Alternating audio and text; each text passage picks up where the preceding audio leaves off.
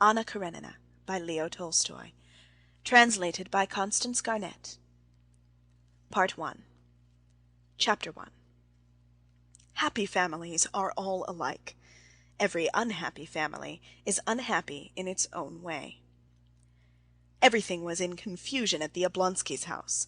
The wife had discovered that the husband was carrying on an intrigue with a French girl who had been a governess in their family, and she had announced to her husband that she could not go on living in the same house with him. This position of affairs had now lasted 3 days, and not only the husband and wife themselves, but all the members of their family and household were painfully conscious of it. Every person in the house felt that there was no sense in their living together, and that the stray people brought together by chance in any inn had more in common with one another than they, the members of the family and household of the Oblonskys. The wife did not leave her own room. The husband had not been at home for 3 days. The children ran wild all over the house. The English governess quarreled with the housekeeper and wrote to a friend asking her to look out for a new situation for her. The man cook had walked off the day before just at dinner time. The kitchen maid and the coachman had been given warning. 3 days after the quarrel, Prince Stepan Arkadyevitch Oblonsky, Stiva as he was called in the fashionable world, woke up at his usual hour, that is, at 8 o'clock in the morning, not in his wife's bedroom, but on the leather-covered sofa in his study. He turned over his stout, well-cared-for person on the springy sofa, as though he would sink into a long sleep again. He vigorously embraced the pillow on the other side and buried his face in it, but all at once he jumped up, sat on the sofa, and opened his eyes. Yes, yes, how was it now, he thought, going over his dream. Now, how was it? To be sure, Alabin was giving a dinner at Darmstadt. No, not Darmstadt, but something American. Yes, but then Darmstadt was in America. Yes, Alabin was giving a dinner on glass tables, and the tables sang Il mio tesoro. Not Il mio tesoro, though, but something better.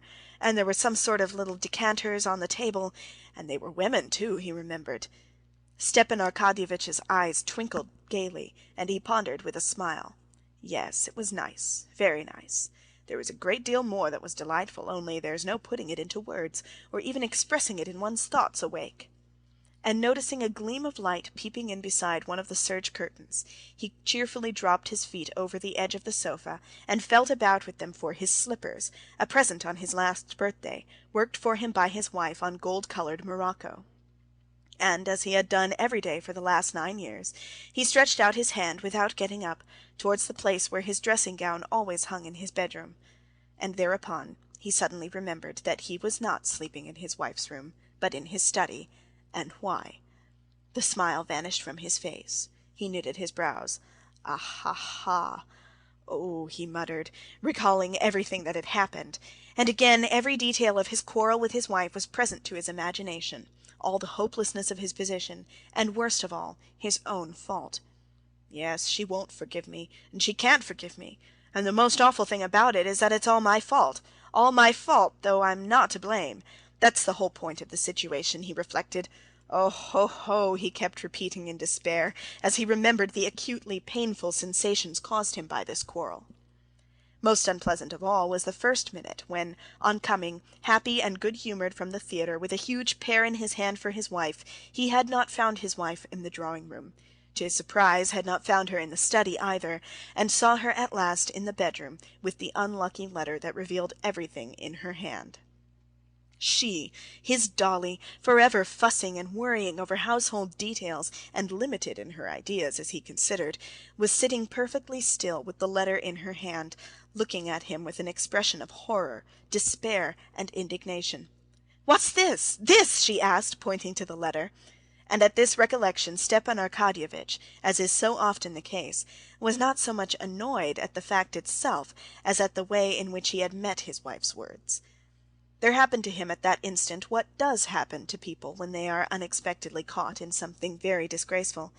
He did not succeed in adapting his face to the position in which he was placed toward his wife by the discovery of his fault. Instead of being hurt, denying, defending himself, begging forgiveness, instead of remaining indifferent even, anything would have been better than what he did do. His face, utterly involuntarily, reflex spinal action reflected Stepan Arkadyevitch, who was fond of physiology, utterly involuntarily assumed its habitual, good-humoured, and therefore idiotic smile. This idiotic smile he could not forgive himself. Catching sight of that smile, Dolly shuddered as though at physical pain, broke out with her characteristic heat into a flood of cruel words, and rushed out of the room. Since then she had refused to see her husband. "It's that idiotic smile that's to blame for it all," thought Stepan Arkadyevitch. "But what's to be done?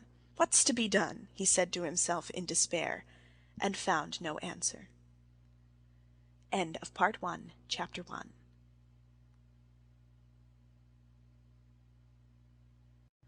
Anna Karenina, Part 1, Chapter 2. Stepan Arkadyevitch was a truthful man in his relations with himself. He was incapable of deceiving himself and persuading himself that he repented of his conduct. He could not at this date repent of the fact that he, a handsome, susceptible man of 34, was not in love with his wife, the mother of 5 living and 2 dead children, and only a year younger than himself. All he repented of was that he had not succeeded in hiding it better from his wife. But he felt all the difficulty of his position, and was sorry for his wife, his children, and himself. Possibly he might have managed to conceal his sins better from his wife if he had anticipated that the knowledge of them would have had such an effect on her. He had never clearly thought out the subject, but he had vaguely conceived that his wife must long ago have suspected him of being unfaithful to her and shut her eyes to the fact. He had even supposed that she, a worn-out woman, no longer young or good-looking, and in no way remarkable or interesting, merely a good mother, ought from a sense of fairness to take an indulgent view. It had turned out quite the other way. "Oh, it's awful! Oh, dear, awful!" Stepan Arkadyevitch kept repeating to himself, and he could think of nothing to be done. And how well things were going up until now! How well we got on! She was contented and happy in her children. I never interfered with her in anything. I let her manage the children and the house just as she liked. It's true it's bad, her having been a governess in our house. That's bad. There's something common, vulgar in flirting with one's governess. But what a governess!" He vividly recalled the roguish black eyes of Mademoiselle Roland and her smile. "But after all, while she was in the house, I kept myself in hand. And the worst of it all is that she's already... It seems as if ill luck would have had it so. Oh, but what is to be done?" There was no solution, but that universal solution which life gives to all questions, even the most complex and insoluble. The answer is, one must live in the needs of the day, that is, forget oneself. To forget himself in sleep was impossible now, at least till night-time. He could not go back now to the music sung by the decanter women, so he must forget himself in the dream of daily life. "Then we shall see," said Stepan Arkadyevitch to himself.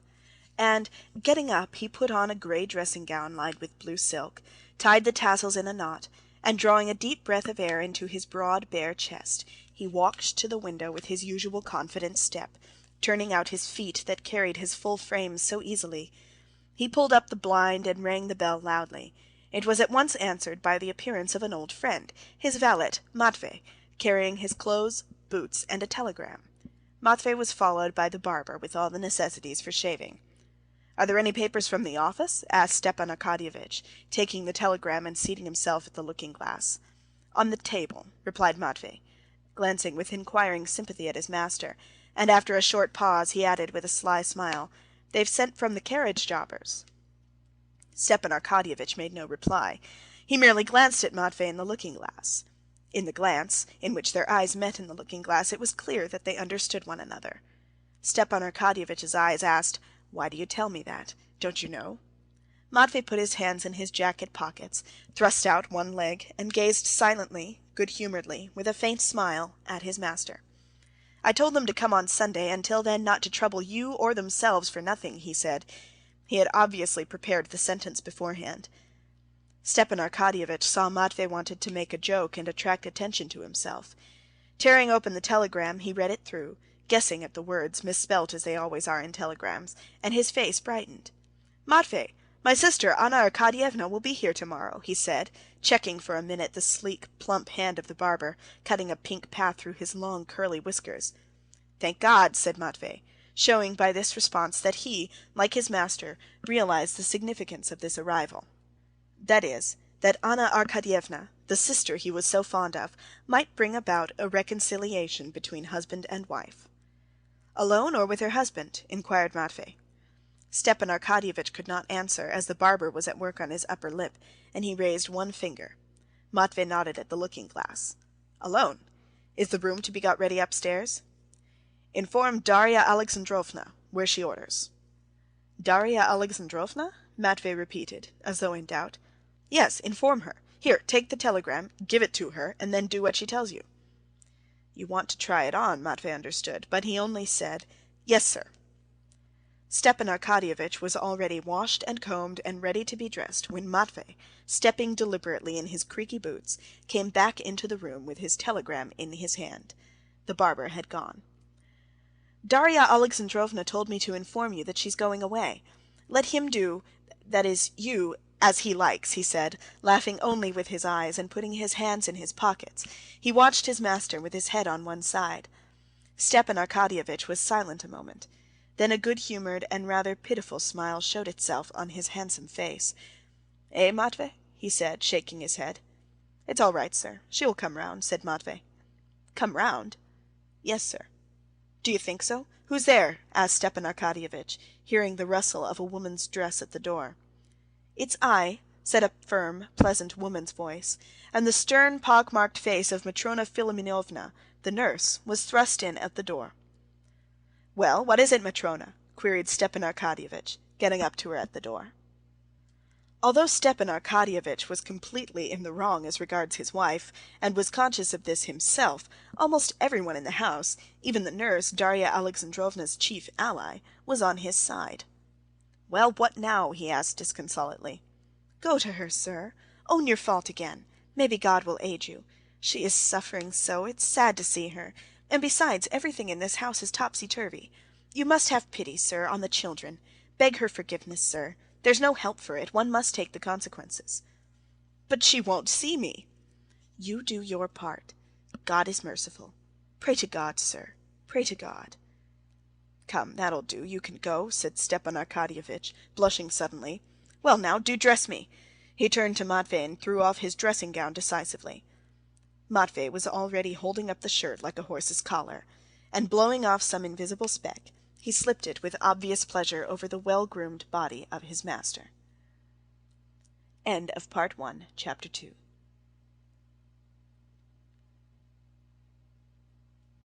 Anna Karenina, Book 1, Chapter 3. When he was dressed, Stepan Arkadyevitch sprinkled some scent on himself, pulled down his shirt-cuffs, distributed into his pockets his cigarettes, pocket-book, matches, and watch with its double chain and seals, and shaking out his handkerchief, feeling himself clean, fragrant, healthy, and physically at ease, in spite of his unhappiness, he walked with a slight swing on each leg into the dining-room, where coffee was already waiting for him, and beside the coffee, letters and papers from the office. He read the letters. One was very unpleasant, from a merchant who was buying a forest on his wife's property. To sell this forest was absolutely essential, but at present, until he was reconciled with his wife, the subject could not be discussed. The most unpleasant thing of all was that his pecuniary interest should in this way enter into the question of his reconciliation with his wife, and the idea that he might be led on by his interests, that he might seek a reconciliation with his wife on account of the sale of the forest, that idea hurt him. When he had finished his letters, Stepan Arkadyevitch moved the office papers close to him, rapidly looked through 2 pieces of business, made a few notes with a big pencil, and pushing away the papers, turned to his coffee. As he sipped his coffee, he opened a still damp morning paper and began reading it.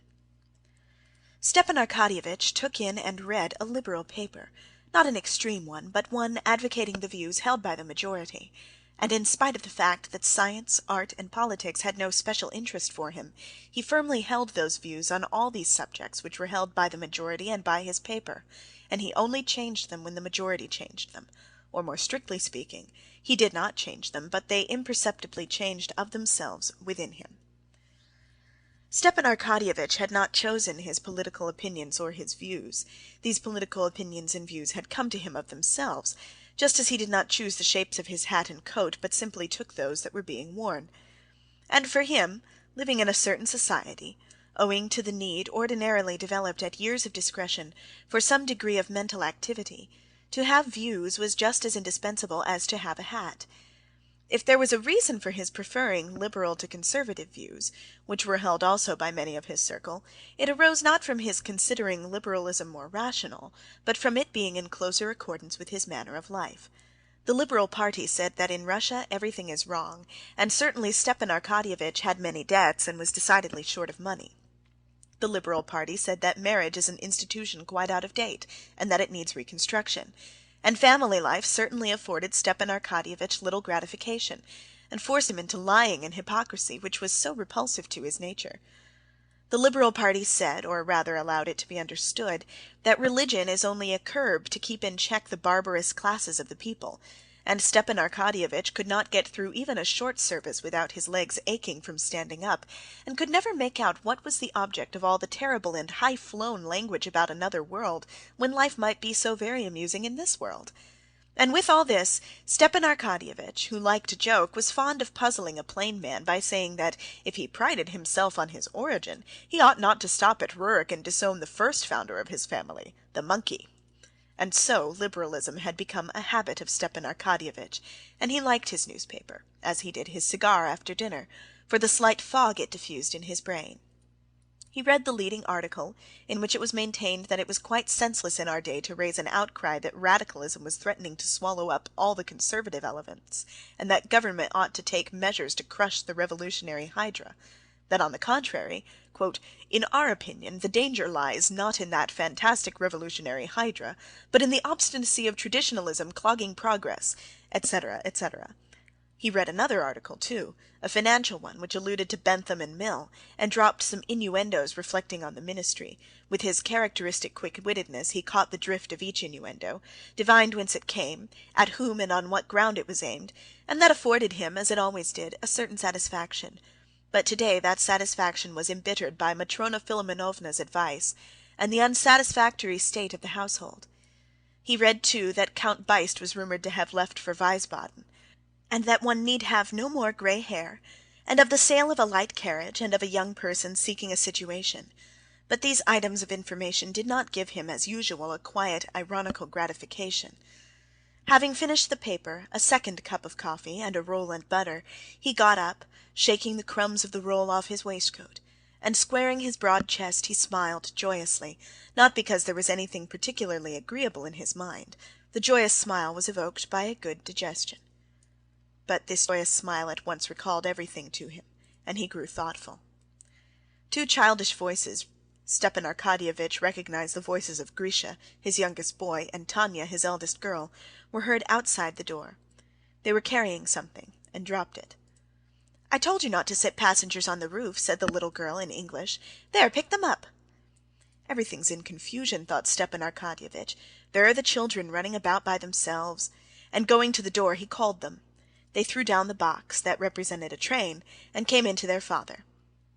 The little girl, her father's favourite, ran up boldly, embraced him, and hung laughingly on his neck, enjoying as she always did the smell of scent that came from his whiskers.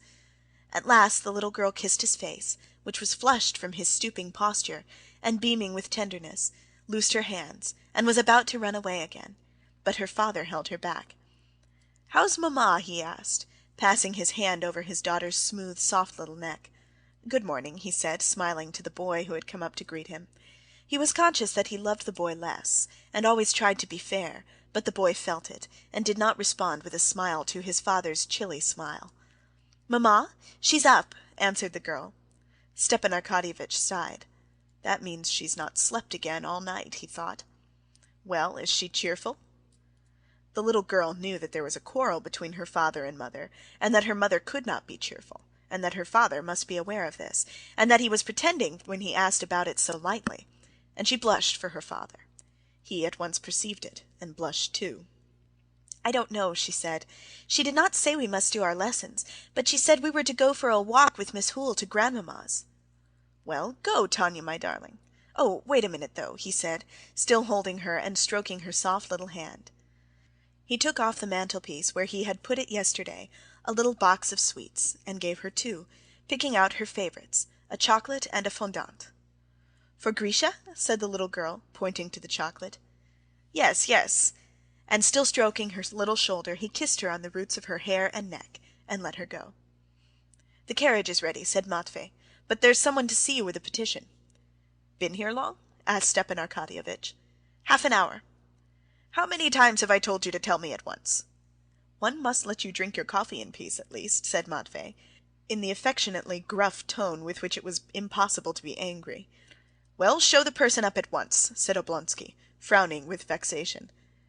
The petitioner, the widow of a staff captain, Karenina, came with a request impossible and unreasonable; but Stepan Arkadyevitch, as he generally did, made her sit down, heard her to the end attentively without interrupting her, and gave her detailed advice as to how and to whom to apply, and even wrote her in his large, sprawling, good and legible hand a confident and fluent little note to a personage who might be of use to her.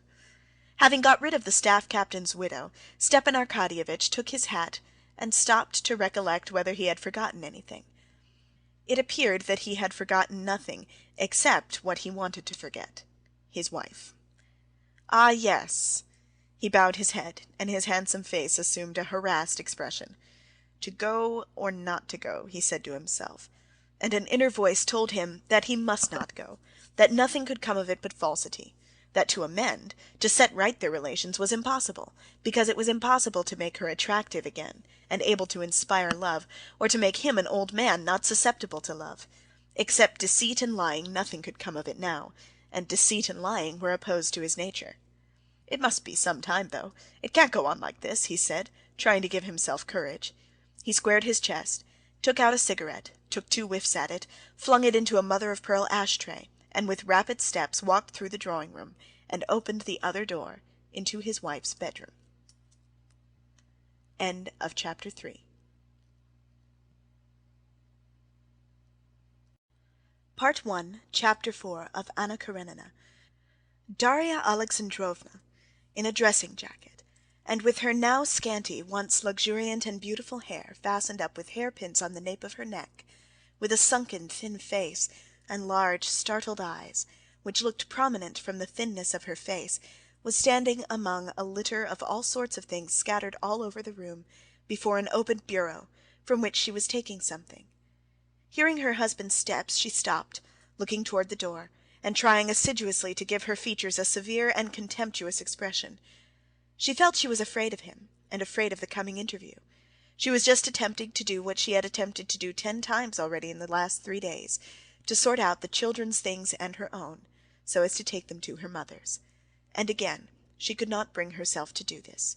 But now, again, as each time before, she kept saying to herself that things cannot go on like this, that she must take some step to punish him, put him to shame, avenge on him some little part at least of the suffering he had caused her. She still continued to tell herself that she should leave him, but she was conscious that this was impossible. It was impossible because she could not get out of the habit of regarding him as her husband and loving him. Besides this, she realized that if even here in her own house she could hardly manage to look after her 5 children properly, they would be still worse off where she was going with them all.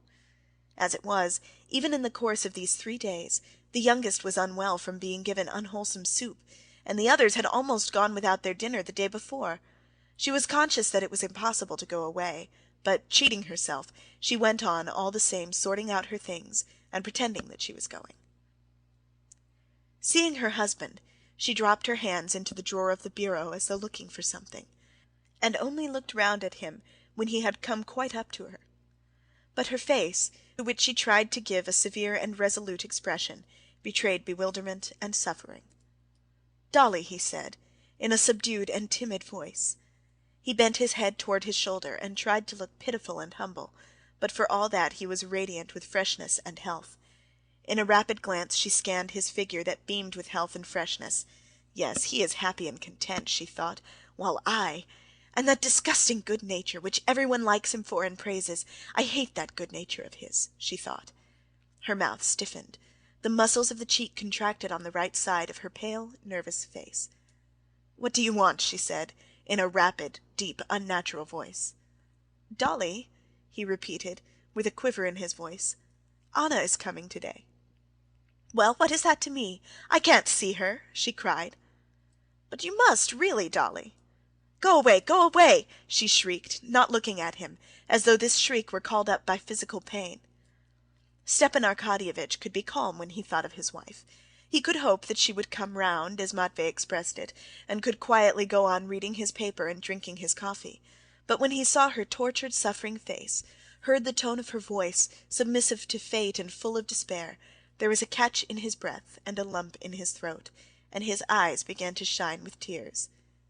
"My God, what have I done? Dolly, for God's sake, you know...." He could not go on. There was a sob in his throat. She shut the bureau with a slam and glanced at him. "Dolly, what can I say? One thing, forgive. Remember, cannot 9 years of my life atone for an instant?" She dropped her eyes and listened, expecting what he would say, as it were beseeching him in some way or other to make her believe differently. "Instant of passion," he said, and would have gone on, but at that word, as at a pang of physical pain, her lips stiffened again, and again the muscles of her right cheek worked. "Go away, go out of the room!" she shrieked, still more shrilly, "and don't talk to me of your passion and your loathsomeness!" She tried to go out, but tottered and clung to the back of a chair to support herself. His face relaxed, his lips swelled, his eyes were swimming with tears. "Dolly," he said, sobbing now, "for mercy's sake, think of the children. They are not to blame. I am to blame, and punish me, make me expiate my fault. Anything I can do, I am ready to do, anything. I am to blame, no words can express how much I am to blame. But, Dolly, forgive me." She sat down. He listened to her hard, heavy breathing, and he was unutterably sorry for her. She tried several times to begin to speak, but could not. He waited. "You remember the children, Stiva, to play with them.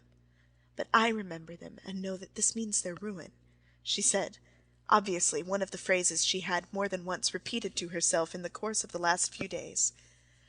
She had called him Stiva, and he glanced at her with gratitude and moved to take her hand, but she drew back from him with aversion. "I think of the children, and for that reason I would do anything in the world to save them. But I don't myself know how to save them. By taking them away from their father, or by leaving them with a vicious father. Yes, a vicious father. Tell me, after what has happened, can we live together? Is that possible? Tell me, is it possible?" she repeated, raising her voice. "After my husband, the father of my children, enters into a love affair with his own children's governess? But what could I do? What could I do?" he kept saying in a pitiful voice, not knowing what he was saying, as his head sank lower and lower. "You are loathsome to me, repulsive!" she shrieked, getting more and more heated. "Your tears mean nothing. You've never loved me. You have neither heart nor honorable feeling. You are hateful to me, disgusting, a stranger, a complete stranger." With pain and wrath she uttered the word so terrible to herself, stranger. He looked at her, and the fury expressed in her face alarmed and amazed him. He did not understand how his pity for her exasperated her. She saw in him sympathy for her, but not love. "No, she hates me, she will not forgive me," he thought. "It is awful, awful," he said. At that moment, in the next room, a child began to cry. Probably it had fallen down. Darya Alexandrovna listened, and her face suddenly softened. She seemed to be pulling herself together for a few seconds, as though she did not know where she was, and what she was doing, and getting up rapidly, she moved towards the door. "Well, she loves my child," he thought, noticing the change of her face at the child's cry. "My child? How can she hate me?" "Dolly, one word more," he said, following her. "If you come near me, I will call in the servants, the children. They may all know you are a scoundrel. I am going away at once, and you may live here with your mistress." And she went out, slamming the door. Stepan Arkadyevitch sighed, wiped his face, and with a subdued tread walked out of the room. "Matvey says she will come round, but how? I don't see the least chance of it. Oh, how horrible it is, and how vulgarly she shouted!" he said to himself, remembering her shriek and the words scoundrel and mistress. And very likely the maids were listening. Horribly vulgar, horrible! Stepan Arkadyevitch stood a few seconds alone, wiped his face, squared his chest, and walked out of the room. It was Friday, and in the dining room the German watchmaker was winding up the clock. Stepan Arkadyevitch remembered his joke about this punctual bald watchmaker, that the German was wound up for a whole lifetime himself to wind up watches, and he smiled. Stepan Arkadyevitch was fond of a joke. "And maybe she will come round. That's a good expression, 'come round,'" he thought. "I must repeat that. Matvey," he shouted, "arrange everything with Darya in the sitting-room for Anna Arkadyevna," he said to Matvey when he came in. "Yes, sir." Stepan Arkadyevitch put on his fur coat and went out onto the steps. "You won't dine at home?" said Matvey, seeing him off. "That's as it happens. But here's for the housekeeping," he said, taking 10 roubles from his pocket-book. "That'll be enough." "Enough or not enough, we must make it do," said Matvey, slamming the carriage door and stepping back onto the steps. Darya Alexandrovna, meanwhile, having pacified the child, and knowing from the sound of the carriage that he had gone off, went back again to her bedroom. It was her solitary refuge from the household cares which crowded upon her directly she went out of it. Even now, in the short time she had been in the nursery, the English governess and Matrona Philimonovna had succeeded in putting several questions to her, which did not admit of delay, and which only she could answer. What were the children to put on for their walk? Should they have any milk? Should not a new cook be sent for? "Oh, let me alone," she said, and going back to her bedroom, she sat down in the same place as she had sat when talking to her husband, clasping tightly her thin hands with the rings that slipped down on her bony fingers, and fell to going over in her memory all the conversation. "He is gone, but has he broken it off with her?" she thought. "Can it be he sees her? Why didn't I ask him? No, reconciliation is impossible. Even if we remain in the same house, we are strangers, strangers forever." She repeated again with special significance the words so dreadful to her. "And how I loved him! My God, how I loved him! How I loved him! And now don't I love him? Don't I love him more than before? The most horrible thing is," she began, but did not finish her thought, because Matrona Philimonovna put in her head at the door. "Let us send for my brother," she said. "He can get a dinner anyway, or we shall have the children getting nothing to eat till 6 again, like yesterday." "Very well, I will come directly and see about it. But did you send for some new milk?" And Darya Alexandrovna plunged into the duties of the day, and drowned her grief in them for a time. End of Part 1, Chapter 4.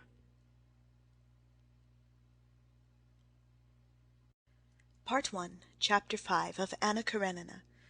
Stepan Arkadyevitch had learned easily at school, thanks to his excellent abilities, but he had been idle and mischievous, and therefore was one of the lowest in his class. But in spite of his habitually dissipated mode of life, his inferior grade in the service, and his comparative youth, he occupied the honorable and lucrative position of president of one of the government boards at Moscow. This position he had received through his sister Anna's husband, Alexei Alexandrovitch Karenin, who held one of the most important positions in the ministry to whose department the Moscow office belonged. But if Karenin had not got his brother-in-law this berth, then through 100 other personages, brothers, sisters, cousins, uncles, and aunts, Stiva Oblonsky would have received this post, or some other similar one, together with the salary of 6,000, absolutely needful for him, as his affairs, in spite of his wife's considerable property, were in an embarrassed condition. Half Moscow and Petersburg were friends and relations of Stepan Arkadyevitch. He was born in the midst of those who had been and are the powerful ones of this world. 1/3 of the men in the government, the older men, had been friends of his father's, and had known him in petticoats. Another third were his intimate chums, and the remainder were friendly acquaintances. Consequently, the distributors of earthly blessings in the shapes of places, rents, shares, and such were all his friends, and could not overlook one of their own set, and Oblonsky had no need to make any special exertion to get a lucrative post. He had only not to refuse things, not to show jealousy, not to be quarrelsome or take offense, all of which, from his characteristic good nature, he never did. It would have struck him as absurd if he had been told that he would not get a position with the salary he required, especially as he expected nothing out of the way. He only wanted what the men of his own age and standing did get, and he was no worse qualified for performing duties of the kind than any other man. Stepan Arkadyevitch was not merely liked by all who knew him for his good humor, but for his bright disposition and his unquestionable honesty. In him, in his handsome, radiant figure, his sparkling eyes, black hair and eyebrows, and the white and red of his face, there was something which produced a physical effect of kindliness and good humor on the people who met him. "Ah, Stiva Oblonsky, here he is!" was almost always said with a smile of delight on meeting him. even though it happened at times that after a conversation with him it seemed that nothing particularly delightful had happened, the next day and the next everyone was just as delighted at meeting him again. After filling for 3 years the post of president of one of the government boards at Moscow, Stepan Arkadyevitch had won the respect, as well as the liking of his fellow officials, subordinates, and superiors, and all who had had business with him. The principal qualities in Stepan Arkadyevitch which had gained him this universal respect in the service consisted, in the first place, of his extreme indulgence for others, founded on a consciousness of his own shortcomings; second, of his perfect liberalism, not the liberalism he read of in the papers, but the liberalism that was in his blood, in virtue of which he treated all men perfectly equally and exactly the same, whatever their fortune or calling might be; and thirdly, the most important point, his complete indifference to the business in which he was engaged, in consequence of which he was never carried away, and never made mistakes. On reaching the offices of the board, Stepan Arkadyevitch, escorted by a deferential porter with a portfolio, went into his little private room, put on his uniform, and went into the boardroom. The clerks and copyists all rose, greeting him with good-humored deference. Stepan Arkadyevitch moved quickly, as ever, to his place, shook hands with his colleagues, and sat down. He made a joke or two, and talked just as much as was consistent with due decorum, and began work. No one knew better than Stepan Arkadyevitch how to hit on the exact line between freedom, simplicity, and official stiffness necessary for the agreeable conduct of business. A secretary, with the good-humored deference common to everyone in Stepan Arkadyevitch's office, came up with papers, and began to speak in the familiar and easy tone which had been introduced by Stepan Arkadyevitch. "We've succeeded in getting the information from the government department of Pensa. Here, would you care?"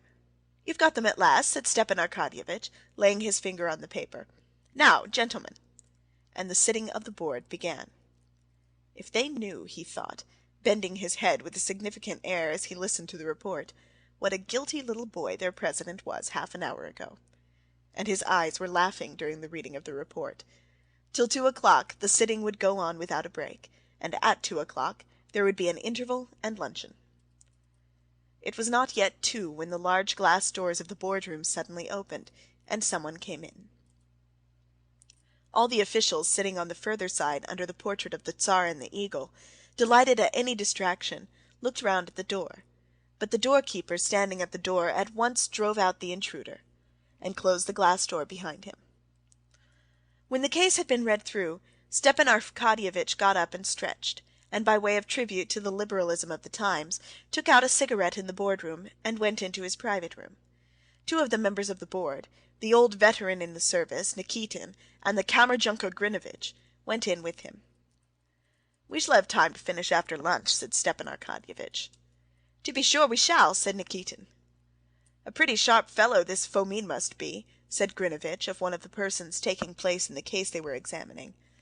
Stepan Arkadyevitch frowned at Grinovitch's words, giving him thereby to understand that it was improper to pass judgment prematurely, and made no reply. "Who was that came in?" he asked the doorkeeper. "Someone, your excellency, crept in without permission directly my back was turned. He was asking for you. I told him, when the members come out, then—" "Where is he?" "Maybe he's gone into the passage, but here he comes anyway. That's he," said the doorkeeper, pointing to a strongly built, broad-shouldered man with a curly beard, who, without taking off his sheepskin cap, was running lightly and rapidly up the worn steps of the stone staircase. One of the members, going down, a lean official with a portfolio, stood out of his way and looked disapprovingly at the legs of the stranger, then glanced inquiringly at Oblonsky. Stepan Arkadyevitch was standing at the top of the stairs. His good-naturedly beaming face above the embroidered collar of his uniform beamed more than ever when he recognized the man coming up. "Why, it's actually you, Levin, at last!" he said with a friendly, mocking smile, scanning Levin as he approached.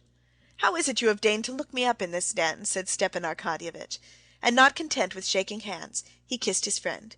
"Have you been here long?" "I've just come, and very much wanted to see you," said Levin, looking shyly and at the same time angrily and uneasily around. "Well, let's go into my room," said Stepan Arkadyevitch, who knew his friend's sensitive and irritable shyness, and taking his arm he drew him along, as though guiding him through dangers.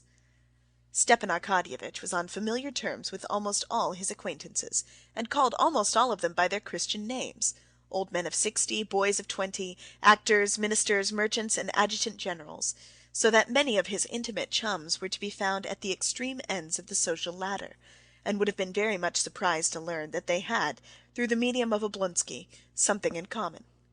He was the familiar friend of every one with whom he took a glass of champagne, and he took a glass of champagne with every one, and when in consequence he met any of his disreputable chums, as he used in joke to call many of his friends, in the presence of his subordinates, he well knew how, with his characteristic tact, to diminish the disagreeable impression made on them.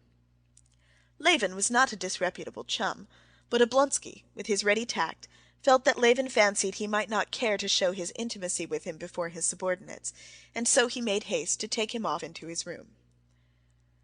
Levin was almost of the same age as Oblonsky. Their intimacy did not rest merely on champagne. Levin had been the friend and companion of his early youth. They were fond of one another in spite of the difference in their characters and tastes, as friends are fond of one another who have been together in early youth. But in spite of this, each of them, as is often the way with men who have selected careers of different kinds, though in discussion he would even justify the other's career, in his heart despised it. It seemed to each of them that the life he led himself was the only real life, and the life led by his friend was a mere phantasm. Oblonsky could not restrain a slight mocking smile at the sight of Levin. How often he had seen him come up to Moscow from the country where he was doing something, what precisely Stepan Arkadyevitch could never quite make out, and indeed he took no interest in the matter. Levin arrived in Moscow always excited and in a hurry, rather ill at ease and irritated by his own want of ease, and for the most part with a perfectly new, unexpected view of things. Stepan Arkadyevitch laughed at this, and liked it. In the same way Levin in his heart despised the town mode of life of his friend, and his official duties, which he laughed at and regarded as trifling. But the difference was that Oblonsky, as he was doing the same as everyone did, laughed complacently and good-humoredly, while Levin laughed without complacency, and sometimes angrily.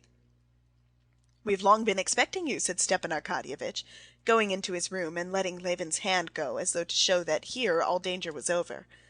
"I am very, very glad to see you," he said. "Well, how are you? Eh? When did you come?" Levin was silent, looking at the unknown faces of Oblonsky's two companions, and especially at the hand of the elegant Grinevitch, who had such long white fingers, such long yellow filbert-shaped nails, and such huge shining studs on the shirt cuff, that apparently they absorbed all his attention, and allowed him no freedom of thought. Oblonsky noticed this at once, and smiled. "Ah, to be sure, let me introduce you," he said. "My colleagues, Philip Ivanitch Nikitin, Mikhail Stanislavitch Grinevitch," and turning to Levin, "a district councillor, a modern district councilman, a gymnast who lifts 13 stone with one hand, a cattle breeder and sportsman, and my friend, Konstantin Dmitrievitch Levin, the brother of Sergey Ivanovitch Koznishev." "Delighted," said the veteran. "I have the honor of knowing your brother, Sergey Ivanovitch," said Grinevitch, holding out his slender hand with its long nails. Levin frowned, shook hands coldly, and at once turned to Oblonsky. Though he had great respect for his half-brother, an author well known to all Russia, he could not endure it when people treated him not as Konstantin Levin, but as the brother of the celebrated Koznishev. "No, I am no longer a district councillor. I've quarreled with them all and don't go to meetings any more," he said, turning to Oblonsky. "You've been quick about it," said Oblonsky with a smile. "But how? Why?" "It's a long story. I'll tell you sometime," said Levin, but he began telling him at once. "Well, to put it shortly, I was convinced that nothing was really done by the district councils, or ever could be," he began, as though someone had just insulted him. "On one side it's a plaything. They play at being a parliament, and I'm neither young enough nor old enough to find amusement in playthings. And on the other side," he stammered, "it's a means for the coterie of the district to make money. Formerly they had wardships, courts of justice. Now they have the district council. Not in the form of bribes, but in the form of unearned salary," he said, as hotly as though someone of those present had opposed his opinion. "Aha! You're in a new phase again, I see. A conservative," said Stepan Arkadyevitch. "However, we can go into that later." "Yes, later. But I wanted to see you," said Levin, looking with hatred at Grinevitch's hand. Stepan Arkadyevitch gave a scarcely perceptible smile. "How was it you used to say you would never wear European dress again?" he said, scanning his new suit, obviously cut by a French tailor. "Ah, I see. A new phase." Levin suddenly blushed, Not as grown men blush, slightly, without being themselves aware of it, but as boys blush, feeling that they are ridiculous through their shyness, and consequently ashamed of it, and blushing still more, almost to the point of tears. And it was so strange to see this sensible, manly face in such a childish plight that Oblonsky left off looking at him. "Oh, where shall we meet? You know I very much want to talk to you," said Levin. Oblonsky seemed to ponder. "I'll tell you what. Let's go to Gurin's for lunch, and then we can talk. I'm free till 3. "No," answered Levin, after an instant's thought. "I have got to go on somewhere else." "All right, then let's dine together." "Dine together? But I've nothing very particular, only a few words to say, and a question I want to ask you, and we can have a talk afterward." "Well, say the few words then at once, and we'll gossip after dinner." "Well, it's this," said Levin. "But it's of no importance, though." His face all at once took an expression of anger from the effort he was making to surmount his shyness. "What are the Shtcherbatskys doing?" "Everything as it used to be," he said. Stepan Arkadyevitch, who had long known that Levin was in love with his sister-in-law Kitty, gave a hardly perceptible smile, and his eyes sparkled merrily. "You said a few words, but I can't answer in a few words, because... Excuse me a minute." A secretary came in with respectful familiarity and the modest consciousness, characteristic of every secretary, of superiority to his chief in the knowledge of their business. He went up to Oblonsky with some papers, and began, under pretense of asking a question, to explain some objection. Stepan Arkadyevitch, without hearing him out, laid his hand genially on the secretary's sleeve. "No, you do as I told you," he said, softening his words with a smile, and with a brief explanation of his view of the matter, he turned away from the papers and said, "So do it that way, if you please, Zahar Nikititch." The secretary retired in confusion.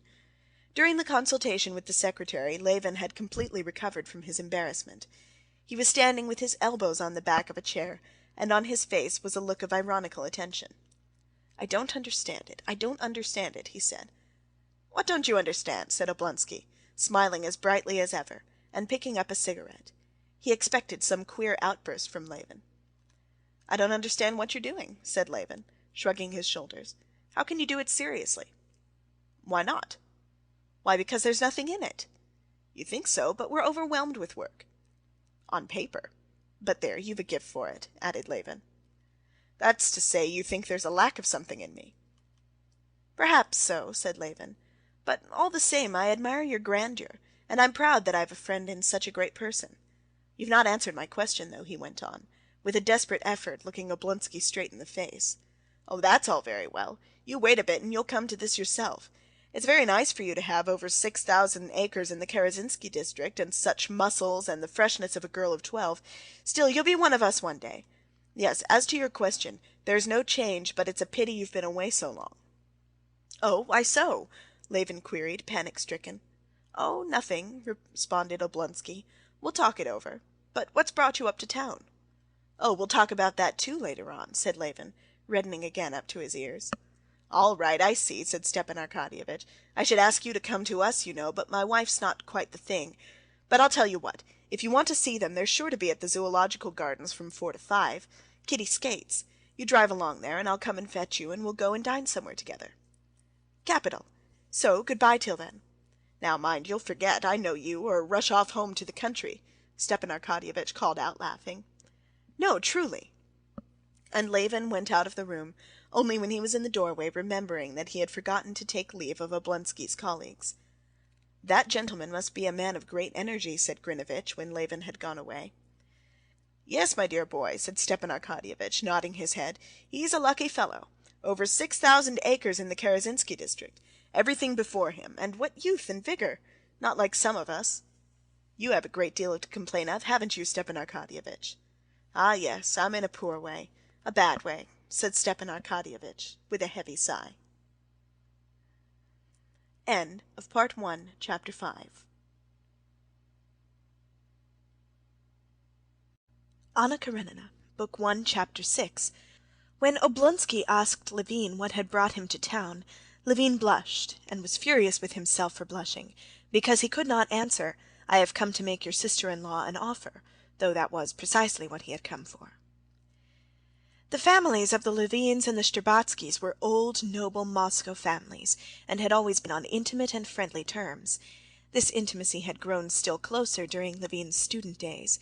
He had both prepared for the university with the young Prince Shtcherbatsky, the brother of Kitty and Dolly, and had entered at the same time with him. In those days Levin used often to be in the Shtcherbatskys' house, and he was in love with the Shtcherbatsky household. Strange as it may appear, it was with the household, the family, that Konstantin Levin was in love, especially with the feminine half of the household. Levin did not remember his own mother, and his only sister was older than he was, so it was that in the Shtcherbatskys' house he saw for the first time that inner life of an old, noble, cultivated, and honorable family, of which he had been deprived by the death of his father and mother. All the members of that family, especially the feminine half, were pictured by him, as it were, wrapped about with a mysterious poetical veil, and he not only perceived no defects whatever in them, but under the poetical veil that shrouded them, he assumed the existence of the loftiest sentiments and every possible perfection. Why, it was the three young ladies that had one day to speak French, and the next English. Why, it was that at certain hours they played by turns on the piano, the sounds of which were audible in their brother's room above, where the students used to work. Why, they were visited by those professors of French literature, of music, of drawing, of dancing. Why, at certain hours all three young ladies, with Mademoiselle Lidon, drove in the coach to the Tversky Boulevard, dressed in their satin cloaks, Dolly in a long one, Natalia in a half-long one, and Kitty in one so short that her shapely legs in tightly drawn red stockings were visible to all beholders.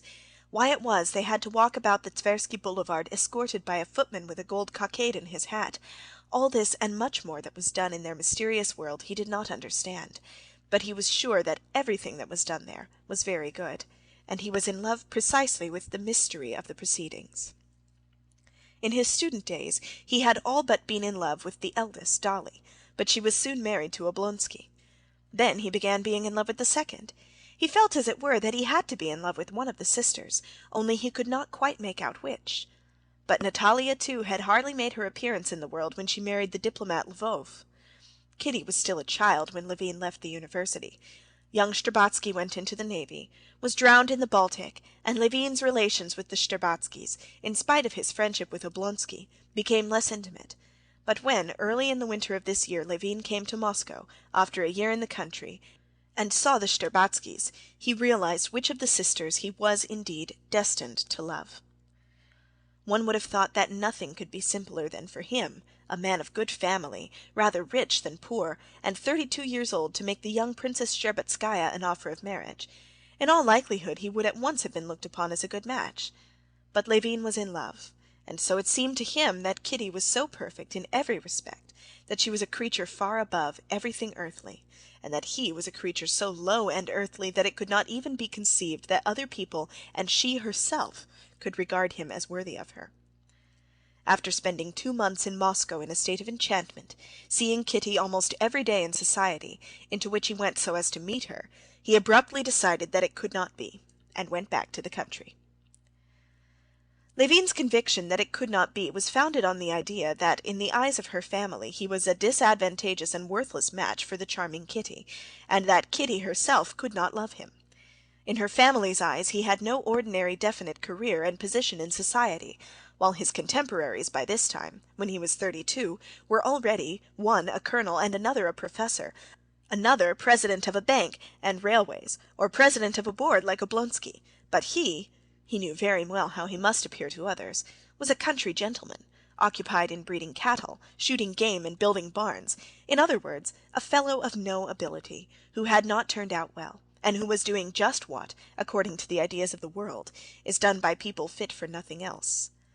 The mysterious, enchanting Kitty herself could not love such an ugly person as he conceived himself to be, and above all such an ordinary, in no way striking person. Moreover, his attitude to Kitty in the past, the attitude of a grown-up person to a child, arising from his friendship with her brother, seemed to him yet another obstacle to love.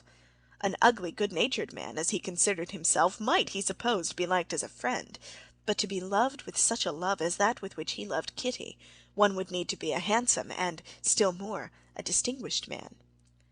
He had heard that women often did care for ugly and ordinary men, but he did not believe it, for he judged by himself, and he could not himself have loved any but beautiful, mysterious, and exceptional women.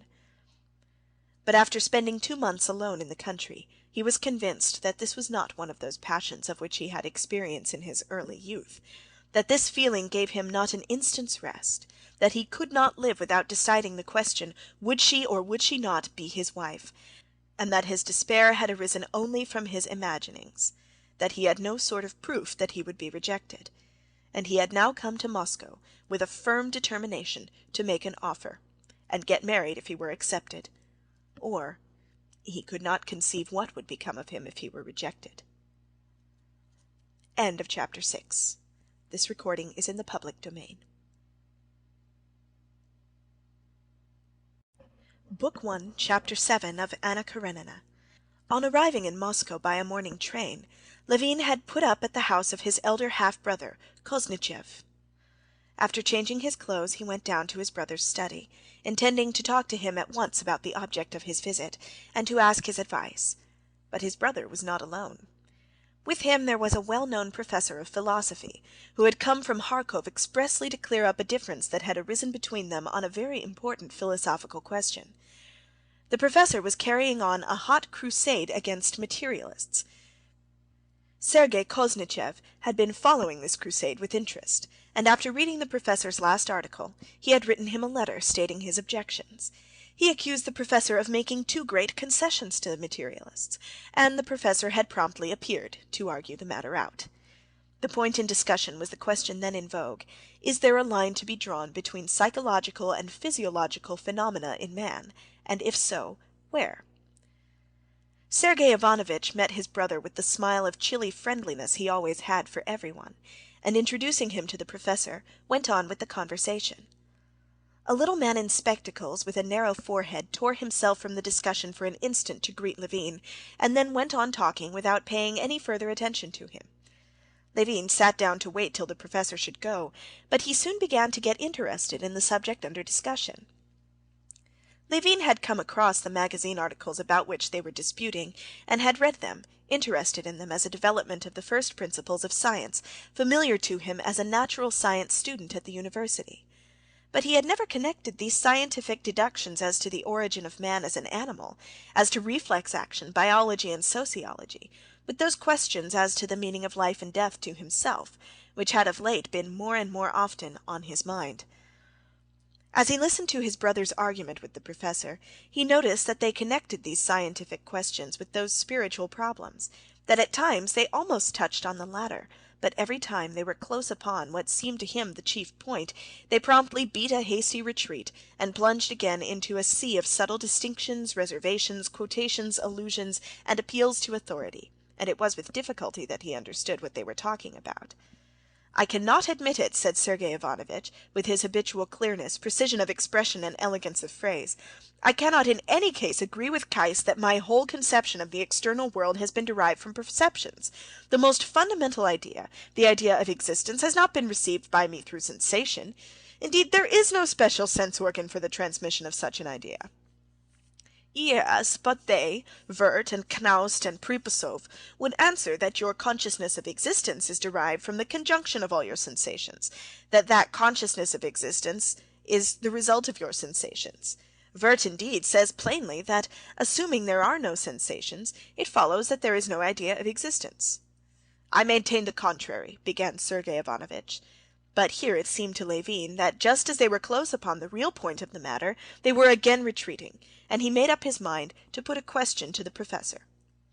"According to that, if my senses are annihilated, if my body is dead, I can have no existence of any sort?" he queried. The professor, in annoyance and, as it were, mental suffering at the interruption, looked round at the strange inquirer, more like a bargeman than a philosopher, and turned his eyes upon Sergey Ivanovitch, as though to ask, "What is one to say to him?" But Sergey Ivanovitch, who had been talking with far less heat and one-sidedness than the professor, and who had sufficient breadth of mind to answer the professor, and at the same time comprehend the simple and natural point of view from which the question was put, smiled and said, "That question we have no right to answer as yet." "We have not the requisite data," chimed in the professor, and he went back to his argument. "No," he said, "I would point out the fact that if, as Pripasov directly asserts, perception is based on sensation, then we are bound to distinguish sharply between these two conceptions." Levin listened no more. and simply waited for the professor to go. End of chapter 7. This recording is in the public domain. Book 1, Chapter 8 of Anna Karenina. When the professor had gone, Sergey Ivanovitch turned to his brother. "Delighted that you've come. For some time, is it? How's your farming getting on?" Levin knew that his elder brother took little interest in farming, and only put the question in deference to him, and so he only told him about the sale of his wheat and money matters.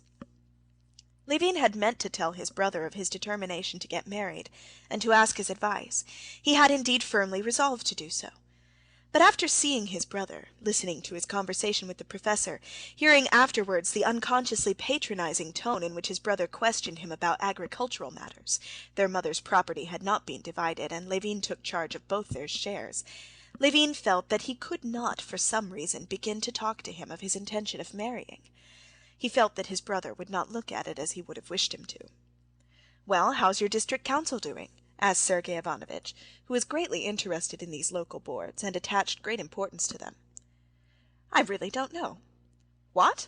Why, surely you're a member of the board?" "No, I'm not a member now. I've resigned," answered Levin, "and I no longer attend the meetings." "What a pity," commented Sergey Ivanovitch, frowning. Levin, in self-defense, began to describe what took place in the meetings in his district. "That's how it always is," Sergey Ivanovitch interrupted him. "We Russians are always like that. Perhaps it's our strong point, really, the faculty of seeing our own shortcomings, but we overdo it. We comfort ourselves with irony when we always have on the tip of our tongues.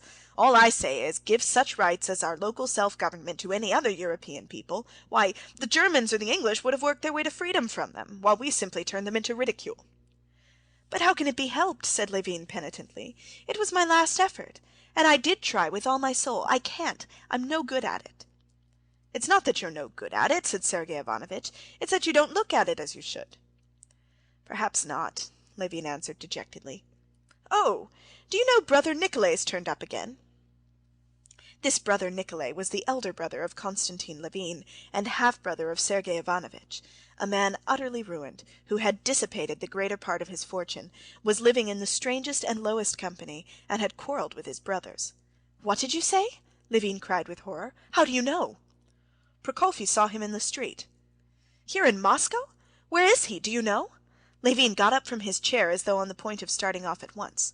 "I'm sorry I told you," said Sergey Ivanovitch, shaking his head at his younger brother's excitement. "I sent to find out where he's living, and sent him his IOU to Trubin, which I paid. This is the answer he sent me." And Sergey Ivanovitch took a note from under a paperweight and handed it to his brother. Levin read in the queer familiar handwriting: "I humbly beg you to leave me in peace. That's the only favor I ask of my gracious brothers. Nikolai Levin." Levin read it, and without raising his head stood with the note in his hands opposite Sergey Ivanovitch. There was a struggle in his heart between the desire to forget his unhappy brother for the time, and the consciousness that it would be base to do so. "He obviously wants to offend me," pursued Sergey Ivanovitch, "but he cannot offend me, and I should have wished with all my heart to assist him, but I know it's impossible to do that." "Yes, yes," repeated Levin. "I understand and appreciate your attitude to him, but I shall go and see him." "If you want to, do, but I shouldn't advise it," said Sergey Ivanovitch.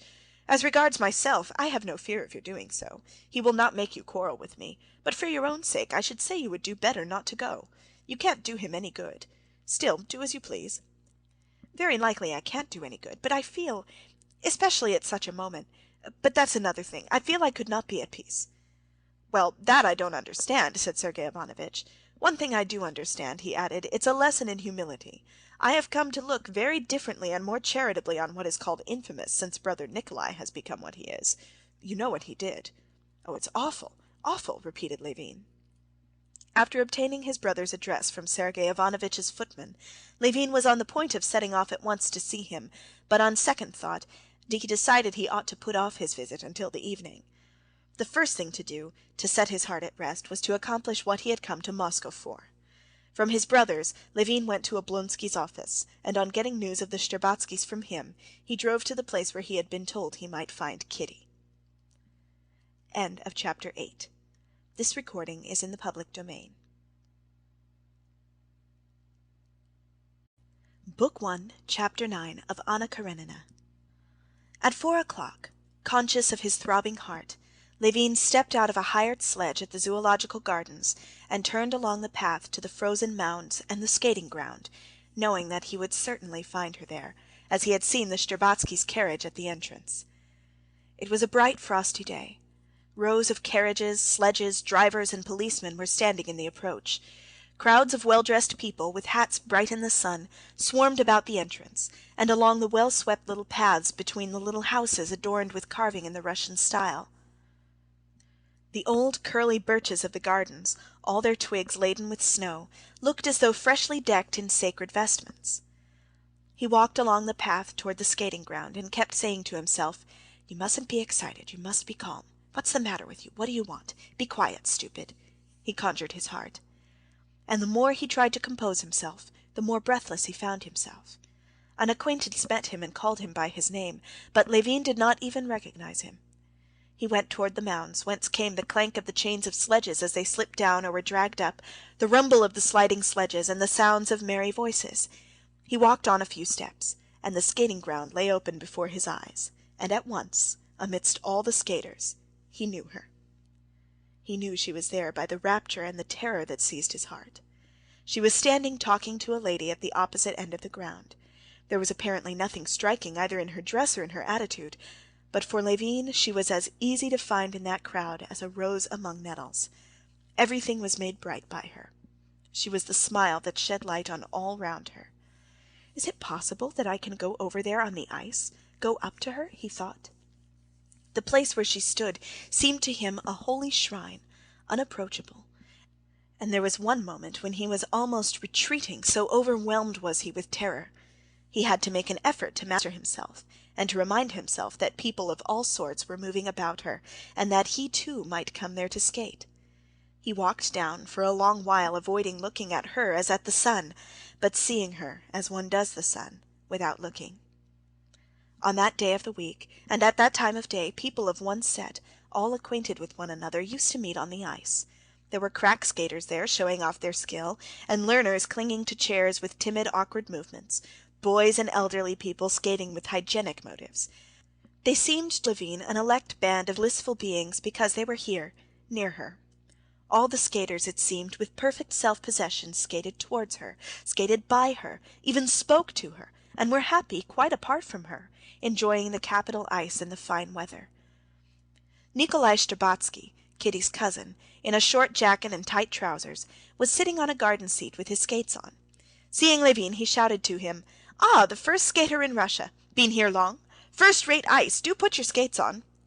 "I haven't got my skates," Levin answered, marveling at this boldness and ease in her presence, and not for one second losing sight of her, though he did not look at her. He felt as though the sun were coming near him. She was in a corner, and turning out her slender feet in their high boots with obvious timidity, she skated towards him. A boy in Russian dress, desperately waving his arms and bowed down to the ground, overtook her. She skated a little uncertainly. Taking her hands out of the little muff that hung on a cord, she held them ready for any emergency, and looking towards Levin, whom she had recognized, she smiled at him and at her own fears. When she had got round the turn, she gave herself a push off with one foot, and skated straight up to Shtcherbatsky. Clutching at his arm, she nodded, smiling, to Levin. She was more splendid than he had imagined her. When he thought of her, he could call up a vivid picture of her to himself, especially the charm of that little fair head, so freely set on the shapely girlish shoulders, and so full of childish brightness and good humor. The childishness of her expression, together with the delicate beauty of her figure, made up her special charm, and that he fully realized. But what always struck him in her as something unlooked for was the expression of her eyes, soft, serene, and truthful, and above all her smile, which always transported Levin to an enchanted world, where he felt himself softened and tender, as he remembered himself in some days of his early childhood. "Have you been here long?" she said, giving him her hand. "Thank you," she added, as he picked up the handkerchief that had fallen out of her muff. "I've not long, today, I arrived," answered Levin, in his emotion not at once understanding the question. "I was meaning to come see you," he said, and then, recollecting with what intention he was trying to see her, he promptly was overcome with confusion and blushed. I didn't know you could skate, and skate so well." She looked at him earnestly, as though wishing to make out the cause of his confusion. "Your praise is worth having. The tradition is kept up here that you are the best of skaters," she said, with her little black-gloved hand brushing a grain of hoarfrost off her muff. "Yes, I used to once skate with passion. I wanted to reach perfection." "You do everything with passion, I think," she said, smiling. "I should so like to see how you skate. Put on skates and let us skate together." Skate together! Can that be possible? Thought Levin, gazing at her.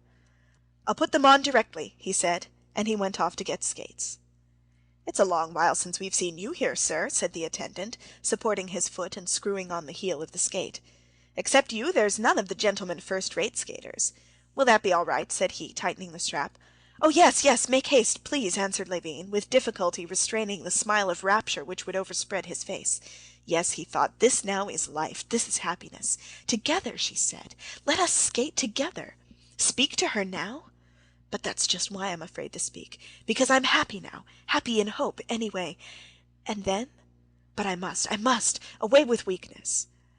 Levin rose to his feet, took off his overcoat, and scurrying over the rough ice round the hut, came out on the smooth ice, and skated without effort, as it were, by simple exercise of will, increasing and slackening speed, and turning his course. He approached with timidity, but again her smile reassured him. She gave him her hand, and they set off side by side, going faster and faster, and the more rapidly they moved, the more tightly she grasped his hand. "With you I should soon learn. I somehow feel confidence in you," she said to him. "And I have confidence myself when you are leaning on me," he said, but was at once panic-stricken at what he had said, and blushed. And indeed, no sooner had he uttered those words when all at once, like the sun going behind a cloud, her face lost all its friendliness, and Levin detected the familiar change in her expression that denoted the working of a thought. A crease showed on her smooth brow. "Is there anything troubling you? Though I've no right to ask such a question," he added hurriedly. "Oh, why so? No, I've nothing to trouble me," she responded coldly, and she added immediately, "You haven't seen Mademoiselle Linon, have you?" "Not yet." "Go and speak to her. She likes you so much." "What's wrong? I've offended her. Lord help me," thought Levin, and he flew off toward the old Frenchwoman with the gray ringlets, who was sitting on a bench. Smiling and showing her false teeth, she greeted him as an old friend. "Yes, you see we're growing up," she said, glancing toward Kitty, "and growing old. Tiny Bear has grown big now," pursued the Frenchwoman, laughing, and she reminded him of his joke about the three young ladies, whom he had compared to the three bears in the English nursery tale. "Do you remember that's what you used to call them?" He remembered absolutely nothing, but she had been laughing at the joke for 10 years now, and was fond of it. "Now go and skate, go and skate. Our Kitty has learned to skate nicely, hasn't she?" When Levin darted up to Kitty, her face was no longer stern. Her eyes looked at him with the same sincerity and friendliness, but Levin fancied that in her friendliness there was a certain note of deliberate composure, and he felt depressed. After talking a little of her old governess and her peculiarities, she questioned him about his life. "Surely you must be dull in the country in the winter, aren't you?" she said. "No, I'm not dull. I'm very busy," he said, feeling that she was holding him in check by her composed tone. She would not have the force to break through, just as it had been at the beginning of the winter. "Are you going to stay in town long?" Kitty questioned him. "I don't know," he answered, not thinking of what he was saying. The thought that if he were held in check by her tone of quiet friendliness, he would end by going back again without deciding anything came into his mind, and he resolved to make a struggle against it. "How is it you don't know?" "I don't know. It depends on you," he said, and was immediately horror-stricken at his own words. Whether it was that she had heard his words or that she did not want to hear them, she made a sort of stumble, twice struck out, and hurriedly skated away from him. She skated up to Mademoiselle Linon, said something to her, and went toward the pavilion where the ladies took off their skates. "My God, what have I done? Merciful God, help me, guide me," said Levin, praying inwardly, and at the same time feeling a need of violent exercise, he skated about, describing inner and outer circles. At that moment one of the young men, the best of the skaters of that day, came out of the coffee-house in his skates with a cigarette in his mouth. Taking a run, he dashed down the steps in his skates, crashing and bounding up and down. He flew down, and without even changing the position of his hands, skated away over the ice. "Ah, that's a new trick," said Levin, and he promptly ran up to the top to do this new trick. "Don't break your neck, it takes practice," Nikolai Shtcherbatsky shouted after him. Levin went to the steps, took a run from above as best he could, and dashed down, preserving his balance in this unwonted movement with his hands. On the last step he stumbled, but barely touching the ice with his hand, with a violent effort recovered himself, and skated off, laughing. "How splendid, how nice he is!" Kitty was thinking at that moment, as she came out of the pavilion with Mademoiselle Linon, and looked toward him with a smile of quiet affection, as though he were a favorite brother. "And can it be my fault? Can I have done anything wrong? They talk of flirtation. I know it's not he that I love, but still I'm happy with him, and he's so jolly. Only, why did he say that?" she mused. Catching sight of Kitty going away, and her mother meeting her at the steps, Levin, flushed from his rapid exercise, stood still and pondered a minute. He took off his skates, and overtook the mother and daughter at the entrance of the gardens. "Delighted to see you," said Princess Shtcherbatskaya. "On Thursdays we are at home, as always." "Today, then?" "We shall be pleased to see you," the princess said stiffly. This stiffness hurt Kitty, and she could not resist the desire to smooth over her mother's coldness. She turned her head, and with a smile said, "Good-bye till this evening." At that moment Stepan Arkadyevitch, his hat cocked on one side, with beaming face and eyes, strode into the garden like a conquering hero. But as he approached his mother-in-law, he responded in a mournful and crestfallen tone to her enquiries about Dolly's health. After a little subdued and dejected conversation with his mother-in-law, he threw out his chest again and put his arm in Levin's. "Well, shall we set off?" he asked. "I've been thinking about you all this time, and I'm very, very glad you've come," he said, looking him in the face with a significant air. "Yes, come along," answered Levin in ecstasy, hearing unceasingly the sound of that voice saying, "Good-bye till this evening," and seeing the smile with which it was said. "To the England or the Hermitage?" "I don't mind which." "All right, then, to the England," said Stepan Arkadyevitch, selecting the restaurant because he owed more there than at the Hermitage, and consequently considered it mean to avoid it. "Have you got a sledge? That's first rate, for I sent my carriage home." The friends hardly spoke all the way. Levin was wondering what that change in Kitty's expression had meant, and alternately assuring himself that there was hope, and falling into despair, seeing clearly that his hopes were insane, and yet all the while he felt himself quite another man, utterly unlike what he had been before her smile, and those words, "Good-bye till this evening." Stepan Arkadyevitch was absorbed during the drive in composing the menu of the dinner. "You like turbot, don't you?" he said to Levin as they were arising. "Huh?" responded Levin. "Turbot? Yes, I'm awfully fond of turbot." End of chapter 9. This recording is in the public domain.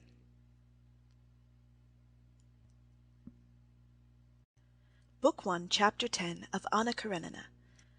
When Levin went into the restaurant with Oblonsky, he could not help noticing a certain peculiarity of expression, as it were, a restrained radiance about the face and whole figure of Stepan Arkadyevitch. Oblonsky took off his overcoat, and with his hat over one ear walked into the dining-room, giving directions to the Tatar waiters who were clustered about him in evening coats bearing napkins, bowing right and left to the people he met, and here as everywhere joyously greeting acquaintances. He went up to the sideboard for a preliminary appetizer of fish and vodka, and said to the painted Frenchwoman decked in ribbons, lace, and ringlets behind the counter something so amusing that even that Frenchwoman was moved to genuine laughter. Levin, for his part, refrained from taking any vodka simply because he felt such a loathing of that Frenchwoman, all made up, it seemed, of false hair, poudre de riz, and vinaigre de toilette. He made haste to move away from her, as from a dirty place. His whole soul was filled with memories of Kitty, and there was a smile of triumph and happiness shining in his eyes. "This way, your Excellency, please. Your Excellency won't be disturbed here," said a particularly pertinacious, white-headed old Tatar with immense hips and coat-tails gaping widely behind. "Walk in, your Excellency," he said to Levin, by way of showing his respect to Stepan Arkadyevitch, being attentive to his guest as well. Instantly flinging a fresh cloth over the round table under the bronze chandelier, though it already had a tablecloth on it, he pushed up velvet chairs, and came to a standstill before Stepan Arkadyevitch with a napkin and a bill of fare in his hands, awaiting his commands. "If you prefer, your Excellency, a private room will be free directly. Prince Golistin with a lady. Fresh oysters have come in." "Ah, oysters." Stepan Arkadyevitch became thoughtful. "How if we were to change our program, Levin?" he said, keeping his finger on the bill of fare, and his face expressed serious hesitation. "Are the oysters good?" Mind now." "They're Flensburg, your Excellency. We've no Ostend." "Flensburg will do. But are they fresh?" "Only arrived yesterday." "Well, then, how if we were to begin with oysters, and so change the whole programme, eh?" "It's all the same to me. I should like cabbage soup and porridge better than anything, but of course there's nothing like that here." "Porridge à la Russe your honour would like?" said the Tatar, bending down to Levin, like a nurse speaking to a child. "No, joking apart, whatever you choose is sure to be good. I've been skating, and I'm hungry. And don't imagine," he added, detecting a look of dissatisfaction on Oblonsky's face, "that I shan't appreciate your choice. I'm fond of good things." "I should hope so. After all, it's one of the pleasures of life," said Stepan Arkadyevitch. "Well, then, my friend, you give us 2, or better say 3 dozen oysters, clear soup with vegetables." "Printanieri," prompted the Tatar, but Stepan Arkadyevitch apparently did not care to allow him the satisfaction of giving the French names of the dishes. "With vegetables in it, you know. Then turbot with thick sauce, then roast beef, and mind it's good. Yes, and capons perhaps, and then sweets." The Tatar, recollecting that it was Stepan Arkadyevitch's way not to call the dishes by the names in the French bill of fare, did not repeat them after him, but could not resist rehearsing the whole menu to himself according to the bill. "Soupe printanière, turbot, sauce bermarchese, poulard à l'estragon, macédoine de fruits," etc. And then instantly, as though worked by springs, laying down one bound bill of fare, he took up another, the list of wines, and submitted it to Stepan Arkadyevitch. "What shall we drink?" "What you like, only not too much. Champagne?" said Levin. "What, to start with? You're right, though, I dare say. Do you like the white seal?" "Cachet blanc?" prompted the Tatar. "Very well, then, give us that brand with the oysters, and then we'll see." "Yes, sir. And what table wine?" "You can give us Nuit. Oh, no, better the classic Chablis." "Yes, sir. And your cheese, your Excellency?" "Oh, yes, Parmesan. Or would you like another?" "No, it's all the same to me," said Levin, unable to suppress a smile. And the Tatar ran off with flying coat-tails, and in 5 minutes darted in with a dish of opened oysters on mother-of-pearl shells, and a bottle between his fingers. Stepan Arkadyevitch crushed the starchy napkin, tucked it into his waistcoat, and settling his arms comfortably, started on the oysters. "Not bad," he said, stripping the oysters from the pearly shell with a silver fork, and swallowing them one after another. "Not bad," he repeated, turning his dewy, brilliant eyes from Levin to the Tatar. Levin ate the oysters indeed, though white bread and cheese would have pleased him better. But he was admiring Oblonsky. Even the Tatar, uncorking the bottle and pouring the sparkling wine into the delicate glasses, glanced at Stepan Arkadyevitch, and settled his white cravat with a perceptible smile of satisfaction. "You don't care much for oysters, do you?" said Stepan Arkadyevitch, emptying his wine-glass. "Or you're worried about something, eh?" He wanted Levin to be in good spirits, but it was not that Levin was not in good spirits. He was ill at ease. With what he had in his soul, he felt sore and uncomfortable in the restaurant, in the midst of private rooms where men were dining with ladies, in all this fuss and bustle.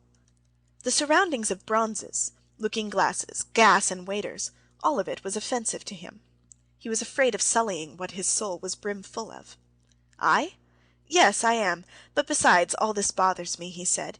"You can't conceive how queer it all seems to a country person like me, as queer as that gentleman's nails I saw at your place."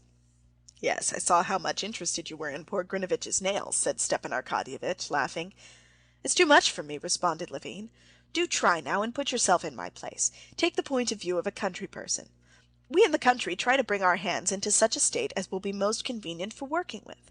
So we cut our nails, sometimes we turn up our sleeves, and here people purposely let their nails grow as long as they will, and link on small saucers by way of studs so that they can do nothing with their hands." Stepan Arkadyevitch smiled gaily. "Oh, yes, that's just a sign that he has no need to do coarse work. His work is with the mind."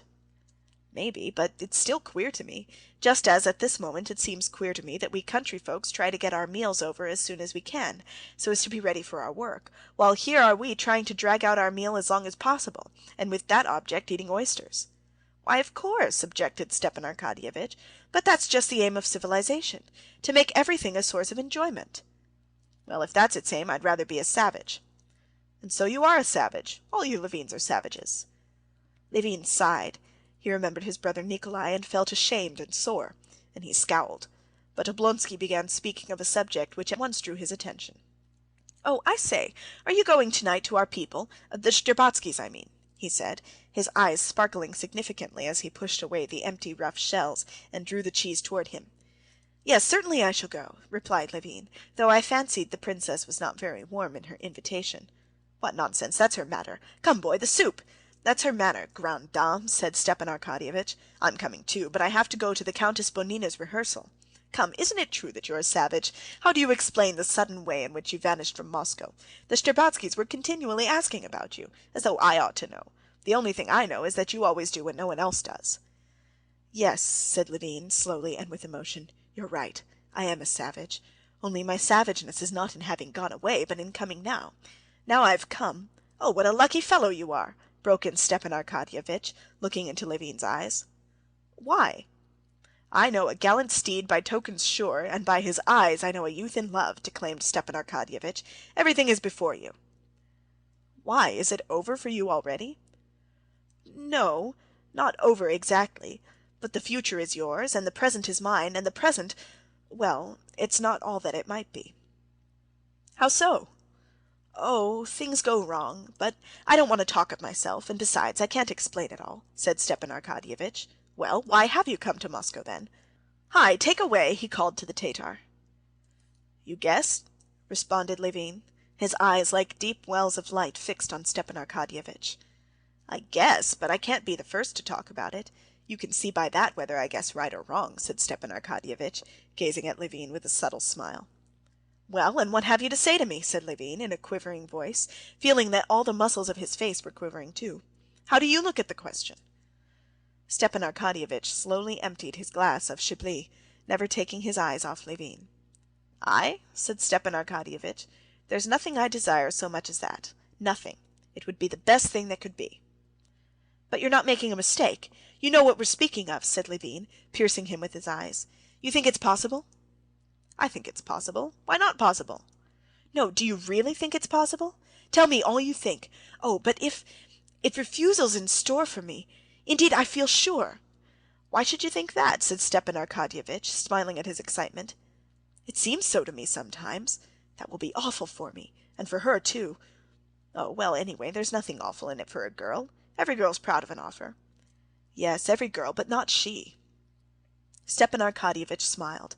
He knew so well that feeling of Levin's, that for him all the girls were divided into two classes: one class, all the girls in the world except her, and those girls with all sorts of human weaknesses, and very ordinary girls; the other class, she alone, having no weaknesses of any sort, and higher than all humanity. "Stay, take some sauce," he said, holding back Levin's hand as it pushed away the sauce.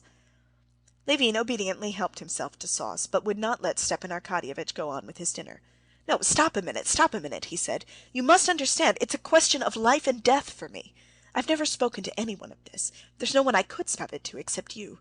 You know, we're utterly unlike each other, different tastes and views and everything, but I know you're fond of me, and you understand me, and that's why I like you awfully.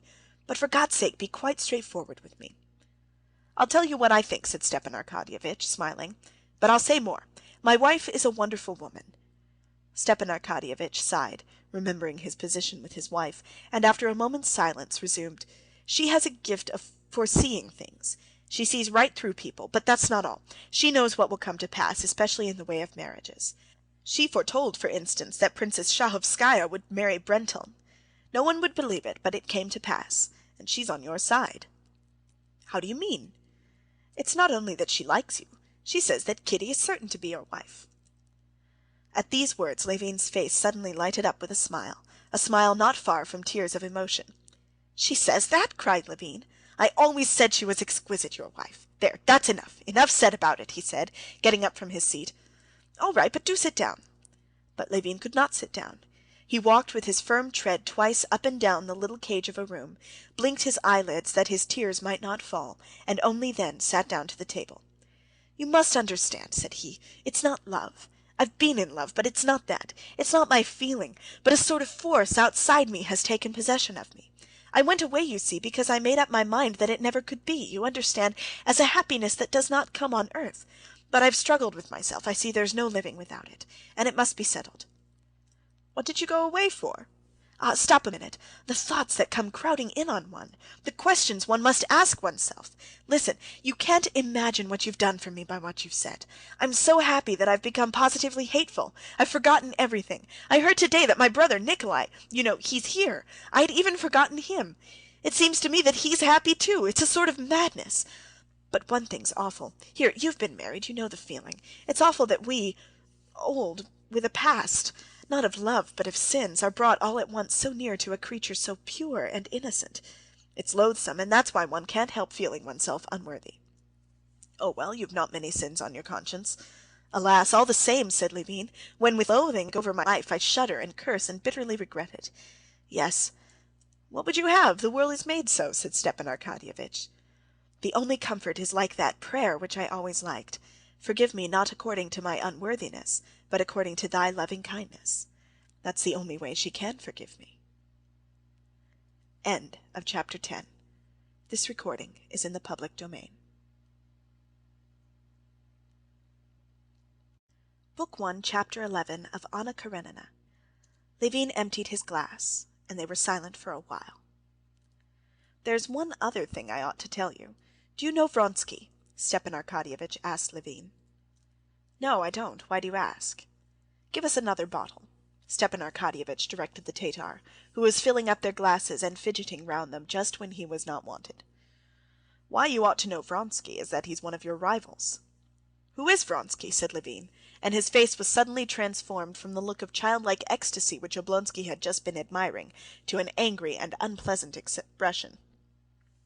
Vronsky is one of the sons of Count Kirill Ivanovitch Vronsky, and one of the finest specimens of the gilded youth of Petersburg.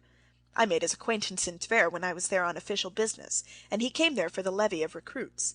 Fearfully rich, handsome, great connections, an aide-de-camp, and with all that a very nice, good-natured fellow.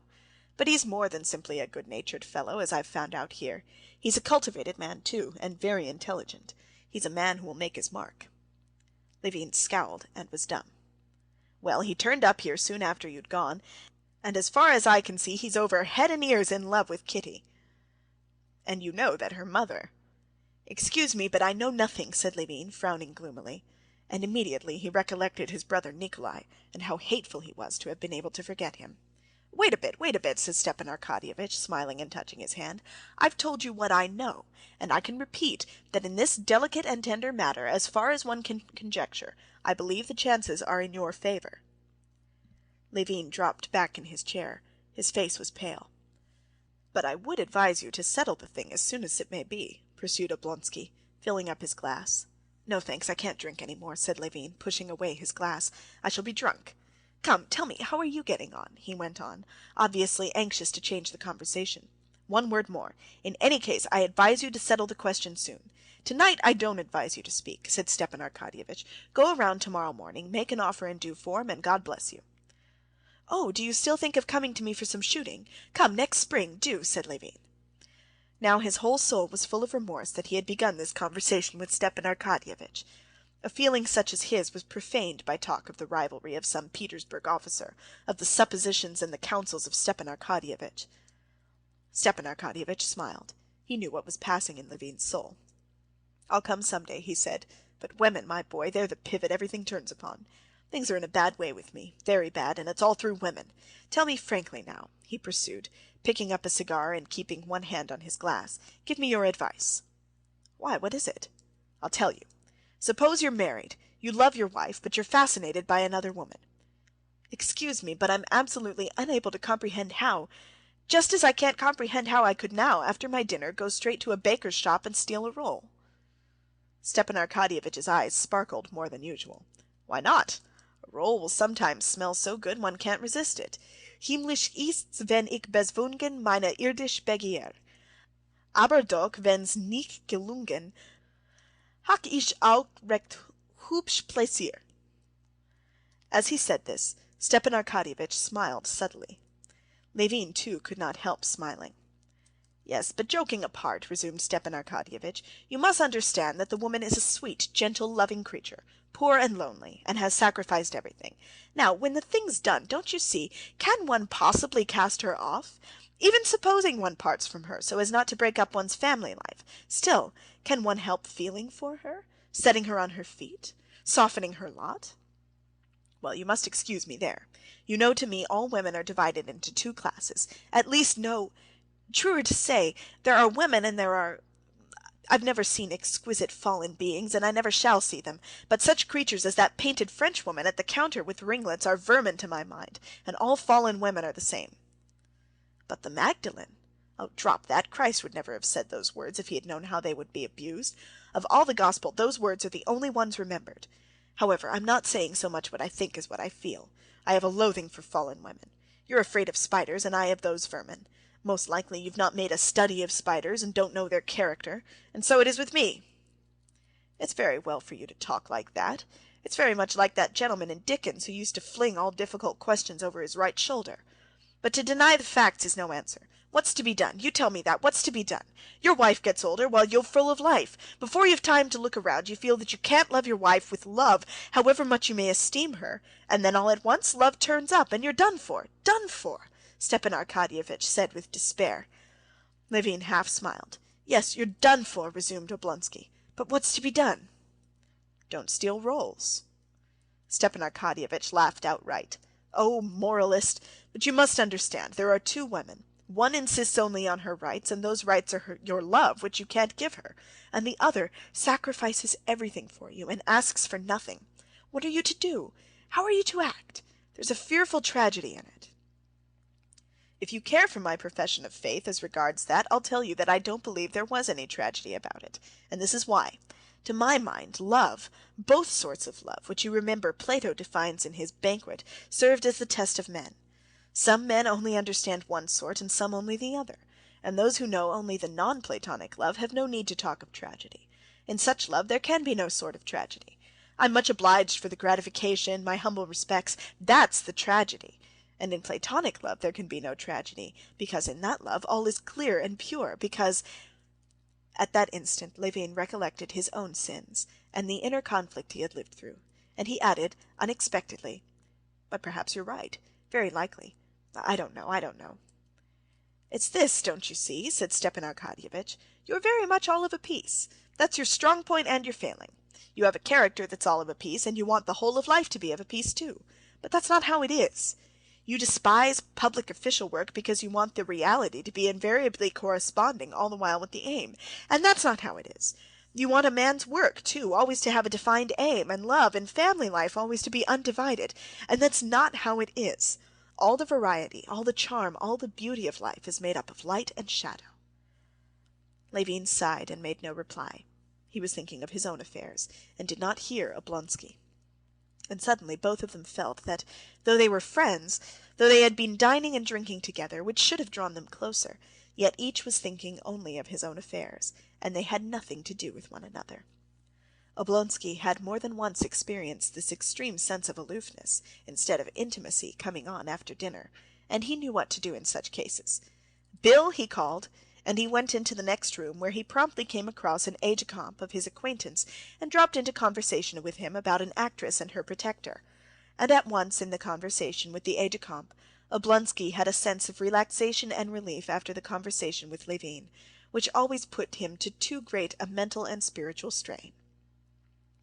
When the Tatar appeared with a bill for 26 roubles and odd kopecks, besides a tip for himself, Levin, who would another time have been horrified, like anyone from the country, at his share of 14 roubles, did not notice it, paid, and set off homeward to dress up and go to the Shtcherbatskys', there to decide his fate. End of chapter 11. This recording is in the public domain. Book 1, Chapter 12 of Anna Karenina. The young princess, Kitty Shtcherbatskaya, was 18. It was the first winter that she had been out in the world. Her success in society had been greater than that of either her elder sisters, and greater even than her mother had anticipated. To say nothing of the young men who danced at the Moscow balls being almost all in love with Kitty, two serious suitors had already this first winter made their appearance: Levin, and immediately after his departure, Count Vronsky. Levin's appearance at the beginning of the winter, his frequent visits, and evident love for Kitty had led to the first serious conversations between Kitty's parents as to her future, and to disputes between them. The prince was on Levin's side. He said he wished for nothing better for Kitty. The princess, for her part, going round the question in the manner peculiar to women, maintained that Kitty was too young, that Levin had done nothing to prove that he had serious intentions, that Kitty felt no great attraction to him, and other side issues, but she did not state the principal point, which was that she looked for a better match for her daughter, and that Levin was not to her liking, and she did not understand him. When Levin had abruptly departed, the princess was delighted, and said to her husband triumphantly, "You see I was right." When Vronsky appeared on the scene, she was still more delighted, confirmed in her opinion that Kitty was to make not simply a good, but a brilliant match. In the mother's eyes there could be no comparison between Vronsky and Levin. She disliked in Levin his strange and uncompromising opinions, and his shyness in society, founded, as she supposed, on his pride and his queer sort of life, as she considered it, absorbed in cattle and peasants. She did not very much like it that he, who was in love with her daughter, had kept coming to the house for 6 weeks as though he were waiting for something, inspecting, as though he were afraid he might be doing them too great an honor by making an offer, and did not realize that a man who continually visits at a house where there is a young unmarried girl is bound to make his intentions clear. And suddenly, without doing so, he disappeared. "It's as well he's not attractive enough for Kitty to have fallen in love with him," thought the mother. Vronsky satisfied all the mother's desires. Very wealthy, clever, of aristocratic family, on the high road to a brilliant career in the army and at court, and a fascinating man. Nothing better could be wished for. Vronsky openly flirted with Kitty at balls, danced with her, and came continually to the house. Consequently, there could be no doubt of the seriousness of his intentions. But in spite of that, the mother had spent the whole of that winter in a state of terrible anxiety and agitation. Princess Shtcherbatskaya had herself been married 30 years ago, her aunt arranging the match. Her husband, about whom everything was well known beforehand, had come, looked at his future bride, and been looked at. The matchmaking aunt had ascertained and communicated their mutual impression. That impression had been favorable. Afterwards, on a day fixed beforehand, the expected offer was made to her parents and accepted. All had passed very simply and easily. So it seemed at least to the princess. But over her own daughters she had felt how far from simple and easy is the business, apparently so commonplace, of marrying off one's daughters. The panics that had been lived through, the thoughts that had been brooded over, the money that had been wasted, and the disputes with her husband over marrying the 2 eldest girls, Darya and Natalia. Now, since the youngest had come out, she was going through the same terrors, the same doubts, and still more violent quarrels with her husband than she had over the elder girls. The old prince, like all fathers indeed, was exceedingly punctilious on the score of the honor and reputation of his daughters, especially over Kitty, who was his favorite. At every turn he had scenes with the princess for compromising her daughter. The princess had grown accustomed to this already with her other daughters, but now she felt that there was more ground for the prince's touchiness. She saw that of late years much was changed in the manners of society, that a mother's duties had become still more difficult. She saw that girls of Kitty's age formed some sort of clubs, went to some sort of lectures, mixed freely in men's society, drove about the streets alone. Many of them did not curtsy, and what was the most important thing, all the girls were firmly convinced that to choose their husbands was their own affair, and not their parents'. Marriages aren't made nowadays as they used to be, was thought and said by all these young girls, and even by their elders. But how marriages were made now, the princess could not learn from anyone. The French fashion of the parents arranging their children's future was not accepted. It was condemned. The English fashion of the complete independence of girls was also not accepted, and not possible in Russian society. The Russian fashion of matchmaking by the offices of intermediate persons was for some reason considered unseemly. It was ridiculed by everyone, and by the princess herself. But how girls were to be married, and how parents were to marry them, no one knew. Everyone with whom the princess had chanced to discuss the matter said the same thing. "Mercy on us, it's high time in our day to cast off all that old-fashioned business. It's the young people have to marry, and not their parents, and so we ought to leave the young people to arrange it as they choose." It was very easy for anyone to say that who had no daughters, but the princess realized that in the process of getting to know each other, her daughter might fall in love, and fall in love with someone who did not care to marry her, or who was quite unfit to be her husband. And however much it was instilled into the princess that in our times young people ought to arrange their lives for themselves, she was unable to believe it, just as she would have been unable to believe that at any time whatever the most suitable playthings for children 5 years old ought to be loaded pistols. And so the princess was more uneasy over Kitty than she had been over her elder sisters. Now she was afraid that Vronsky might confine himself simply to flirting with her daughter. She saw that her daughter was in love with him, but tried to comfort herself with the thought that he was an honorable man, and would not do this.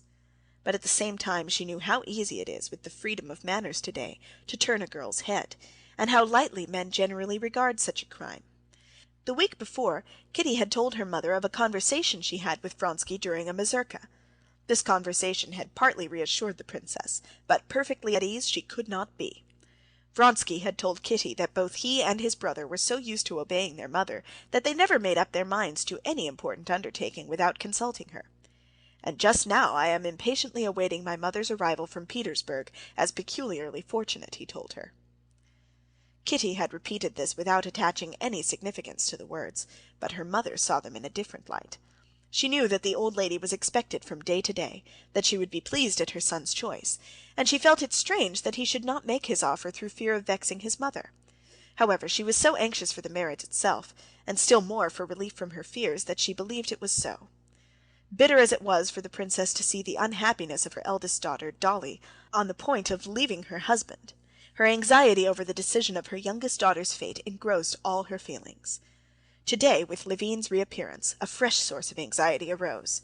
She was afraid that her daughter, who had at one time, as she fancied, a feeling for Levin, might, from extreme sense of honor, refuse Vronsky, and that Levin's arrival might generally complicate and delay the affair so near to being concluded. "Why, has he been here long?" the princess asked about Levin as they returned home. "He came today, mamma." "There's one thing I want to say," began the princess, and from her serious and alert face Kitty guessed what it would be. "Mamma," she said, flushing hotly and quickly turning to her, "please, please, don't say anything about that. I know all about it." She wished what her mother wished for, but the motives of her mother's wishes wounded her. "I only want to say that to raise hopes—" "Mamma, darling, for goodness' sake, don't talk about it. It's so horrible to talk about it." "I won't," said her mother, seeing the tears in her daughter's eyes.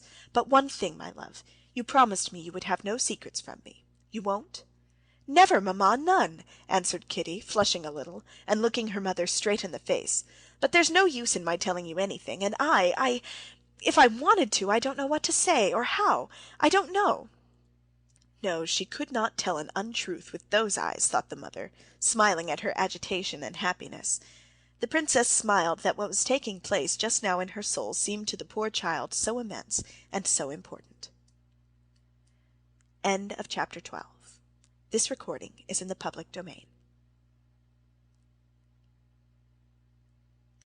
Book 1, Chapter 13 of Anna Karenina. After dinner, and till the beginning of the evening, Kitty was feeling a sensation akin to the sensation of a young man before battle. Her heart throbbed violently, and her thoughts would not rest on anything. She felt that this evening, when they would both meet for the first time, would be a turning point in her life, and she was continually picturing them to herself, at one moment each separately, and then both together. When she mused on the past, she dwelt with pleasure, with tenderness on the memories of her relations with Levin. The memories of childhood and of Levin's friendship with her dead brother gave a special poetic charm to her relations with him. His love for her, of which she felt certain, was flattering and delightful to her, and it was pleasant for her to think of Levin. In her memories of Vronsky there always entered a certain element of awkwardness, though he was in the highest degree well-bred and at ease, as though there were some false note, not in Vronsky, he was very simple and nice, but in herself, while with Levin she felt perfectly simple and clear. But on the other hand, directly she thought of the future with Vronsky, there arose before her a perspective of brilliant happiness. With Levin, the future seemed misty. When she went upstairs to dress and looked into the looking-glass, she noticed with joy that it was one of her good days, and that she was in complete possession of all her forces. She needed this so for what lay before her. She was conscious of external composure and free grace in her movements. At 7:30, she had only just gone down into the drawing-room when the footman announced, "Konstantin Dmitrievitch Levin." The princess was still in her room, and the prince had not come in. So it is to be, thought Kitty, and all the blood seemed to rush to her heart. She was horrified at her paleness as she glanced into the looking-glass. At that moment she knew beyond doubt that he had come early on purpose to find her alone and to make her an offer. And only then, for the first time, the whole thing presented itself in a new, different aspect. Only then she realized that the question did not affect her only, with whom she would be happy and whom she loved, but that she would at that moment have to wound a man she liked, and to wound him cruelly. What for? Because he, dear fellow, loved her, was in love with her. But there was no help for it. So it must be. So it would have to be. My God, shall I myself really have to say it to him, she thought. Can I tell him I don't love him? That will be a lie. What am I to say to him? That I love someone else? No, that's impossible. I'm going away. I'm going away. She had reached the door when she heard his step. No, it's not honest. What have I to be afraid of? I've done nothing wrong. What is to be will be. I'll tell the truth.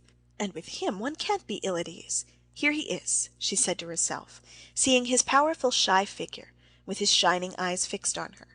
She looked straight into his face, as though imploring him to spare her, and gave her hand. "It's not time yet. I think I'm too early," he said, glancing round the empty drawing-room.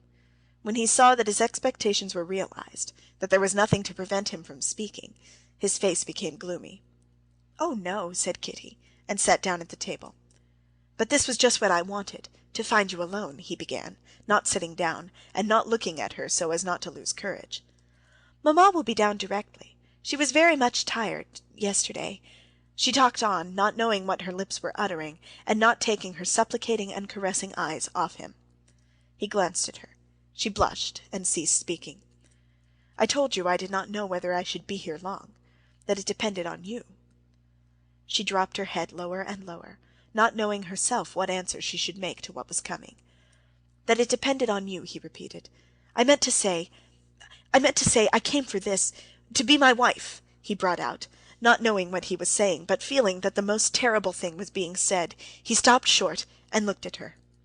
She was breathing heavily, not looking at him. She was feeling ecstasy. Her soul was flooded with happiness. She had never anticipated that the utterance of love would produce such a powerful effect on her. But it lasted only an instant. She remembered Vronsky. She lifted her clear, truthful eyes, and seeing his desperate face, she answered hastily, "That cannot be. Forgive me."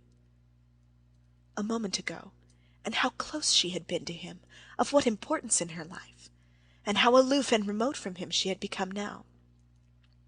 "It was bound to be so," he said, not looking at her. He bowed, and was meaning to retreat.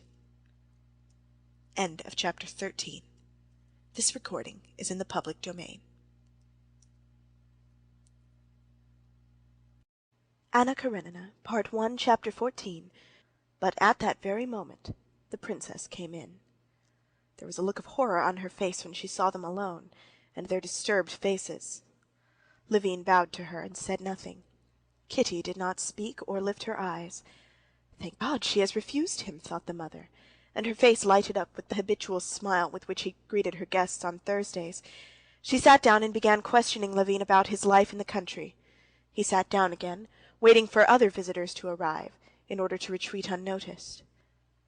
5 minutes later there came in a friend of Kitty's, married the preceding winter, Countess Nordston. She was a thin, sallow, sickly, and nervous woman with brilliant black eyes. She was fond of Kitty, and her affection for her showed itself, as the affection of married women for girls always does, in the desire to make a match for Kitty after her own ideal of married happiness. She wanted her to marry Vronsky. Levin she had often met at the Shtcherbatskys' early in the winter, and she had always disliked him. Her invariable and favorite pursuit, when they met, consisted in making fun of him. "I do like it when he looks down at me from the height of his grandeur, or breaks off his learned conversation with me because I'm a fool, or is condescending to me. I like that so, to see him condescending. I'm so glad he can't bear me," she used to say of him. She was right, for Levin actually could not bear her, and despised her for what she was proud of and regarded as a fine characteristic, her nervousness, her delicate contempt and indifference for everything coarse and earthly. The Countess Nordston and Levin got into that relation with one another not seldom seen in society, when two persons, who remain externally on friendly terms, despise each other to such a degree that they cannot even take each other seriously, and cannot even be offended by each other. The Countess Nordston pounced upon Levin at once. "Ah, Konstantin Dmitrievitch, so you've come back to our corrupt Babylon," she said, giving him her tiny yellow hand, and recalling what he had chanced to say early in the winter, that Moscow was a Babylon. "Come, is Babylon reformed, or have you degenerated?" she added, glancing with a simper at Kitty. "It's very flattering for me, Countess, that you remember my words so well," responded Levin, who had succeeded in recovering his composure, and at once, from habit, dropped into his tone of joking hostility to the Countess Nordston. "They must certainly make a great impression on you." "Oh, I should think so! I always note them all down. Well, Kitty, have you been skating again?" And she began talking to Kitty. Awkward as it was for Levin to withdraw now, it would still have been easier for him to perpetrate this awkwardness than to remain all the evening and see Kitty, who glanced at him now and then, and avoided his eyes. He was on the point of getting up when the princess, noticing that he was silent, addressed him. "Shall you be long in Moscow? You're busy with the district council, though, aren't you, and can't be away for long?" "No, princess, I am no longer a member of the council," he said. "I've come up for a few days." "There's something the matter with him," thought Countess Nordston, glancing at his stern, serious face. "He isn't in his old argumentative mood. But I'll draw him out. I do love making a fool of him before Kitty, and I'll do it." "Konstantin Dmitrievitch," she said to him, "do explain to me, please, what's the meaning of it? You know all about such things. At home in our village of Kaluga, all the peasants and all the women have drunk up all they possessed, and now they can't pay us any rent. What's the meaning of that? You always praise the peasants so." At that instant another lady came into the room, and Levin got up. "Excuse me, Countess, but I really know nothing about it, and I can't tell you anything," he said, and looked round at the officer who came in behind the lady. That must be Vronsky, thought Levin, and to be sure of it, glanced at Kitty. She had already had time to look at Vronsky, and looked round at Levin, and simply from the look in her eyes that grew unconsciously brighter, Levin knew she loved that man, knew it as surely as if she had told him so in words. But what sort of a man was he? Now, whether for good or ill, Levin could not choose but remain. He must find out what the man was like whom she loved. There are people who, on meeting a successful rival, no matter in what, are at once disposed to turn their backs on everything good in him, and to see only what is bad. There are people, on the other hand, who desire above all to find in that lucky rival the qualities by which he has outstripped them, and seek with a throbbing ache at heart only what is good. Levin belonged to the second class, but he had no difficulty in finding what was good and attractive in Vronsky. It was apparent at the first glance. Vronsky was a squarely built, dark man, not very tall, with a good-humored, handsome, and exceedingly calm and resolute face. Everything about his face and figure, from his short-cropped black hair and freshly shaven chin down to his loosely fitting brand-new uniform, was simple and at the same time elegant. Making way for the lady who had come in, Vronsky went up to the princess and then to Kitty. As he approached her, his beautiful eyes shone with a specially tender light, and with a faint, happy, and modestly triumphant smile, so it seemed to Levin, bowing carefully and respectfully over her, he held out his small, broad hand to her. Greeting and saying a few words to everyone, he sat down without once glancing at Levin, who had never taken his eyes off him. "Let me introduce you," said the princess, indicating Levin. "Konstantin Dmitrievitch Levin, Count Alexei Kirillovich Vronsky." Vronsky got up, and, looking cordially at Levin, shook hands with him. "I believe I was to have dined with you this winter," he said, smiling his simple and open smile. "But you had unexpectedly left for the country." "Konstantin Dmitrievitch despises and hates town and us townspeople," said Countess Nordston. "My words must make a deep impression on you, since they remember them so well," said Levin, and suddenly conscious that he had said the same thing before, he reddened. Vronsky looked at Levin and at Countess Nordston and smiled. "Are you always in the country?" he inquired. "I should think it must be dull in the winter." "It's not dull if one has work to do.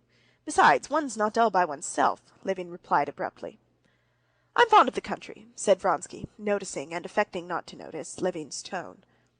"But I hope, Count, you would not consent to live in the country always," said Countess Nordston. "I don't know. I've never tried for long. I experienced a queer feeling once," he went on. "I never longed for the country, Russian country, with bast shoes and peasants, as when I was spending a winter with my mother in Nice.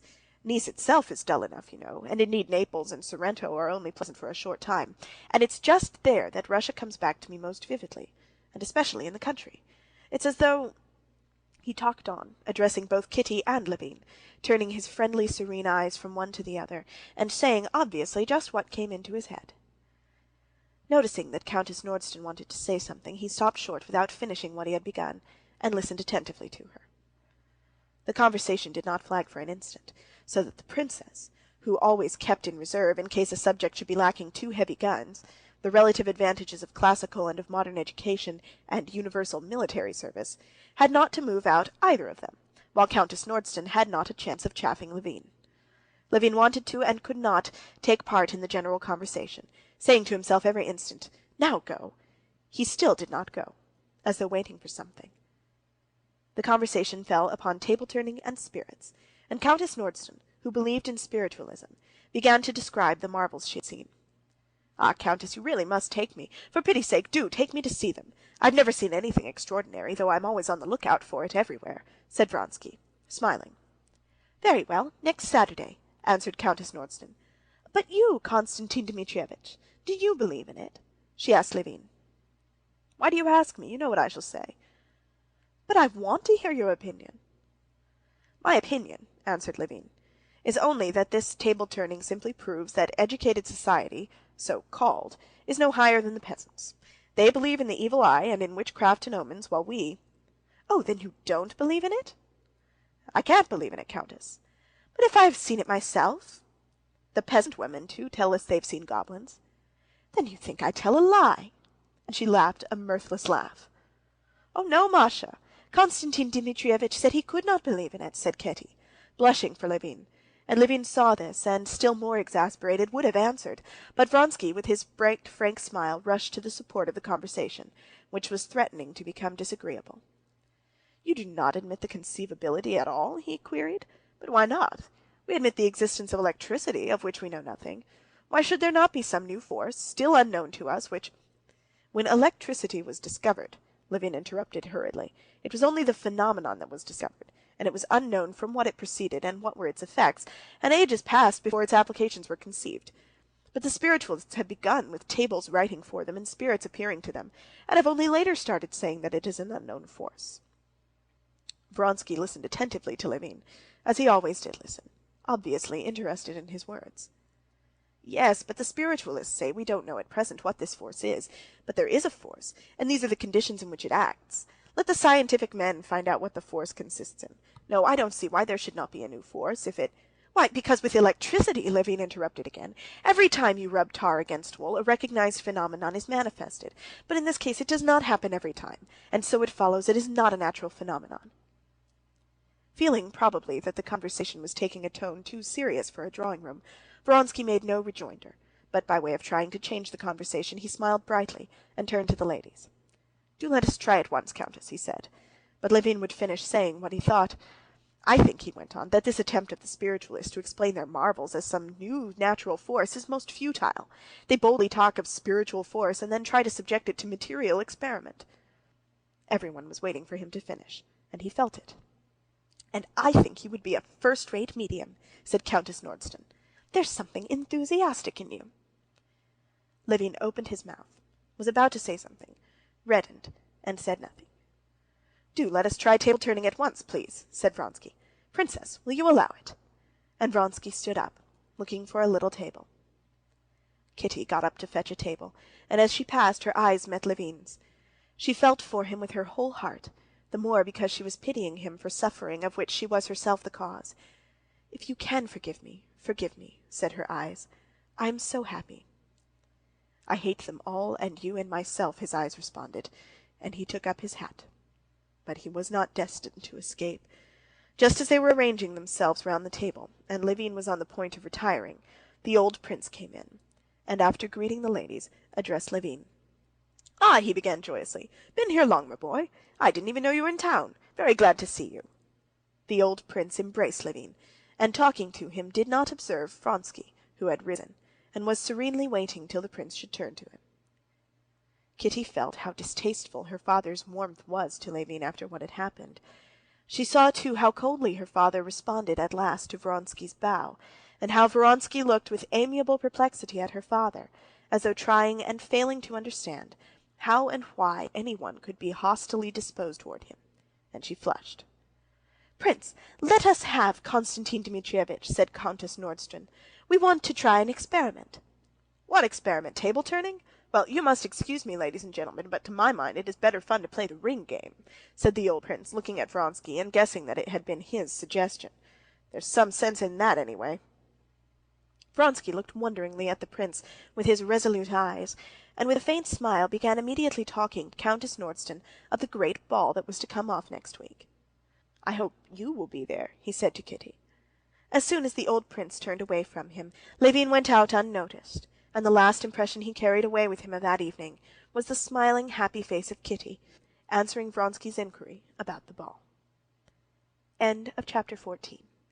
This recording is in the public domain. Anna Karenina, Part 1, Chapter 14. At the end of the evening, Kitty told her mother of her conversation with Levin, and in spite of all the pity she felt for Levin, she was glad at the thought that she had received an offer. She had no doubt that she had acted rightly, but after she'd gone to bed for a long while she could not sleep. One impression pursued her relentlessly. It was Levin's face, with his scowling brows and his kind eyes looking out in dark dejection below them, as he stood listening to her father, and glancing at her and at Vronsky. And she felt so sorry for him that tears came into her eyes, but immediately she thought of the man for whom she had given him up. She vividly recalled his manly, resolute face, his noble self-possession, and good nature conspicuous in everything towards everyone. She remembered the love for her of the man she loved, and once more all was gladness in her soul, and she lay on the pillow, smiling with happiness. I'm sorry, but what could I do? It's not my fault," she said to herself, but an inner voice told her something else.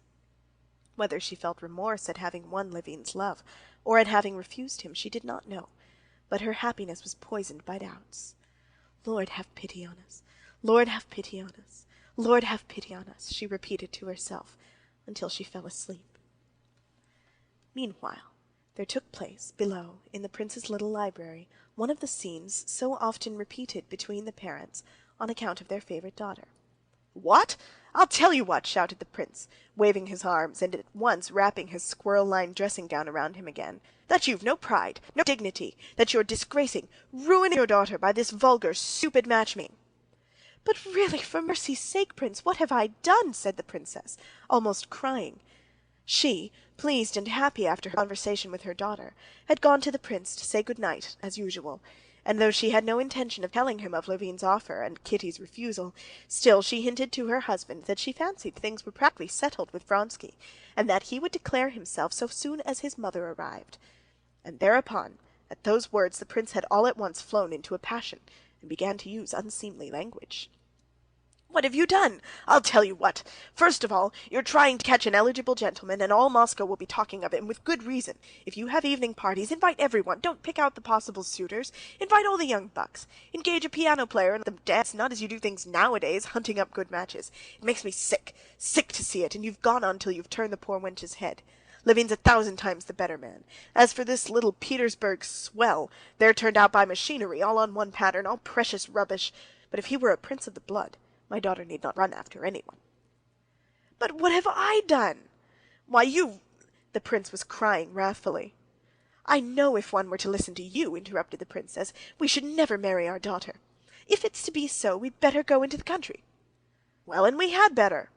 "Oh, but do wait a minute. Do I try and catch them? I don't try and catch them in the least. A young man, and a very nice one, has fallen in love with her, and she, I fancy—" "Oh, yes, you fancy. Now, if she really is in love, and he's no more thinking of marriage than I am, oh, then I should live to see it. Oh, spiritualism! Oh, Nice! Oh, the ball!" And the prince, imagining that he was mimicking his wife, made a mincing curtsy at each word. "And this is how we're preparing wretchedness for Kitty, and she's really got the notion into her head." "But what makes you suppose so?" "I don't suppose, I know. We have eyes for such things, the women folk haven't. I see a man who has serious intentions, that's Levin, and I see a peacock like this featherhead who's only amusing himself." "Oh, well, when once you get an idea into your head—" "Well, you'll remember my words, but too late, just as with Dolly." "Well, well, we won't talk of it." The princess stopped him, recollecting her unlucky Dolly. "By all means, and good night." And signing each other with the cross, the husband and wife parted with a kiss, feeling that they each remained of their own opinion. The prince had at first been quite certain that that evening had settled Kitty's future, and that there could be no doubt of Vronsky's intentions. But her husband's words had disturbed her, and returning to her own room, in terror before the unknown future, she too, like Kitty, repeated several times in her heart, "Lord, have pity! Lord, have pity! Lord, have pity!" End of chapter 15. This recording is in the public domain.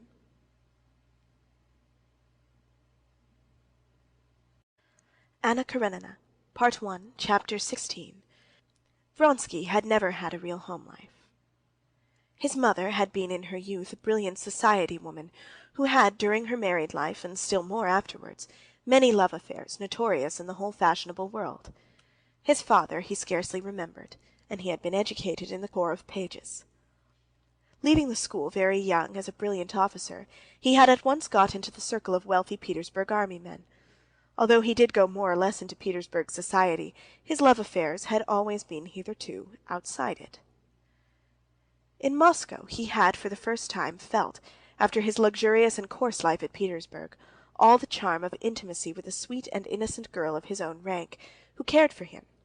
It never even entered his head that there could be any harm in his relations with Kitty. At balls he danced principally with her. He was a constant visitor at their house. He talked to her, as people commonly do talk in society, all sorts of nonsense, but nonsense to which he could not help attaching a special meaning in her case. Although he said nothing to her that he could not have said before everybody, he felt that she was becoming more and more dependent upon him, and the more he felt this, the better he liked it, and the tenderer was his feeling toward her. He did not know that his mode of behavior in relation to Kitty had a definite character, that it is courting young girls with no intention of marriage, and that such courting is one of the evil actions among brilliant young men such as he was. It seemed to him that he was the first who had discovered this pleasure, and he was enjoying his discovery. If he could have heard what her parents were saying that evening, if he could have put himself at the point of view of the family and heard that Kitty would be unhappy if he did not marry her, he would have been greatly astonished, and would not have believed it. He could not believe that what gave such great and delicate pleasure to him, and above all to her, could be wrong. Still less could he have believed that he ought to marry. Marriage had never presented itself to him as a possibility. He not only disliked family life, but a family, and especially a husband, was, in accordance with the views in general in the bachelor world in which he lived, conceived as something alien, repellent, and above all, ridiculous. But though Vronsky had not the least suspicion what the parents were saying, he felt on coming away from the Shtcherbatskys that the secret spiritual bond which existed between him and Kitty had grown so much stronger that evening that some step must be taken. But what step could and ought to be taken he could not imagine.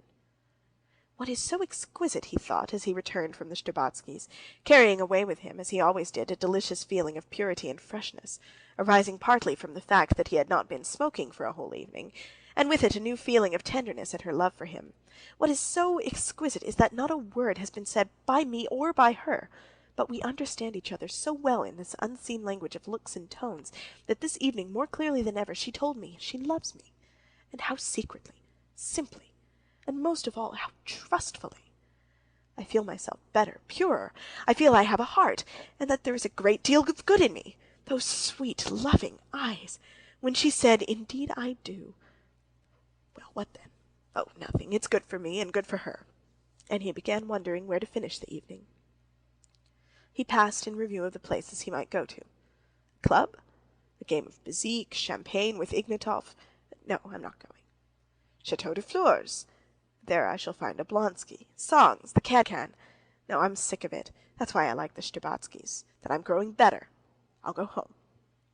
He went straight to his room at Dussault's hotel, ordered supper, and then undressed, and as soon as his head touched the pillow, fell into a sound sleep.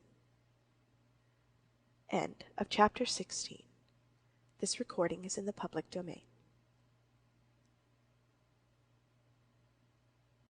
Anna Karenina, Book 1, Chapter 17. Next day, at 11 o'clock in the morning, Vronsky drove to the station of the Petersburg Railway to meet his mother, and the first person he came across on the great flight of steps was Oblonsky, who was expecting his sister by the same train. "Ah, your Excellency!" cried Oblonsky. "Whom are you meeting?" "My mother," Vronsky replied, smiling, as everyone did who met Oblonsky. He He shook hands with him, and together they ascended the steps. "She's to be here from Petersburg today." "I was looking out for you till 2 o'clock last night. Where did you go after the Shtcherbatskys?" "Home," answered Vronsky. "I must own I felt so well content yesterday after the Shtcherbatskys that I didn't care to go anywhere." "I know a gallant steed by tokens sure, and by his eyes I know a youth in love," declaimed Stepan Arkadyevitch, just as he had done before to Levin. Vronsky smiled with a look that seemed to say that he did not deny it, but he promptly changed the subject. "And who are you meeting?" he asked. "I've come to meet a pretty woman," said Oblonsky. "You don't say so. On y soit qui mal y pense. My sister Anna." "Ah, so that's Madame Karenina," said Vronsky. "You know her, no doubt." "I think I do. Or perhaps not. I really am not sure," Vronsky answered heedlessly, with a vague recollection of something stiff and tedious evoked by the name Karenina.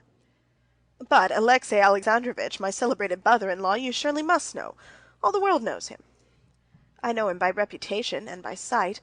I know that he's clever, learned, religious somewhat, but you know that's not in my line," said Vronsky in English. "Yes, he's a very remarkable man.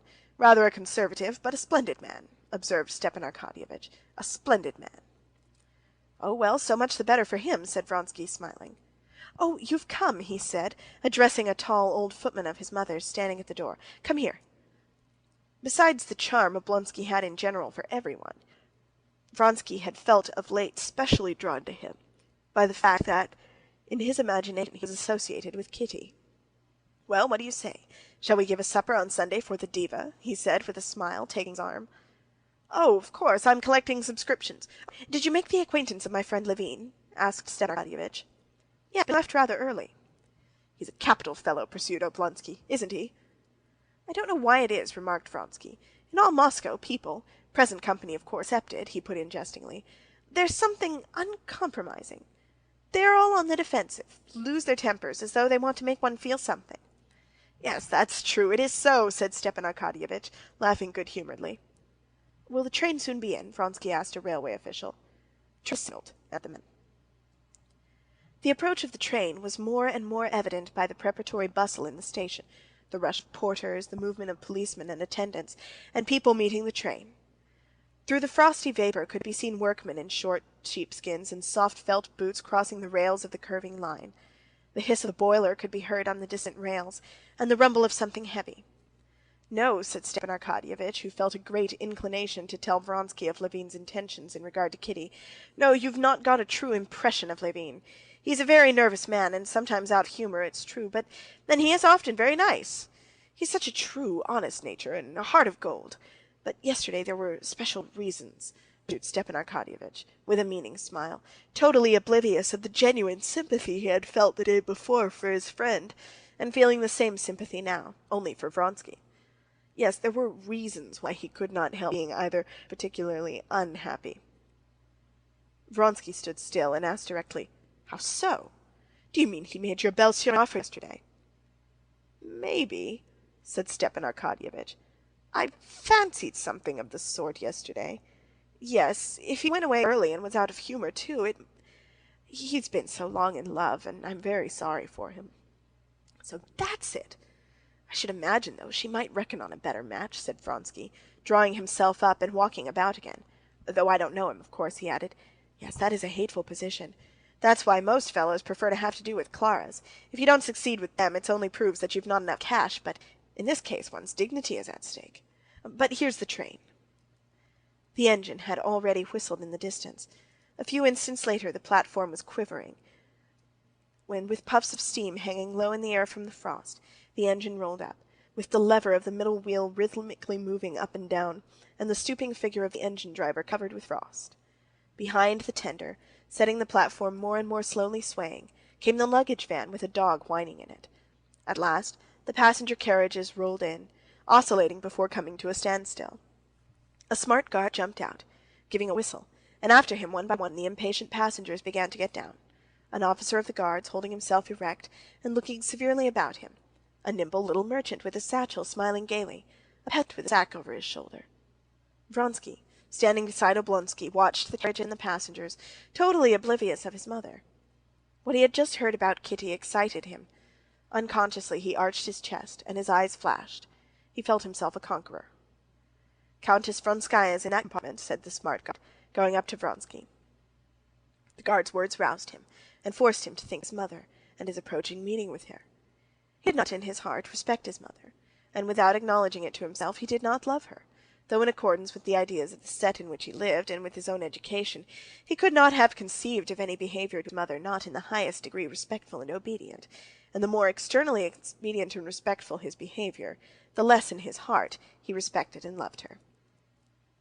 End of chapter 17. This recording is in the public domain. Anna Karenina, Book 1, Chapter 18. Vronsky followed the guard to the carriage, and at the door of the compartment he stopped short to make room for a lady who was getting out. With the insight of a man of the world, from one glance at this lady's appearance Vronsky classified her as belonging to the best society. He begged pardon, and was getting into the carriage, but felt he must glance at her once more, not that she was very beautiful, nor on account of the elegance and modest grace which were apparent in her whole figure, but because in the expression of her charming face, as she passed close by him, there was something peculiarly caressing and soft. As he looked round, she too turned her head. Her shining gray eyes, that looked dark from the thick lashes, rested with friendly attention on his face, as though she were recognizing him, and then promptly turned away to the passing crowd, as though seeking someone. In that brief look, Vronsky had time to notice the suppressed eagerness which played over her face, and flitted between the brilliant eyes and the faint smile that curved her red lips. It was as though her nature were so brimming over with something that, against her will, it showed itself now in the flash of her eyes, and now in her smile. Deliberately she shrouded the light in her eyes, but it shone against her will in the faintly perceptible smile. Vronsky stepped into the carriage.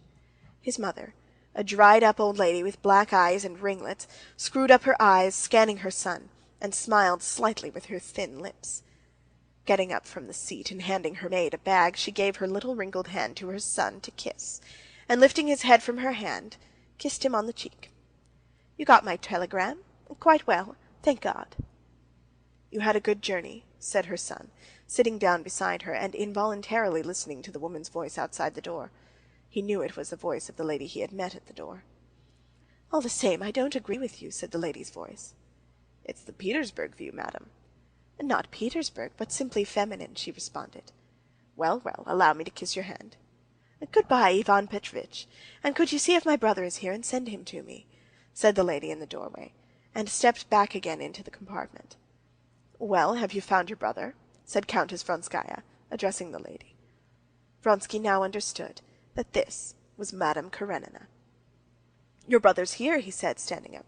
"Excuse me, I did not know you, and indeed our acquaintance was so slight," said Vronsky, bowing, "that no doubt you do not remember me." "Oh, no," said she. "I should have known you because your mother and I have been talking, I think, of nothing but you all the way." As she spoke, she let the eagerness that would insist on coming out show itself in her smile. "And still no sign of my brother." "Do call him, Alexei," said the old countess. Vronsky stepped out onto the platform and shouted, "Oblonsky, here!" Madame Karenina, however, did not wait for her brother, but catching sight of him, she stepped out with her light, resolute step. And as soon as her brother had reached her, with a gesture that struck Vronsky by its decision and its grace, she flung her left arm around his neck, drew him rapidly to her, and kissed him warmly. Vronsky gazed, never taking his eyes from her, and smiled. He could not have said why. But recollecting that his mother was waiting for him, he went back again into the carriage. "She's very sweet, isn't she?" said the countess of Madame Karenina. "Her husband put her with me, and I was delighted to have her. We've been talking all the way. And so you, I hear, vous faites le parfait amour. Tant mieux, mon cher, tant mieux." "I don't know what you're referring to, mamma," he answered coldly. "Come, mamma, let us go." Madame Karenina entered the carriage again to say good-bye to the countess. "Well, countess, you have met your son and I my brother," she said, "and all my gossip is exhausted. I shall have nothing more to tell you." "Oh, no," said the countess, taking her hand. "I could go all around the world with you and never be dull. You are one of those delightful women in whose company it's sweet to be silent as well as to talk. Now, please, don't fret over your son. You can't expect never to be parted." Madame Karenina stood quite still, holding herself very erect, and her eyes were smiling. "Anna Arkadyevna," the countess said in explanation to her son, "has a little son 8 years old, I believe, and she has never been parted from him once, and she keeps fretting over leaving him." "Yes, and the countess and I have been talking all this time, I of my son and she of hers," said Madame Karenina, and again a smile lighted up her face, a caressing smile intended for him. "I'm afraid you must have been dreadfully bored," he said, promptly catching the ball of coquetry she had flung him. But apparently she did not care to pursue the conversation in that strain, and she turned to the old countess. "Thank you so much. The time has passed so quickly. Good-bye, countess." "Good-bye, my love," answered the countess. "Let me have a kiss of your pretty face. I speak plainly at my age, and I tell you simply that I've lost my heart to you." Stereotyped as the phrase was, Madame Karenina obviously believed it, and was delighted by it. She flushed, bent down slightly, and put her cheek to the countess's lips, drew herself up again, and with the same smile fluttering between her lips and her eyes, she gave her hand to Vronsky. He pressed the little hand she gave him, and was delighted, as though at something special, by the energetic squeeze with which she freely and vigorously shook his hand. She went out, with the rapid step which bore her rather fully developed figure with such a strange lightness. "Very charming," said the countess. That was just what her son was thinking. His eyes followed her till her graceful figure was out of sight, and then the smile remained on his face.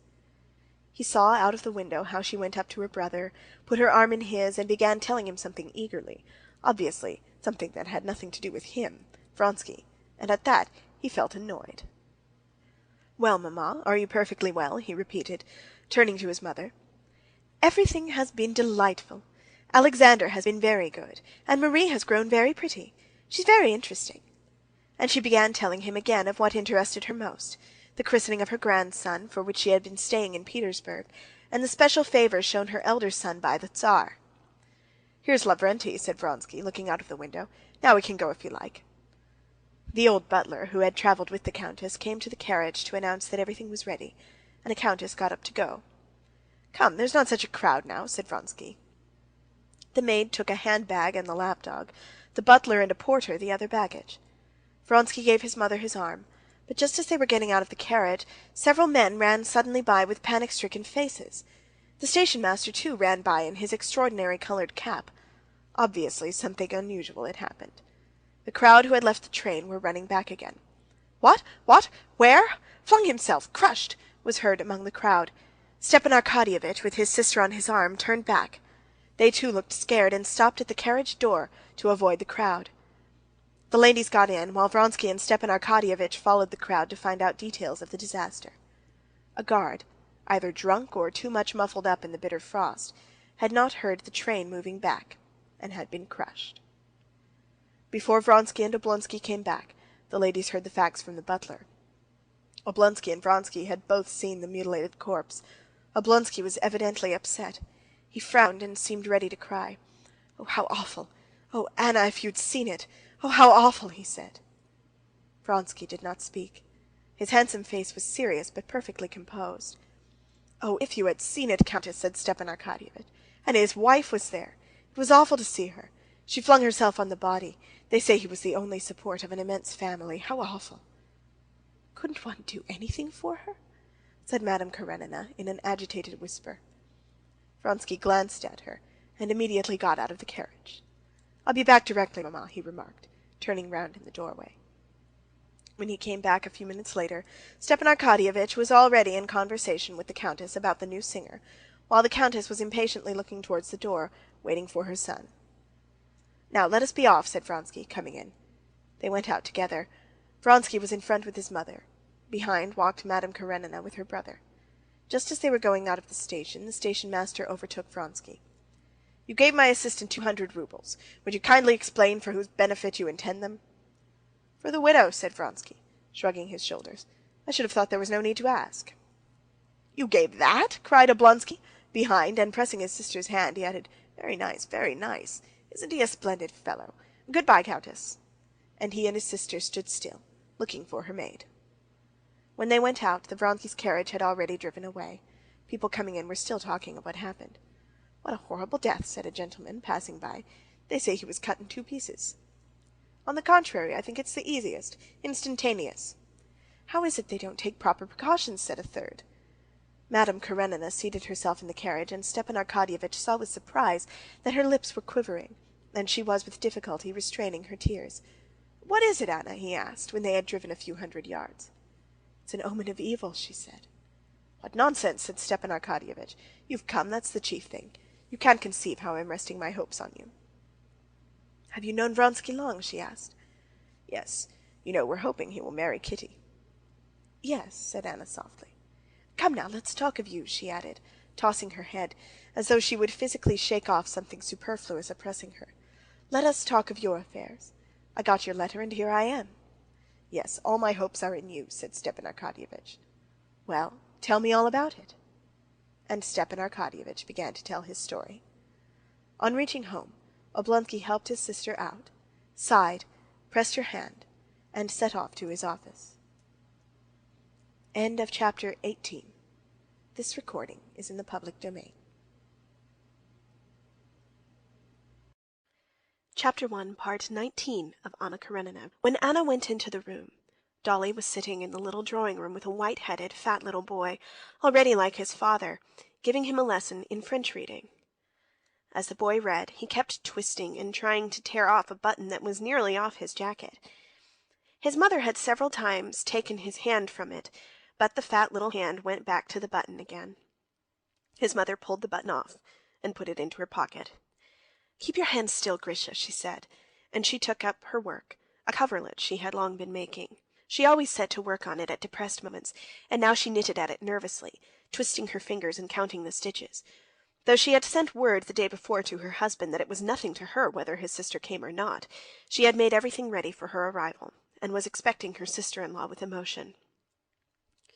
Dolly was crushed by her sorrow, utterly swallowed up by it. Still, she did not forget that Anna, her sister-in-law, was the wife of one of the most important personages in Petersburg, and was a Petersburg grande dame. And thanks to this circumstance, she did not carry out her threat to her husband. That is to say, she remembered that her sister-in-law was coming. "And after all, Anna is in no wise to blame," thought Dolly. "I know nothing of her except the very best, and I have seen nothing but kindness and affection from her toward myself." It was true that, as far as she could recall her impressions at Petersburg at the Karenins, she did not like their household itself. There was something artificial in the whole framework of their family life. "But why should I not receive her? If only she doesn't take it into her head to console me," thought Dolly. "All consolation and counsel and Christian forgiveness, all that I have thought over 1,000 times, and it's all no use." All these days Dolly had been alone with her children. She did not want to talk of her sorrow, but with that sorrow in her heart, she could not talk of outside matters. She knew that in one way or another she would tell Anna everything, and she was alternately glad at the thought of speaking freely, and angry at the necessity of humiliation with her, his sister, and of hearing her ready-made phrases of good advice and comfort. She had been on the lookout for her, glancing at her watch every minute, and as so often happens, let slip just that minute when her visitor arrived, so that she did not hear the bell. Catching a sound of skirts and light steps at the door, she looked round, and her careworn face unconsciously expressed not gladness, but wonder. She got up and embraced her sister-in-law. "What, here already?" she said as she kissed her. "Dolly, how glad I am to see you." "I'm glad too," said Dolly, faintly smiling, and trying by the expression of Anna's face to find out whether she knew. Most likely she knows, she thought, noticing the sympathy in Anna's face. "Well, come along, I'll take you to your room," she went on, trying to defer as long as possible the moment of confidences. "Is this Grisha? Heavens, how he's grown!" said Anna, and kissing him, never taking her eyes off Dolly, she stood still and flushed a little. "No, please, let us stay here." She took off her kerchief and her hat, and catching it in a lock of her black hair, which was a mass of curls, she tossed her head and shook her hair down. "You are radiant with health and happiness," said Dolly, almost with envy. "I?" "Yes," said Anna. "Merciful heavens, Tanya, you're the same age as my Seryozha," she added, addressing the little girl as she ran in. She took her in her arms and kissed her. "Delightful child, delightful! Show me them all." She mentioned them, not only remembering the names, but the years, months, characters, illnesses of all the children, and Dolly could not but appreciate that. "Very well, we'll go to them," she said. "It's a pity Vasya's asleep." After seeing the children, they sat down, alone now, in the drawing-room, to coffee. Anna took the tray, and then pushed it away from her. "Dolly," she said, "he's told me." Dolly looked coldly at Anna. She was waiting now for the phrases of conventional sympathy, but Anna said nothing of the sort. "Dolly, dear," she said, "I don't want to speak for him to you, nor to try and comfort you. That's impossible. But, darling, I'm simply sorry. Sorry from my heart for you." Under the thick lashes of her shining eyes tears suddenly glittered.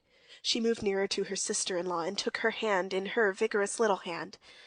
Dolly did not shrink away, but her face did not lose its frigid expression. She said, "To comfort me is impossible.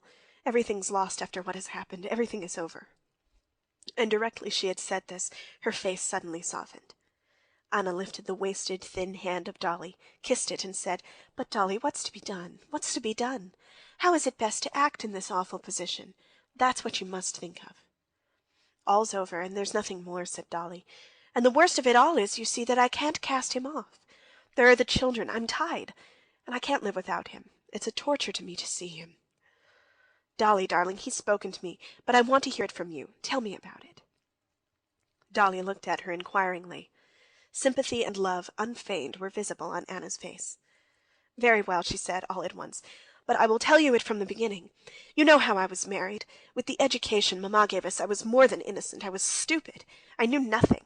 I know they say men tell their wives of their former lives, but Stiva," she corrected herself, "Stepan Arkadyevitch, told me nothing. You'll hardly believe it, but till now I imagined that I was the only woman he had known. So I lived 8 years. You must understand, I was so far from suspecting infidelity. I regarded it as impossible, and then try to imagine it, with such ideas, to find out suddenly all the horror, all the loathsomeness. You must try and understand me. To be fully convinced of one's happiness, and all at once," continued Dolly, holding back her sobs, "to get a letter, his letter, to his mistress, my governess. No, it's too awful." She hastily pulled out her handkerchief and hid her face in it. "I can understand being carried away by feeling," she went on after a brief silence, "but deliberately, slyly deceiving me. And with whom? To go on being my husband together with her. It's awful. You can't understand." "Oh, yes, I understand. I understand. Dolly, dearest, I do understand," said Anna, pressing her hand. "And do you imagine he realizes all the awfulness of my position?" Dolly resumed. "Not the slightest. He is happy and contented." "Oh, no," Anna interposed quickly. "He's to be pitied. He's weighed down by remorse." "Is he capable of remorse?" Dolly interrupted, gazing intently into her sister-in-law's face. "Yes, I know him. I could not look at him without feeling sorry for him. We both know him. He's good-hearted, but he's proud, and now he's so humiliated. What touched me most," and here Anna guessed what would touch Dolly most, "he's tortured by 2 things: that he's ashamed for the children's sake, and that loving you, yes, yes, loving you beyond everything on earth," she hurriedly interrupted Dolly, who would have answered, "he has hurt you, pierced you to the heart. No, no, she cannot forgive me, he keeps saying." Dolly looked dreamily away beyond her sister-in-law as she listened to her words. "Yes, I can see that his position is awful. It's worse for the guilty than for the innocent," she said, "if he feels that all the misery comes from his fault. But how am I to forgive him? How am I to be his wife again after her? For me to live with him now would be torture, just because I love my past love for him." And sobs cut short her words. But as though of set design, each time she was softened, she began to speak again of what exasperated her. "She's young, you see. She's pretty," she went on. "Do you know, Anna, my youth and my beauty are gone, and taken by whom? By him and his children. I have worked for him, and all I had is gone in his service. And now, of course, any fresh, vulgar creature has more charm for him. No doubt they talked of me together, or, worse still, they were silent. Do you understand?" Again her eyes glowed with hatred. "And after that he will tell me what? Can I believe him? Never! No, everything is over. Everything that once made my comfort, the reward of my work and my sufferings. Would you believe it? I was teaching Grisha just now. Once this was a joy to me. Now it is a torture. What have I to strive and toil for? Why are the children here? What is so awful is that all at once my heart has turned, and instead of love and tenderness I have nothing but hatred for him. Yes, hatred. I could kill him."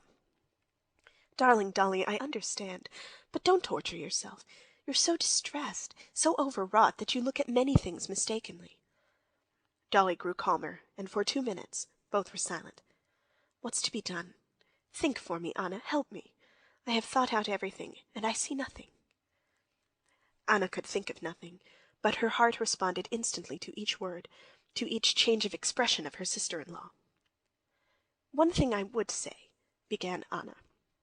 "I'm his sister. I know his character. That faculty of forgetting everything, everything," she waved her hand before her forehead, "that faculty for being completely carried away, but for completely repenting too. He cannot believe it. He cannot comprehend now how he can have acted as he did." "Oh, he understands. He understood," Dolly broke in. "But you're forgetting me. Does that make it easier for me?" "Wait a minute. When he told me, I will own I did not realize all the awfulness of your position. I saw nothing but him, and that the family was broken up. I felt sorry for him, but after talking to you, I see it as a woman quite differently. I see your agony, and I can't tell you how sorry I am for you. But, Dolly, darling, I fully realize your sufferings, only there is one thing I don't know. I don't know how much love there is still in your heart for him. That you know whether there is enough for you to be able to forgive him. If there is, forgive him."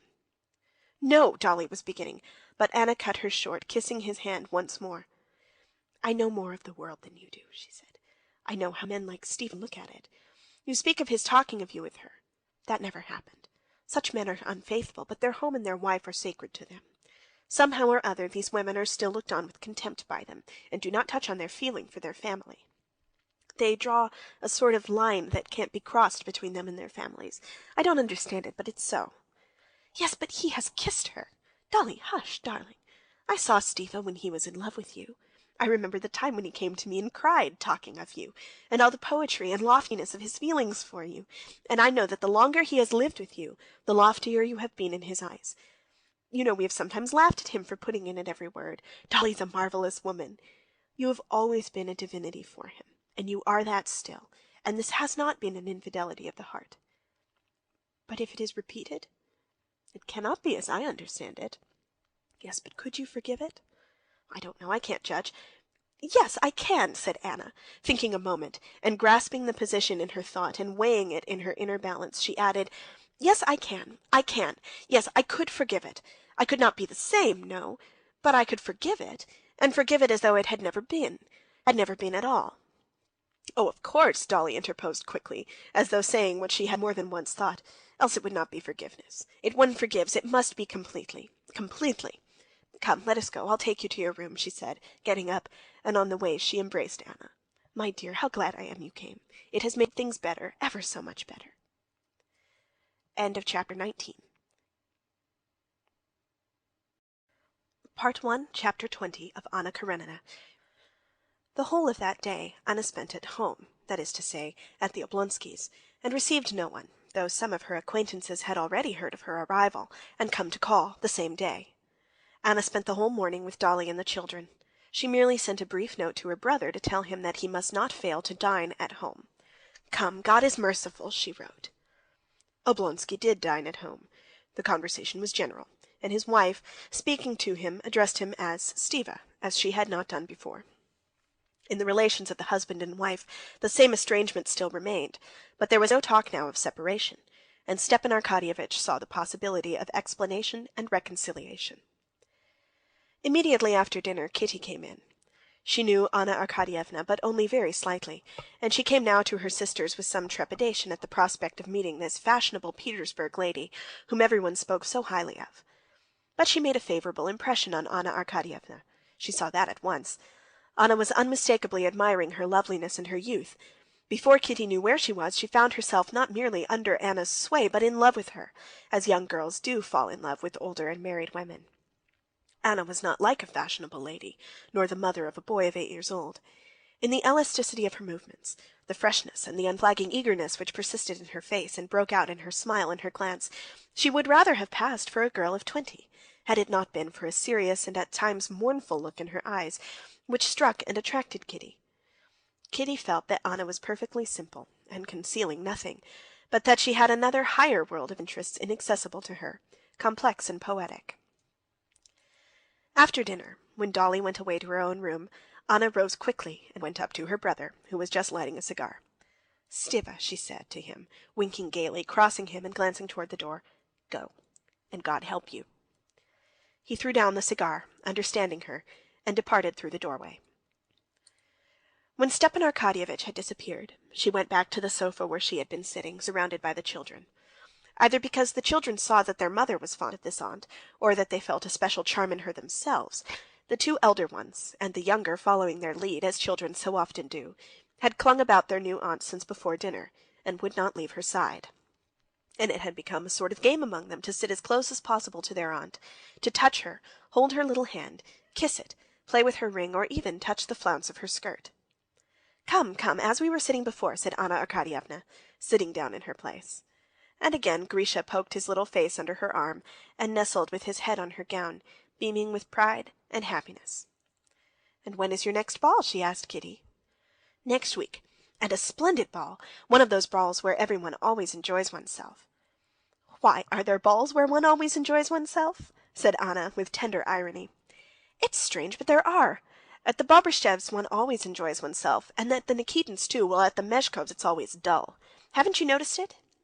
"No, my dear, for me there are no balls where one enjoys oneself," said Anna, and Kitty detected in her eyes that mysterious world which was not open to her. "For me there are some less dull and tiresome." "How can you be dull at a ball?" "Why should not I be dull at a ball?" inquired Anna. Kitty perceived that Anna knew what answer would follow. "Because you always look nicer than anyone."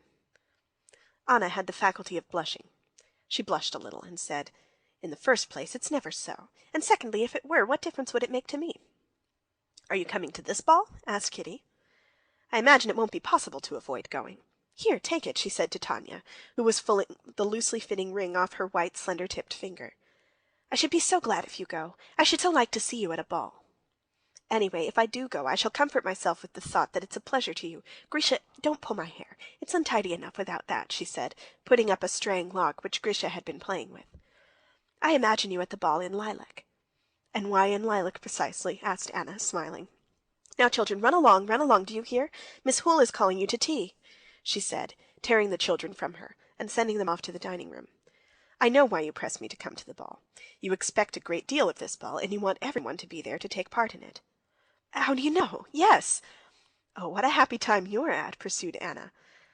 "I remember, and I know that blue haze like the mist on the mountains in Switzerland, that mist which covers everything in that blissful time when childhood is just ending, and out of that vast circle, happy and gay, there is a path growing narrower and narrower, and it is delightful and alarming to enter the ballroom, bright and splendid as it is. Who has not been through it?" Kitty smiled without speaking. But how did she go through it? How I should like to know all her love story, thought Kitty, recalling the unromantic appearance of Alexey Alexandrovitch, her husband. "I know something. Stiva told me, and I congratulate you. I liked him so much," Anna continued. "I met Vronsky at the railway station." "Oh, was he there?" asked Kitty, blushing. "What was it Stiva told you?" "Stiva gossiped about it all, and I should be so glad. I traveled yesterday with Vronsky's mother," she went on, "and his mother talked without a pause of him. He's her favorite. I know mothers are partial, but—" "What did his mother tell you?" "Oh, a great deal, and I know that he's her favorite. Still, one can see how chivalrous he is. Well, for instance, she told me that he had wanted to give up all his property to his brother, that he had done something extraordinary when he was quite a child, saved a woman out of the water. He's a hero, in fact," said Anna, smiling and recollecting the 200 roubles he had given at the station. But she did not tell Kitty about the 200 roubles. For some reason it was disagreeable to her to think of it. She felt that there was something that had to do with her in it, and something that ought not to have been. "She pressed me very much to go and see her," Anna went on, "and I should be glad to go see her tomorrow. Stiva is staying a long while in Dolly's room, thank God," Anna added, changing the subject, and getting up, Kitty fancied, displeased with something. "No, I'm first! No, I!" screamed the children, who had finished tea, running up to their Aunt Anna. "All together!" said Anna, and she ran laughing to meet them, and embraced and swung round all the throng of swarming children, shrieking with delight. End of chapter 20. This recording is in the public domain. Part 1, Chapter 21 of Anna Karenina. Dolly came out of her room to the tea of the grown-up people. Stepan Arkadyevitch did not come out. He must have left his wife's room by the other door. "I'm afraid you'll be cold upstairs," observed Dolly, addressing Anna. "I want to move you downstairs, and we shall be nearer." "Oh, please don't trouble about me," answered Anna, looking intently into Dolly's face, trying to make out whether there had been a reconciliation or not. "It will be lighter for you here," answered her sister-in-law. "I assure you that I sleep everywhere, and always like a marmot." "What's the question?" inquired Stepan Arkadyevitch, coming out of his room and addressing his wife. From his tone, both Kitty and Anna knew that a reconciliation had taken place. "I want to move Anna downstairs, but we must hang up blinds. No one knows how to do it. I must see to it myself," answered Dolly, addressing him. God knows whether they are fully reconciled, thought Anna, hearing her tone, cold and composed. "Oh, nonsense, Dolly, always making difficulties," answered her husband. "Come, I'll do it all if you like." "Yes, they must be reconciled," thought Anna. "I know how you do everything," answered Dolly. "You tell Matvey to do what can't be done, and go away yourself, leaving him to make a muddle of everything." And her habitual mocking smile curved the corners of Dolly's lips as she spoke. Full reconciliation, thought Anna. Thank God! And rejoicing that she was the cause of it, she went up to Dolly and kissed her. "Not at all. Why do you always look down on me and Matvey?" said Stepan Arkadyevitch, smiling hardly perceptibly, and addressing his wife. The whole evening Dolly was, as always, a little mocking in her tone to her husband, while Stepan Arkadyevitch was happy and cheerful, but not so as to seem as though, having been forgiven, he had forgotten his offense. 9:30, particularly joyful and pleasant family conversation over the tea-table at the Oblonskys' was broken up by an apparently simple incident. But this simple incident for some reason struck everyone as strange. Talking about common acquaintances in Petersburg, Anna got up quickly. "She is in my album," she said. "And by the way, I'll show you my Seryozha," she added, with a mother's smile of pride. Towards 10 o'clock, when she usually said good night to her son, and often before going to a ball put him to bed herself, she felt depressed at being so far from him, and whatever she was talking about, she kept coming back in thought to her curly-headed Seryozha. She longed to look at his photograph and talk of him. Seizing the first pretext, she got up, and with her light, resolute step, went for her album. The stairs up to her room came out on the landing of the great warm main staircase. Just as she was leaving the drawing-room, a ring was heard in the hall. "Who can that be?" said Dolly. "It's too early for me to be fetched, and for anyone else it's late," observed Kitty. "Sure to be someone with papers for me," put in Stepan Arkadyevitch. When Anna was passing the top of the staircase, a servant was running up to announce the visitor, while the visitor himself was standing under a lamp. Anna, glancing down, at once recognized Vronsky, and a strange feeling of pleasure and at the same time of dread of something stirred in her heart. He was standing still, not taking off his coat, putting something out of his pocket. At the instant when she was just facing the stairs, he raised his eyes, caught sight of her, and into the expression of his face there passed a shade of embarrassment and dismay. With a slight inclination of her head she passed, hearing behind her Stepan Arkadyevitch's loud voice calling him to come up, and the quiet, soft, and composed voice of Vronsky refusing. When Anna returned with the album he was already gone, and Stepan Arkadyevitch was telling them that he had called to inquire about the dinner they were giving the next day to a celebrity who had just arrived. "And nothing would induce him to come up. What a queer fellow he is," added Stepan Arkadyevitch. Kitty blushed. She thought that she was the only person who knew why he had come, and why he would not come up. "He's been at home," she thought, "and didn't find me, and thought I should be here, but he did not come up because he thought it late. And Anna's here." All of them looked at each other, saying nothing, and began to look at Anna's album. There was nothing either exceptional or strange in a man's calling at 9:30 on a friend to inquire details of a proposed dinner party and not coming in, but it seemed strange to all of them. Above all, it seemed strange and not right to Anna. End of chapter 21. Part 1, Chapter 22 of Anna Karenina. The ball was only just beginning as Kitty and her mother walked up the great staircase, flooded with light, and lined with flowers and footmen in powder and red coats. From the rooms came a constant steady hum, as from a hive, and the rustle of movement, and while on the landing between trees they gave last touches to their hair and dresses before the mirror, they heard from the ballroom the careful distinct notes of the fiddles of the orchestra beginning the first waltz. A little old man in civilian dress, arranging his grey curls before another mirror and diffusing an odour of scent, stumbled against them on the stairs, and stood aside, evidently admiring Kitty, whom he did not know. A beardless youth, one of those society youths whom the old Prince Shtcherbatsky called young bucks, in an exceedingly open waistcoat, straightening his white tie as he went, bowed to them, and after running by, came back to ask Kitty for a quadrille. As the first quadrille had already been given to Vronsky, she had to promise this youth the second.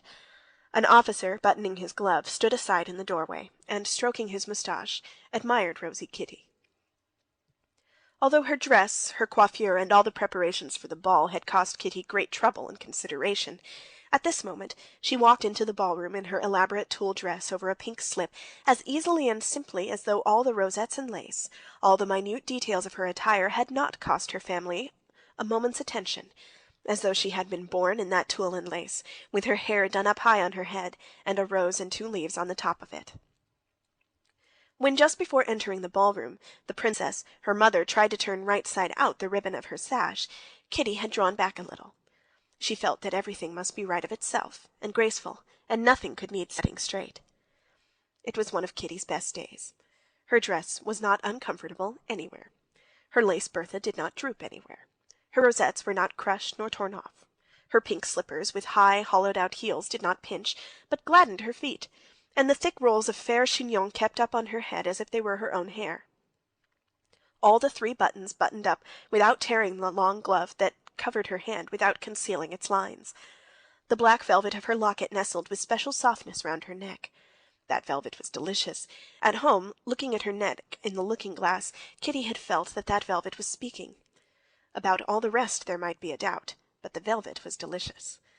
Kitty smiled here, too, at the ball, when she glanced at it in the glass. Her bare shoulders and arms gave Kitty a sense of chill marble, a feeling she particularly liked. Her eyes sparkled, and her rosy lips could not keep from smiling from the consciousness of her own attractiveness.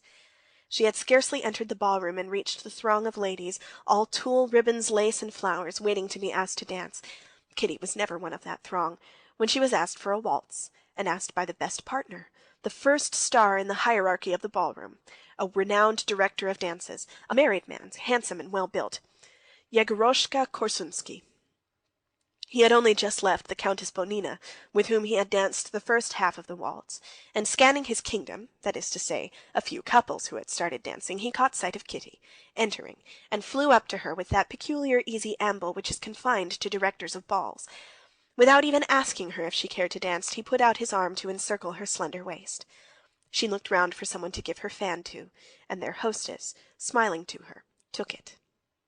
"How nice you've come in such good time," he said to her, embracing her waist. "Such a bad habit to be late." Bending her left hand, she laid it on his shoulder, and her little feet in their pink slippers began swiftly, lightly, and rhythmically moving over the slippery floor in time to the music. "It's a rest to waltz with you," he said to her as they fell into the first slow steps of the waltz. "It's exquisite. Such lightness, precision." He said to her the same thing he said to almost all his partners whom he knew well. She smiled at his praise, and continued to look about the room over his shoulder. She was not like a girl at her first ball, for whom all faces in the ballroom melt into one vision of fairyland, and she was not a girl who had gone the stale round of balls till every face in the ballroom was familiar and tiresome. But she was in the middle stage between those two. She was excited, and at the same time she had sufficient self-possession to be able to observe. In the left corner of the ballroom she saw the cream of society gathered together. There, incredibly naked, was the beauty Lidi, Korsunsky's wife. There was the lady of the house. There shone the bald head of Krivin, always to be found where the best people were. In that direction gazed the young men, not venturing to approach. There, too, she descried Stiva, and there she saw the exquisite figure and head of Anna in a black velvet gown. And he was there. Kitty had not seen him since the evening she had refused Levin. With her long-sighted eyes she knew him at once, and was even aware that he was looking at her. "Another turn, eh? You're not tired?" said Korsunsky, a little out of breath. "No, thank you." "Where shall I take you?" "Madame Karenina's here, I think. Take me to her." "Wherever you command." And Korsunsky began waltzing with measured steps straight toward the group in the left corner, continually saying, "Pardon, mesdames, pardon, pardon, mesdames." and steering his course through the sea of lace, tulle, and ribbon, and not disarranging a feather, he turned his partner sharply round, so that her slim ankles, in light, transparent stockings, were exposed to view, and her train floated out in fan shape and covered Krivin's knees. Korsunsky bowed, set straight his open shirt front, and gave her his arm to conduct her to Anna Arkadyevna. Kitty, flushed, took her train from Krivin's knees, and a little giddy looked round, seeking Anna. Anna was not in lilac, as Kitty had so urgently wished, but in a black, low-cut velvet gown, showing her full throat and shoulders, that looked as though carved in old ivory, and her rounded arms with tiny slender wrists. The whole gown was trimmed with Venetian guipure. On her head, amid her black hair, her own, with no false additions, was a little wreath of pansies, and a bouquet of the same in black ribbon of her sash among white lace. Her coiffure was not striking. All that was noticeable was the little wilful tendrils of her curly hair that would always break free around her neck and temples. Round her well-cut, strong neck was a thread of pearls. Kitty had been seeing Anna every day. She adored her, and had pictured her invariably in lilac. But now, seeing her in black, she felt that she had not fully seen her charm. She saw her now as someone quite new and surprising to her. Now she understood that Anna could not have been in lilac, and that her charm was just that she always stood out against her attire, that her dress could never be noticeable on her, and her black dress with its sumptuous lace was not noticeable on her. It was only the frame, and all that was seen was she, simple, natural, elegant, and at the same time gay and eager. She was seen holding herself, as always, very erect, and when Kitty drew near to the group, she was speaking to the master of the house, her head slightly turned toward him. "No, I don't throw stones," she was saying, in answer to something, "though I can't understand it," she went on, shrugging her shoulders, and she turned at once with a soft smile of protection towards Kitty. With a flying feminine glance she scanned her attire, and made a movement of her head, hardly perceptible, but understood by Kitty, signifying approval of her dress and her looks. "You came into the room dancing," she added. "This is one of my most faithful supporters," said Korsunsky, bowing to Anna Arkadyevna, whom he had not seen yet. "The princess helps to make balls happy and successful. Anna Arkadyevna, a waltz?" he said, bending down to her. "Why, have you met?" inquired their host. "Is there anyone we have not met? My wife and I are like white wolves. Everyone knows us," answered Korsunsky. "A waltz, Anna Arkadyevna." "I don't dance when it's possible not to dance," she said. "But tonight it is impossible," answered Korsunsky. At that instant Vronsky came up. "Well, since it's impossible tonight, let us start," she said, not noticing Vronsky's bow, and she hastily put her hand on Korsunsky's shoulder. "What is she vexed with him about?" thought Kitty, discerning that Anna had intentionally not responded to Vronsky's bow. Vronsky went up to Kitty, reminding her of the first quadrille, and expressing his regret that he had not seen her all this time. Kitty gazed in admiration at Anna waltzing, and listened to him.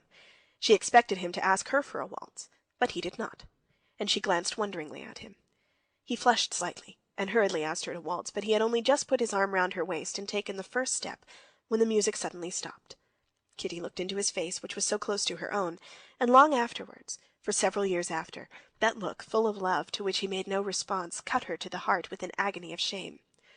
"Pardon, pardon! Waltz, waltz!" shouted Korsunsky from the other side of the room, and seizing the first young lady he came across, he began dancing himself. End of chapter 22. Part 1, Chapter 23 of Anna Karenina. Vronsky and Kitty waltzed several times round the room. After the first waltz, Kitty went to her mother, and she had hardly time to say a few words to Countess Nordston when Vronsky came up again for the first quadrille. During the quadrille nothing of significance was said. There was disjointed talk between them of the Korsunskys, husband and wife, whom he described very amusingly as delightful children at 40, and of the future town theater, and only once the conversation touched her to the quick, when he asked her about Levin, whether he was here, and added that he liked him so much. But Kitty did not expect much from the quadrille. She looked forward with a thrill at her heart to the mazurka. She fancied that in the mazurka everything must be decided. The fact that he did not during the quadrille ask her for the mazurka did not trouble her. She felt sure she would dance the mazurka with him as she had done at former balls, and refused 5 young men, saying she was engaged for the mazurka. The whole ball up to the last quadrille was for Kitty an enchanted vision of delightful colors, sounds, and motions. She only sat down when she felt too tired and begged for a rest. But as she was dancing the last quadrille with one of the tiresome young men whom she could not refuse, she chanced to be vis-à-vis with Vronsky and Anna. She had not been near Anna again since the beginning of the evening, and now again she saw her suddenly quite new and surprising. She saw in her the signs of that excitement of success she knew so well in herself. She saw that she was intoxicated with the delighted admiration she was exciting. She knew that feeling and knew its signs, and saw them in Anna, saw the quivering, flashing light in her eyes, and the smile of happiness and excitement unconsciously playing on her lips, and the deliberate grace, precision, and lightness of her movements. Who, she asked herself, all or one? And not assisting the harassed young man who she was dancing with in the conversation, the thread of which he had lost and could not pick up again, she obeyed with external liveliness the peremptory shouts of Korsunsky, starting them all into the grand rond, and then into the shine, and at the same time she kept watch with a growing pang at her heart.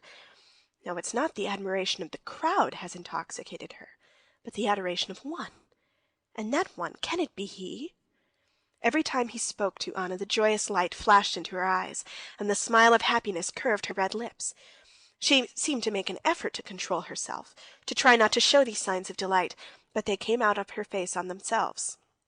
But with him, Kitty looked at him and was filled with terror. What was pictured so clearly to Kitty in the mirror of Anna's face, she saw in him. What had become of his always self-possessed, resolute manner, and the carelessly serene expression of his face? Now every time he turned to her, he bent his head, as though he would have fallen at her feet, and in his eyes there was nothing but humble submission and dread. "I would not offend you," his eyes seemed every time to be saying, "but I want to save myself, and I don't know how." On his face was a look such as Kitty had never seen before.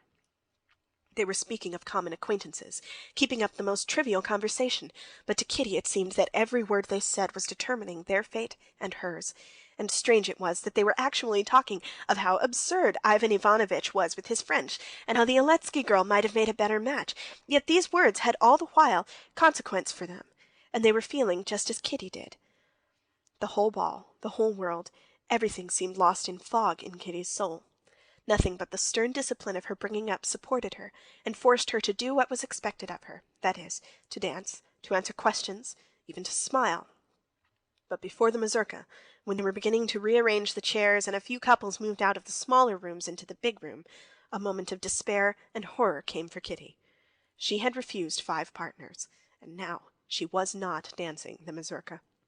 She had not even a hope of being asked for it, because she was so successful in society that the idea would never occur to anyone that she had remained disengaged until now. She would have to tell her mother she felt ill and go home, but she had not the strength to do this. She felt crushed. She went to the furthest end of the little drawing-room and sank into a low chair. Her light, transparent skirts rose like a cloud about her slender waist. One bare, thin, soft, girlish arm, hanging listlessly, was lost in the folds of her pink tunic. In the other she held her fan, and with rapid, short strokes fanned her burning face. But while she looked like a butterfly, clinging to a blade of grass and just about to open its rainbow wings for fresh flight, her heart ached with a horrible despair. But perhaps I'm wrong? Perhaps it was not so? And again she recalled all she had seen. "Kitty, what is it?" said Countess Nordston, stepping noiselessly over the carpet toward her. "I don't understand it." Kitty's lower lip began to quiver. She got up quickly. "Kitty, you're not dancing the mazurka?" "No, no," said Kitty, in a voice shaking with tears. "He asked her for the mazurka before me," said Countess Nordston, knowing Kitty would understand who were he and her. She said, "Why, aren't you going to dance it with Princess Shtcherbatskaya?" "Oh, I don't care," answered Kitty. No one but she herself understood her position. No one knew that she had just refused the man whom perhaps she loved, and refused him because she had put her faith in another. Countess Nordston found Korsunsky, with whom she was to dance the mazurka, and told him to ask Kitty. Kitty danced in the first couple, and luckily for her she had not to talk because Korsunsky was all the time running about directing the figure. Vronsky and Anna sat almost opposite her. She saw them with her long-sighted eyes, and saw them too close by when they met in the figures, and the more she saw of them the more convinced she was that her unhappiness was complete.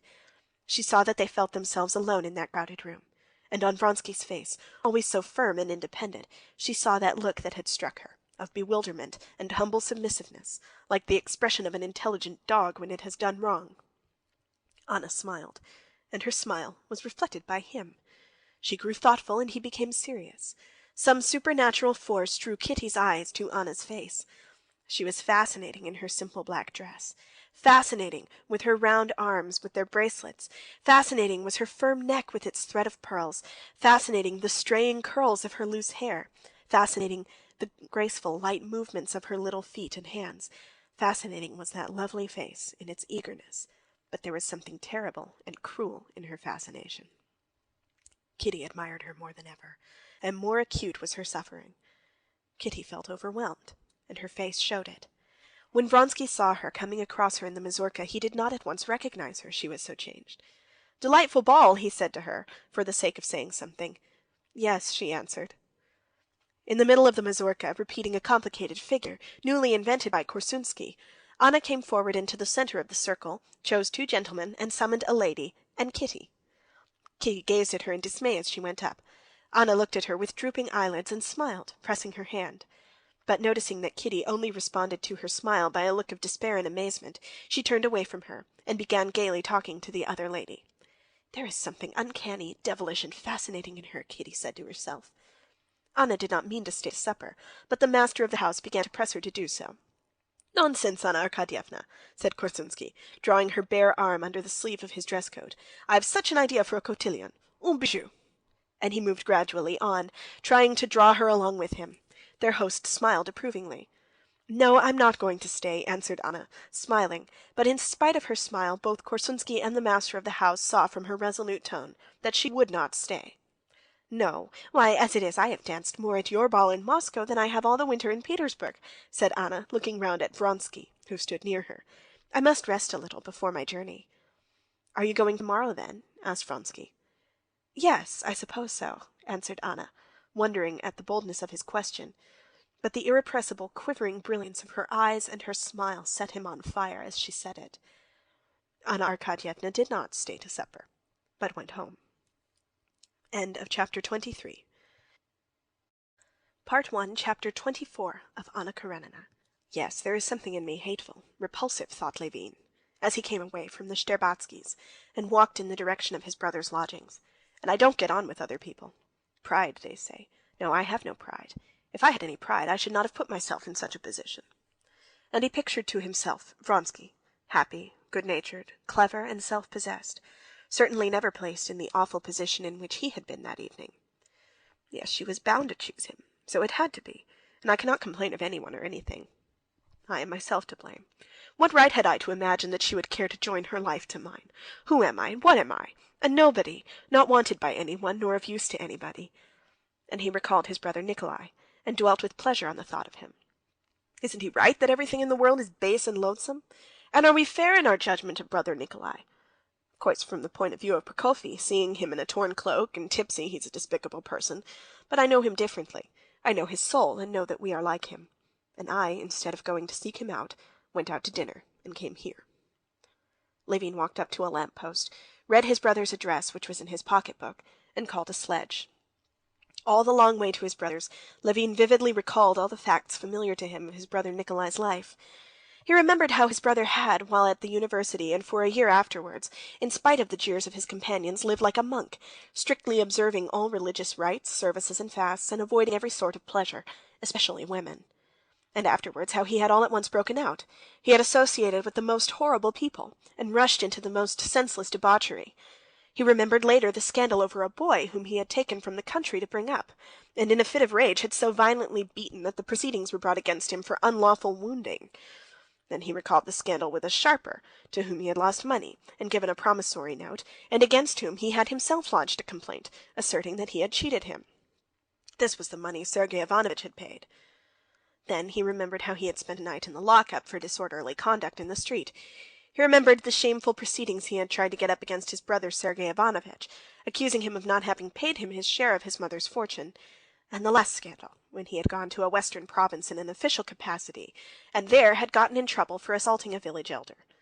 It was all horribly disgusting, yet to Levin it appeared not at all in the same disgusting light as it inevitably would to those who did not know Nikolai, did not know all his story, did not know his heart.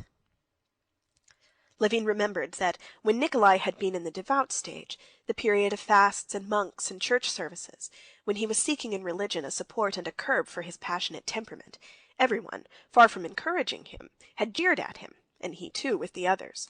They had teased him, called him ânəə and monk, and when he had broken out, no one had helped him, but everyone had turned away from him with horror and disgust. Levin felt that, in spite of all the ugliness of his life, his brother Nikolai, in his soul, in the very depths of his soul, was no more in the wrong than the people who despised him. He was not to be blamed for having borne with his unbridled temperament and his somehow limited intelligence, but he had always wanted to be good. I will tell him everything without reserve, and I will make him speak without reserve too, and I'll show him that I love him, and so understand him, Levin resolved to himself, as, toward 11 o'clock, he reached the hotel of which he had the address. At the top, 12 and 13, the porter asked Levin's inquiry. "At home?" "Sure to be at home."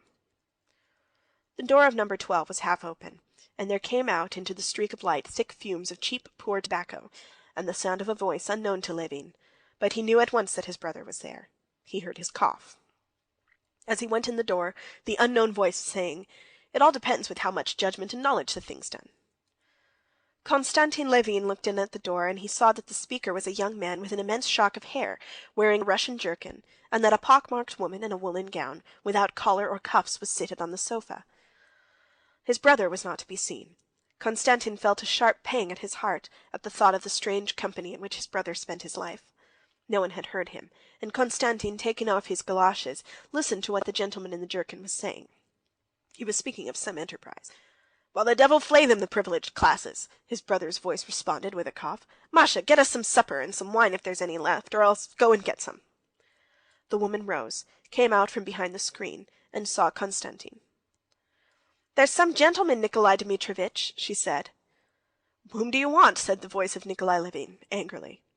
"It is I," answered Konstantin Levin, coming forward into the light. "Who's I?" Nikolai's voice said again, still more angrily. He could be heard getting up hurriedly, stumbling against something, and Levin saw him, facing him in the doorway, the big scared eyes, and the huge thin stooping figure of his brother, so familiar and yet astonishing in its weirdness and sickliness. He was even thinner than 3 years before, when Konstantin Levin had seen him last. He was wearing a short coat, and his hands and big bones seemed huger than ever. His hair had grown thinner, the same straight mustache hid his lips, the same eyes gazed strangely and naively at his visitor. "Ah, Kostya!" he exclaimed suddenly, recognizing his brother, and his eyes lit up with joy. But the same second he looked round at the young man, and gave the nervous jerk of his head and neck that Konstantin knew so well, as if his neckband hurt him, and a quite different expression, wild, suffering, and cruel, rested on his emaciated face. "I wrote to you and Sergey Ivanovitch both that I don't know you and don't want to know you. What is it you want?" He was not at all the same as Konstantin had been fancying him. The worst and most tiresome part of his character, what made all revelations with him so difficult, had been forgotten by Konstantin Levin when he thought of him, and now, when he saw his face, and especially that nervous twitching of his head, he remembered it all. "I didn't want to see you for anything," he answered timidly. "I've simply come to see you." His brother's timidity obviously softened Nikolai. His lips twitched. "Oh, so that's it," he said. "Well, come in, sit down. Like some supper? Masha, bring supper for 3. No, stop a minute. Do you know who this is?" he said, addressing his brother, and indicating the gentleman in the jerkin. "This is Mr. Kritsky, my friend from Kiev, a very remarkable man. He's persecuted by the police, of course, because he's not a scoundrel." And he looked round in the way he always did at everyone in the room. Seeing that the woman standing in the doorway was moving to go, he shouted to her, "Wait a minute, I said!" And with the inability to express himself, the incoherence that Konstantin knew so well, he began, with another look round at everyone, to tell his brother Kritsky's story, how he had been expelled from the university for starting a benefit society for poor students in Sunday schools, and how he had afterwards been a teacher in a peasant school, and how he had been driven out of that too, and had afterwards been condemned for something.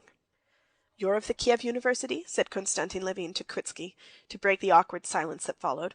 "Yes, I was of Kiev," Kritsky replied angrily, his face darkening.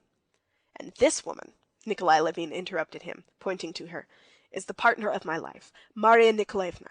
I took her out of a bad house," and he jerked his neck saying this, "but I love her and respect her, and anyone who wants to know me," he added, raising his voice and knitting his brows, "I beg to love her and respect her. She is just the same as my wife, just the same. So now you know whom you've to do with. And if you think you're lowering yourself, well, here's the floor and there's the door." And again his eyes traveled inquiringly over all of them. "Why I should be lowering myself, I don't understand." "Then, Masha, tell them to bring supper. 3 portions, spirits and wine. No, wait a minute. No, it doesn't matter. Go along." End of chapter 24. Part 1, chapter 25 of Anna Karenina. "So, you see," pursued Nikolay Levin, painfully wrinkling his forehead and twitching. It was obviously difficult for him to think of what to say and do. "Here, do you see?" He pointed to some sort of iron bars, fastened together with strings, lying in a corner of the room. "Do you see that? That's the beginning of a new thing we're going into. It's a productive association." Konstantin scarcely heard him. He looked into his sickly, consumptive face, and he was more and more sorry for him, and he could not force himself to listen to what his brother was telling him about the association. He saw that this association was a mere anchor to save himself from self-contempt. Nikolay Levin went on talking. "You know that capital oppresses the laborer. The laborers with us, the peasants, bear all the burden of labor, and are so placed that however much work, they can't escape from their position of beasts of burden. All the profits of labor on which they might improve their position and gain leisure for themselves, and after that education, all the surplus values are taken from them by capitalists.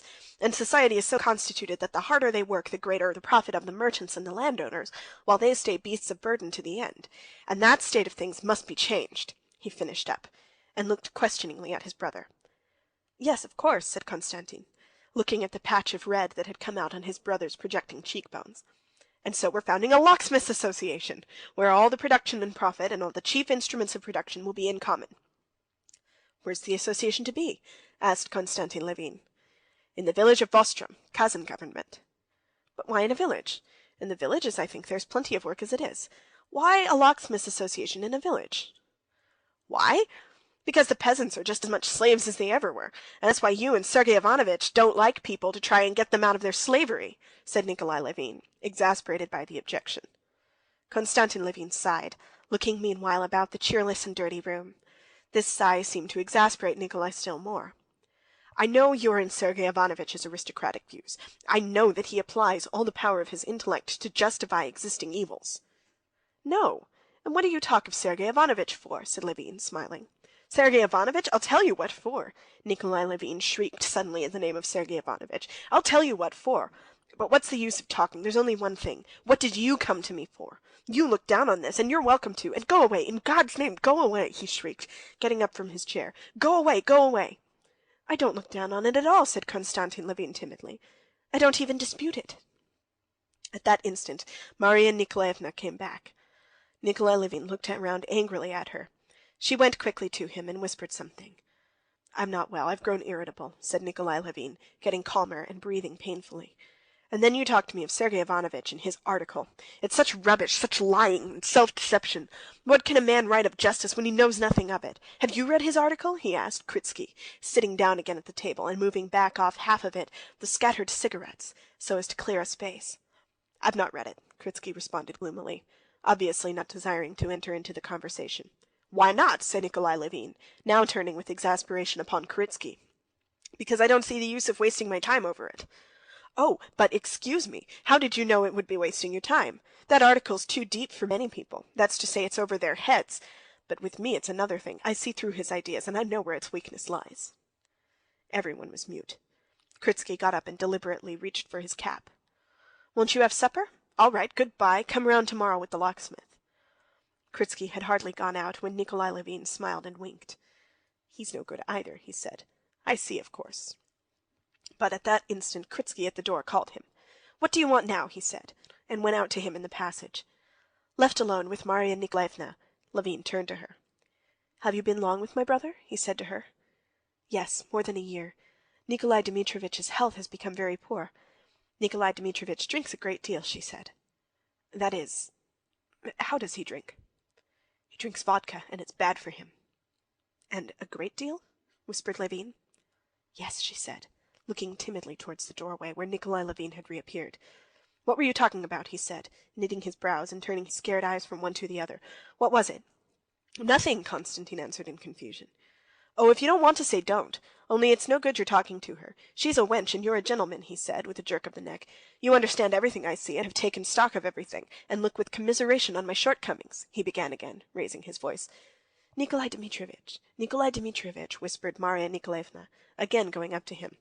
"Oh, very well, very well. But where's supper? Ah, here it is," he said, seeing a waiter with a tray. "Here, set it here," he added angrily.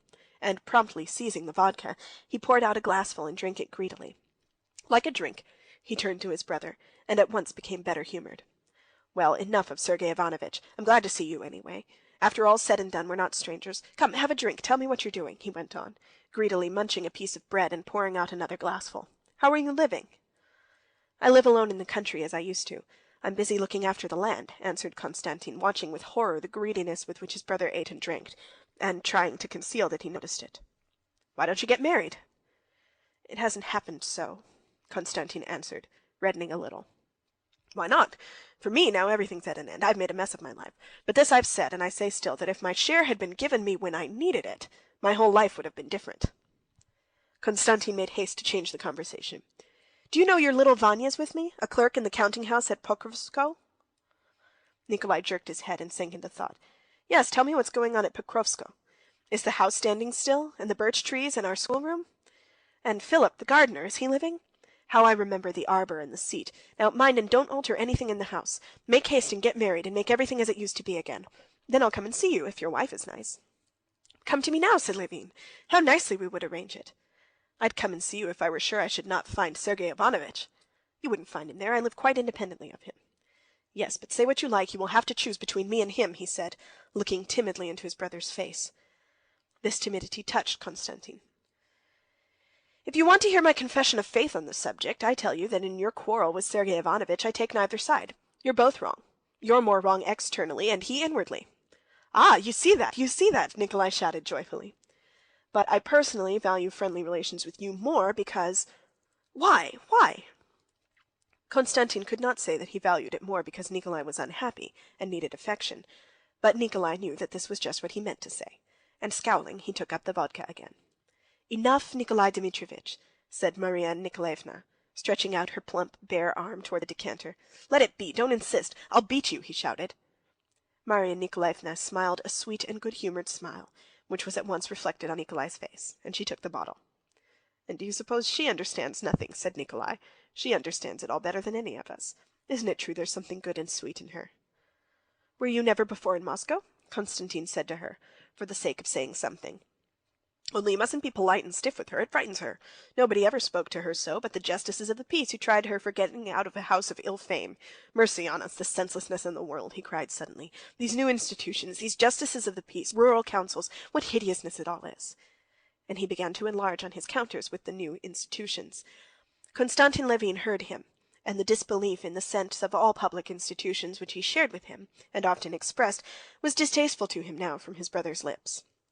"In another world we shall understand it all," he said lightly. "In another world? I don't like that other world. I don't like it," he said, letting his scared eyes rest on his brother's eyes. "Here one would think that to get out of all the baseness and the mess, one's own and other people's would be a good thing, and yet I'm afraid of death, awfully afraid of death." He shuddered. "Do drink something. Would you like some champagne? Or shall we go somewhere? Let's go to the gypsies. Do you know I have got so fond of the gypsies and Russian songs?" His speech had begun to falter, and he passed abruptly from one subject to another. Konstantin, with the help of Masha, persuaded him not to go out anywhere, and got him to bed, hopelessly drunk. Masha promised to write to Konstantin in case of need, and to persuade Nikolai Levin to go and stay with his brother. End of chapter 25. Part 1, Chapter 26 of Anna Karenina. In the morning Konstantin Levin left Moscow, and towards evening he reached home. On the journey in the train he talked to his neighbors about politics and the new railways, and just as in Moscow he was overcome by a sense of confusion of ideas, dissatisfaction with himself, shame of something or other. But when he got out at his own station, when he saw his one-eyed coachman Ignat with the collar of his coat turned up, when in the dim light reflected by the station fires he saw his own sledge, his own horses, with their tails tied up, in their harness trimmed with rings and tassels, when the coachman Ignat, as he put in his luggage, told him that the village news, the contractor had arrived, and that Pava had calved, he felt little by little the confusion was clearing up, and the shame and self-dissatisfaction were passing away. He felt this at the mere sight of Ignat and the horses. But when he had put on the sheepskin brought for him, had sat down wrapped up in the sledge, and had driven off pondering on the work that lay before him in the village and staring at the side horse that had been his saddle horse, past his prime now, but a spirited beast from the dawn, he began to see what had happened to him in quite a different light. He felt himself, and did not want to be anyone else. All he wanted now was to be better than before. In the first place, he resolved that from that day he would give up hoping for any extraordinary happiness, such as marriage must have given him, and consequently he would not so disdain what he really had. Secondly, he would never again let himself give way to low passion, the memory of which had so tortured him when he had been making up his mind to make an offer. Then, remembering his brother Nikolai, he resolved to himself that he would never allow himself to forget him, that he would follow him up, and not lose sight of him, so as to be ready to help when things should go ill with him. And that would be soon, he felt. Then, too, his brother's talk of communism, which he treated so lightly at the time, now made him think. He considered a revolution in economic conditions nonsense, but he always felt the injustice of his own abundance in comparison with the poverty of the peasants, and now he determined that, so as to feel quite in the right, though he had worked hard and lived by no means luxuriously before, he would now work still harder, and would allow himself even less luxury. And all this seemed to him so easy a conquest over himself that he spent the whole drive in the pleasantest daydreams. With a resolute feeling of hope and a new, better life, he reached home before 9 o'clock at night. The snow of the little quadrangle before the house was lit up by a light in the bedroom windows of his old nurse, Agafea Mihalovna, who performed the duties of housekeeper in his house. She was not yet asleep. Kozma, waked up by her, came sidling sleepily out onto the steps. A setter bitch, Laska, ran out too, almost upsetting Kozma, and whining turned round about Levin's knees, jumping up and longing but not daring to put her forepaws on his chest. "You're soon back again, sir," said Agafea Mihalovna. "I get tired of it, Agafea Mihalovna. With friends one is well, but at home one is better," he answered, and went into his study. The study was slowly lit up as the candle was brought in. The familiar details came out. The stag's horns, the bookshelves, the looking-glass, the stove with its ventilator, which had long wanted mending, his father's sofa, a large table, on the table an open book, a broken ashtray, a manuscript book with his handwriting. As he saw all of this, there came over him for an instant a doubt of the possibility of arranging the new life, of which he had been dreaming on the road. All these traces of his life seemed to clutch him, and to say to him, "No, you're not going to get away from us, and you're not going to be different, but you're going to be the same as you've always been, with doubts, everlasting dissatisfaction with yourself, vain efforts to amend, and falls, and everlasting expectation of a happiness which you won't get, and which isn't possible for you."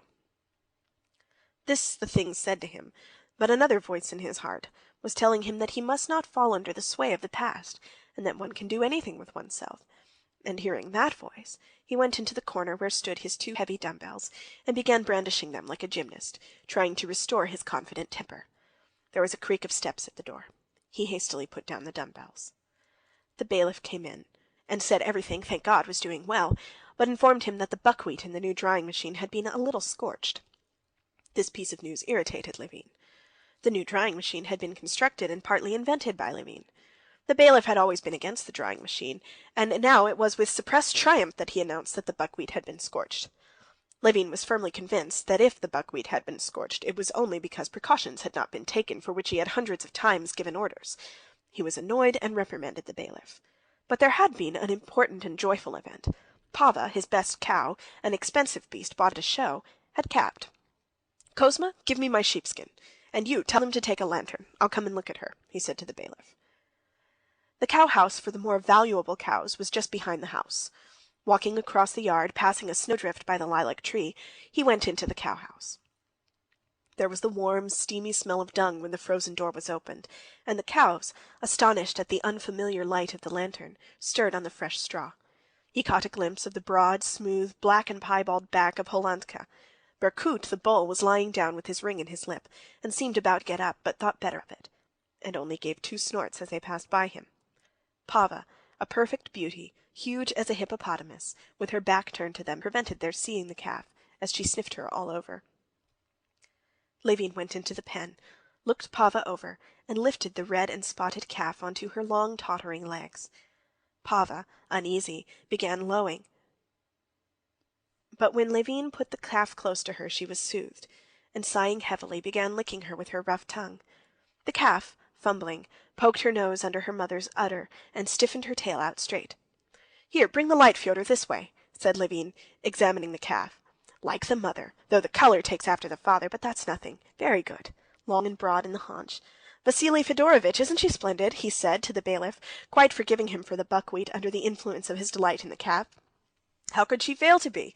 Oh, Semyon the contractor came the day after you left. You must settle with him, Konstantin Dmitrievitch," said the bailiff. "I did inform you about the machine." This question was enough to take Levin back to all the details of his work on the estate, which was on a large scale and complicated. He went straight from the cow-house to the counting-house, and after a little conversation with the bailiff and Semyon the contractor, he went back to the house and straight upstairs to the drawing-room.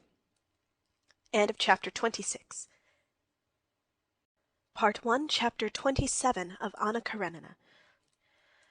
The house was big and old-fashioned, and Levin, though he lived alone, had the whole house heated and used. He knew that this was stupid. He knew that it was positively not right, and contrary to his present new plans. But this house was a whole world to Levin. It was the world in which his father and mother had lived and died. They had lived just the life that to Levin seemed the ideal of perfection, and that he had dreamed of beginning with his wife, his family. Levin scarcely remembered his mother. His conception of her was for him a sacred memory, and his future wife was bound to be in his imagination a repetition of that exquisite, holy ideal of a woman that his mother had been. He was so far from conceiving of love for woman apart from marriage, that he positively pictured to himself first the family, and only secondarily the woman who would give him a family. His ideas of marriage were consequently quite unlike those of the great majority of his acquaintances, for whom getting married was one of the numerous facts of social life. For Levin it was the chief affair of life, on which its whole happiness turned, and now he had to give up that. When he had gone into the little drawing-room where he always had tea, and had settled himself in his armchair with a book, and Agafea Mihalovna had brought him tea, and with her usual, "Well, I'll stay a while, sir," had taken a chair in the window, he felt that, however strange it might be, he had not parted from his daydreams, and that he could not live without them. Whether with her or with another, still it would be. He was reading a book and thinking of what he was reading, and stopping to listen to Agafea Mihalovna, who gossiped away without flagging, and yet with all that, all sorts of pictures of family life and work in the future rose disconnectedly before his imagination. He felt that in the depths of his soul something had been put in its place, settled down and laid to rest. He heard Agafea Mihalovna talking of how Prohor had forgotten his duty to God, and with the money Levin had given him to buy a horse, had been drinking without stopping, and had beaten his wife till she half killed her. He listened and read his book, and recalled the whole train of ideas suggested by his reading. It was Tyndall's treatise on heat. He recalled his own criticisms of Tyndall, of his complacent satisfaction in the cleverness of his experiments, and for his lack of philosophic insight. And suddenly there floated into his mind the joyful thought, "In 2 years' time I shall have 2 Dutch cows. Pava herself will perhaps still be alive, a dozen young daughters of Berkut, and then 3 others. How lovely!" He took up his book again. "Very good. Electricity and heat are the same thing. But is it possible to substitute the one quantity for the other in the equation for the solution of the problem? No. Well, then what of it? The connection between all the forces of nature is felt instinctively. It's particularly nice if Pava's daughter should be a red-spotted cow, and all the herd will take after her, and the other 3 too. Splendid! To go out with my wife and visitors to meet the herd. My wife says Kostya and I looked after that calf like a child. 'How can it interest you so much?' says the visitor. 'Everything that interests him interests me.' But who will she be?" And he remembered what had happened at Moscow. "Well, there's nothing to be done. It's not my fault, but now everything shall go on in a new way. It's nonsense to pretend that life won't let one, that the past won't let one. One must struggle to live better, much better." He raised his head and fell to dreaming. Old Laska, who had not yet fully digested her delight at his return, and had run out into the yard to bark, came back wagging her tail, and crept up to him, bringing in the scent of fresh air, put her head under his hand and whined plaintively, asking to be stroked. "There, who'd have thought it?" said Agafea Mihalovna. "The dog now, why, she understands that her master's come home, and that he's low-spirited." "Why low-spirited?" "Do you suppose I don't see it, sir? It's high time I should know the gentry. Why, I've grown up from a little thing with them. It's nothing, sir, so long as there's health and a clear conscience." Levin looked intently at her, surprised at how well she knew his thought. "Shall I fetch you another cup?" said she, and taking his cup, she went out. Laska kept poking her head under his hand. He stroked her, and she promptly curled up at his feet, laying her head on a hind paw.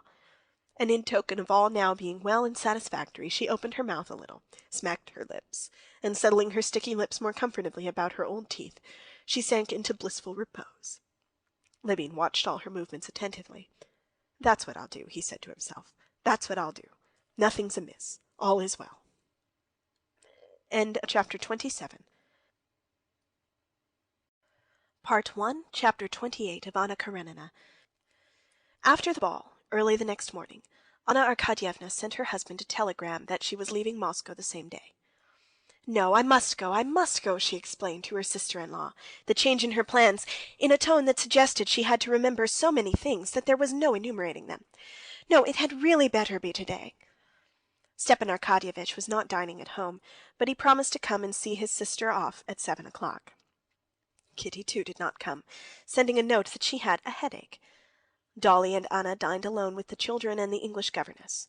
Whether it was that the children were fickle or that they had acute senses and felt that Anna was quite different that day from what she had been when they had taken such a fancy to her, that she was not now interested in them, but they had abruptly dropped their play with their aunt and their love for her, and were quite indifferent that she was going away.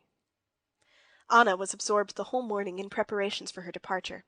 She wrote notes to her Moscow acquaintances, put down her accounts, and packed. Although Dolly fancied she was not in a placid state of mind, but in that worried mood which Dolly knew well with herself, and which does not come without cause, and for the most part covers dissatisfaction with self. After dinner, Anna went up to her room to dress, and Dolly followed her. "How queer you are today," Dolly said to her. "I? Do you think so? I'm not queer, but I'm nasty. I am like that sometimes. I keep feeling as if I could cry. It's very stupid, but it'll pass off," said Anna quickly, and she bent her flushed face over a tiny bag in which she was packing a nightcap and some cambric handkerchiefs. Her eyes were particularly bright, and were continually swimming with tears. "In the same way I didn't want to leave Petersburg, and now I don't want to go away from here." "You came and did a good deed," said Dolly, looking intently at her. Anna looked at her with eyes wet with tears. "Don't say that, Dolly. I've done nothing, and could do nothing. I often wonder why people are all in league to spoil me. What have I done? And what could I do? In your heart there was found love enough to forgive. If it had not been for you, God knows what would have happened. How happy you are, Anna," said Dolly. "Everything is clear and good in your heart." "Every heart has its own skeletons, as the English say." "You have no sort of skeleton, have you? Everything is so clear in you." "I have," said Anna suddenly, and unexpectedly after her tears a sly, ironic smile curved her lips. "Come, he's amusing anyway, your skeleton, and not depressing," said Dolly, smiling. "No, he's depressing. Do you know why I'm going today instead of tomorrow? It's a confession that weighs on me. I want to make it to you," said Anna, letting herself drop definitely into an armchair and looking straight into Dolly's face. And to her surprise, Dolly saw that Anna was blushing up to her ears, up to the curly black ringlets on her neck. "Yes," Anna went on. "Do you know why Kitty didn't come to dinner? She's jealous of me. I've been the cause of that ball being a torture to her instead of a pleasure. But truly, truly, it's not my fault, or only my fault a little bit," she said, daintily drawling the words "a little bit." "Oh, how like Stiva you said that," said Dolly, laughing. Anna was hurt. Oh no, I'm not Stiva," she said, knitting her brows. "That's why I'm telling you, just because I could never let myself doubt myself for an instant," said Anna. But at the very moment she was uttering the words she felt that they were not true. She was not merely doubting herself. She felt emotion at the thought of Vronsky, and was going away sooner than she had meant, simply to avoid meeting him. "Yes, Stiva told me that you danced the mazurka with him, and that he... You can't imagine how absurdly it all came about. I only meant to be matchmaking, and all at once it turned out quite differently, possibly against my own will." She crimsoned and stopped. "Oh, they feel it directly?" said Dolly. "But I should be in despair if there were anything serious in it on his side," Anna interrupted her, "and I'm certain it will all be forgotten, and Kitty will leave off hating me. All the same, Anna, to tell you the truth, I'm not very anxious for this marriage for Kitty, and it's better it should come to nothing if he, Vronsky, is capable of falling in love with you in a single day." "Oh, heavens, that would be too silly," said Anna, and again a deep flush of pleasure came out on her face, when she heard the idea that absorbed her put into words. "And so here I am going away, having made an enemy of Kitty, whom I liked so much. How sweet she is! But you'll make it right, Dolly, eh?" Dolly could scarcely suppress a smile. She loved Anna, but she enjoyed seeing that she too had her weaknesses. "An enemy? That can't be." "I did so want you all to care for me, as I do for you, and now I care for you more than ever," said Anna, with tears in her eyes. "Oh, how silly I am today!" She passed her handkerchief over her face and began dressing. At the very moment of starting, Stepan Arkadyevitch arrived, late, rosy, and good-humored, smelling of wine and cigars. Anna's emotionalism infected Dolly, and when she embraced her sister-in-law for the last time, she whispered, "Remember, Anna, what you've done for me. I shall never forget. And remember that I love you, and shall always love you as my dearest friend." "I don't know why," said Anna, kissing her and hiding her tears. "You understood me, and you understand. Goodbye, my darling." End of chapter 28. Part 1, Chapter 29 of Anna Karenina. "Come, it's all over, and thank God," was the first thought that came to Anna Arkadyevna, when she had said goodbye for the last time to her brother, who had stood blocking the entrance to the carriage till the third bell rang. She sat down on her lounge beside Annushka, and looked about her in the twilight of the sleeping carriage. "Thank God! Tomorrow I shall see Seryozha and Alexey Alexandrovitch, and my life will go on in the old way, all nice and as usual." Still in the same anxious frame of mind as she had been all that day, Anna took pleasure in arranging herself for the journey with great care. With her little deft hands she opened and shut her little red bag, took out a cushion, laid it on her knees, and carefully wrapping up her feet, settled herself comfortably. An invalid lady had already laid down to sleep. Two other ladies began talking to Anna, and a stout elderly lady tucked up her feet and made observations about the heating of the train. Anna answered a few words, but not foreseeing any entertainment from the conversation, she asked Annushka to get a lamp, hooked it onto the arm of her seat, and took from her bag a paper knife and an English novel. At first her reading made no progress. The fuss and bustle were disturbing. Then, when the train had started, she could not help listening to the noises. Then the snow beating on the left window and sticking to the pane, and the sight of the muffled guard passing by, covered with snow on one side, and the conversations about the terrible snowstorm raging outside distracted her attention. Further on, it was continually the same, again and again. The same shaking and rattling, the same snow on the window, and the same rapid transitions from steaming heat to cold and back again to heat, the same passing glimpses of the same figures in the twilight, and the same voices, and Anna began to read and to understand what she read. Annushka was already dozing, the red bag on her lap, clutched by her broad hands in gloves, of which one was torn. Anna Arkadyevna read and understood, but it was distasteful to her to read, that is, to follow the reflection of other people's lives. She had too great a desire to live herself. If she read that the heroine of the novel was nursing a sick man, she longed to move with noiseless steps about the room of a sick man. If she read of a member of Parliament making a speech, she longed to be delivering the speech. If she read of how Lady Mary had ridden after the hounds, and had provoked her sister-in-law and had surprised everyone by her boldness, she too wished to be doing the same. But there was no chance of doing anything, and twisting the smooth paper knife in her little hands, she forced herself to read. The hero of the novel was already almost reaching his English happiness, a baronetcy and an estate, and Anna was feeling a desire to go with him to the estate, when she suddenly felt that he ought to be ashamed, and that she was ashamed of the same thing. But what had he to be ashamed of? What have I to be ashamed of? She asked herself in injured surprise. She laid down the book and sank against the back of the chair, tightly gripping the paper cutter in both hands. There was nothing. She went over all her Moscow recollections. All were good, pleasant. She remembered the ball, remembered Vronsky and his face of slavish adoration, remembered all her conduct with him. There was nothing shameful. And for all that, at the same point in her memories, the feeling of shame was intensified, as though some inner voice, just at the point where she thought of Vronsky, were saying to her, "Warm, very warm, hot." "Well, what is it?" she said to herself resolutely, shifting her seat in the lounge. "What does it mean? Am I afraid to look it straight in the face? Why, what is it? Can it be that between me and this officer boy there exist, or can exist, any other relations than such as are common with every acquaintance?" She laughed contemptuously and took up her book again, but now she was definitely unable to follow what she read. She passed the paper knife over the window pane, then laid its smooth, cool surface to her cheek, and almost laughed aloud at the feeling of delight that all at once without cause came over her. She felt as though her nerves were strings being strained together, tighter and tighter on some kind of screwing peg. She felt her eyes opening wider and wider, her fingers and toes twitching nervously, something within oppressing her breathing, while all shapes and sounds seemed, in the uncertain half-light, to strike her with unaccustomed vividness. Moments of doubt were continually coming upon her, when she was uncertain whether the train were going forwards or backwards, or were standing still altogether, whether it were Annushka at her side or a stranger. What's that on the arm of the chair? A fur cloak or some beast? And what am I myself? Myself or some other woman? She was afraid of giving way to this delirium, but something drew her towards it, and she could yield to it or resist it at will. She got up to rouse herself, and slipped off her plaid and the cape of her warm dress.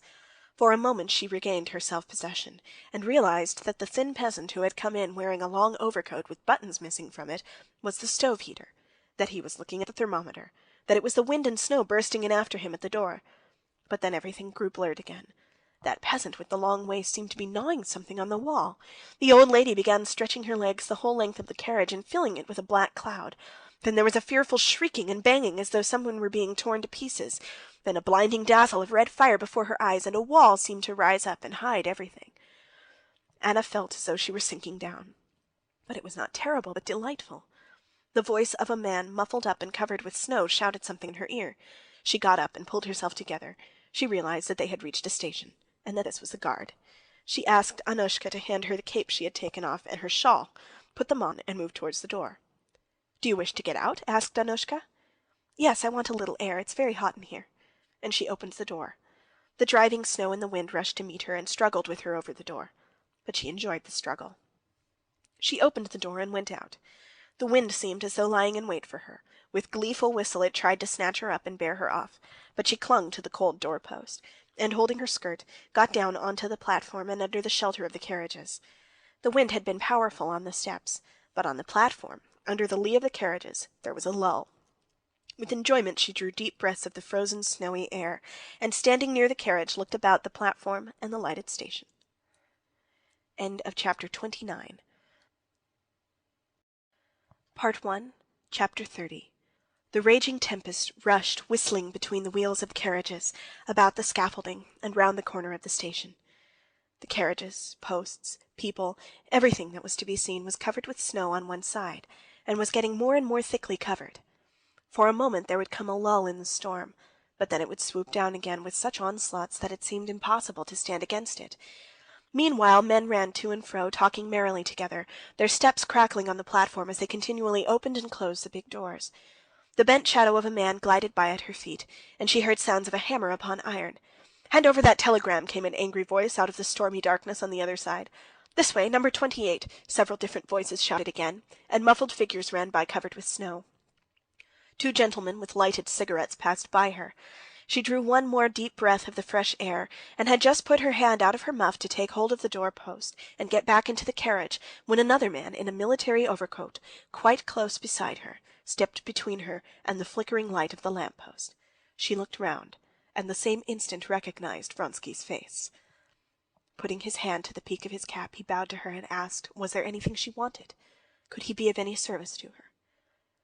She gazed rather a long while at him without answering, and in spite of the shadow in which he was standing, she saw, or fancied she saw, both the expression of his face and his eyes. It was again that expression of reverential ecstasy which had so worked upon her the day before. More than once she had told herself during the past few days, and again only a few moments before, that Vronsky was for her only one of the hundreds of young men, forever exactly the same, that are met everywhere, that she would never allow herself to bestow a thought upon him. But now, at the first instant of meeting him, she was seized by a feeling of joyful pride. She had no need to ask why he had come. She knew as certainly as if he had told her that he was here to be where she was. "I didn't know you were going. What are you coming for?" she said, letting fall the hand with which she had grasped the door-post. An irrepressible delight and eagerness shone in her face. "What am I coming for?" he repeated, looking straight into her eyes. "You know that I have come to be where you are," he said. "I can't help it." At that moment the wind, as it were surmounting all obstacles, set the snow flying from the carriage roofs, and clanked some sheet of iron it had torn off, while the hoarse whistle of the engine roared in front, plaintively and gloomily. All the awfulness of the storm seemed to her more splendid now. He had said what her soul longed to hear, though she feared it with her reason. She made no answer, and in her face he saw conflict. "Forgive me if you dislike what I said," he said humbly. He had spoken courteously, deferentially, yet so firmly, so stubbornly, that for a long while she could make no answer. "It's wrong what you say, and I beg you, if you're a good man, to forget what you've said, as I forget it," she said at last. "Not one word nor one gesture of yours shall I, could I, ever forget."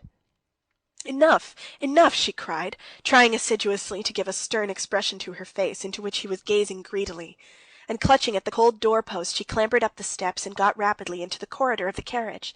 But in the little corridor she paused, going over in her imagination what had happened. Though she could not recall her own words or his, she realized instinctively that the momentary conversation had brought them fearfully closer, and she was panic-stricken and blissful at it. After standing still a few seconds, she went into the carriage and sat down in her place.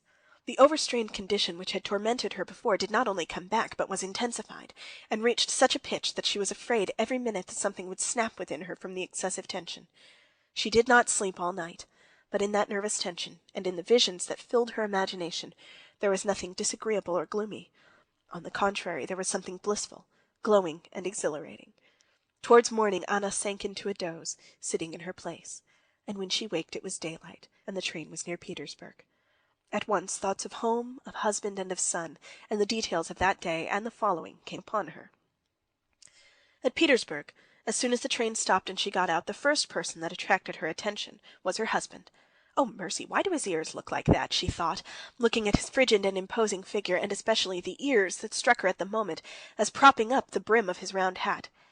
Catching sight of her, he came to meet her, his lips falling into their habitual sarcastic smile, and his big, tired eyes looking straight at her.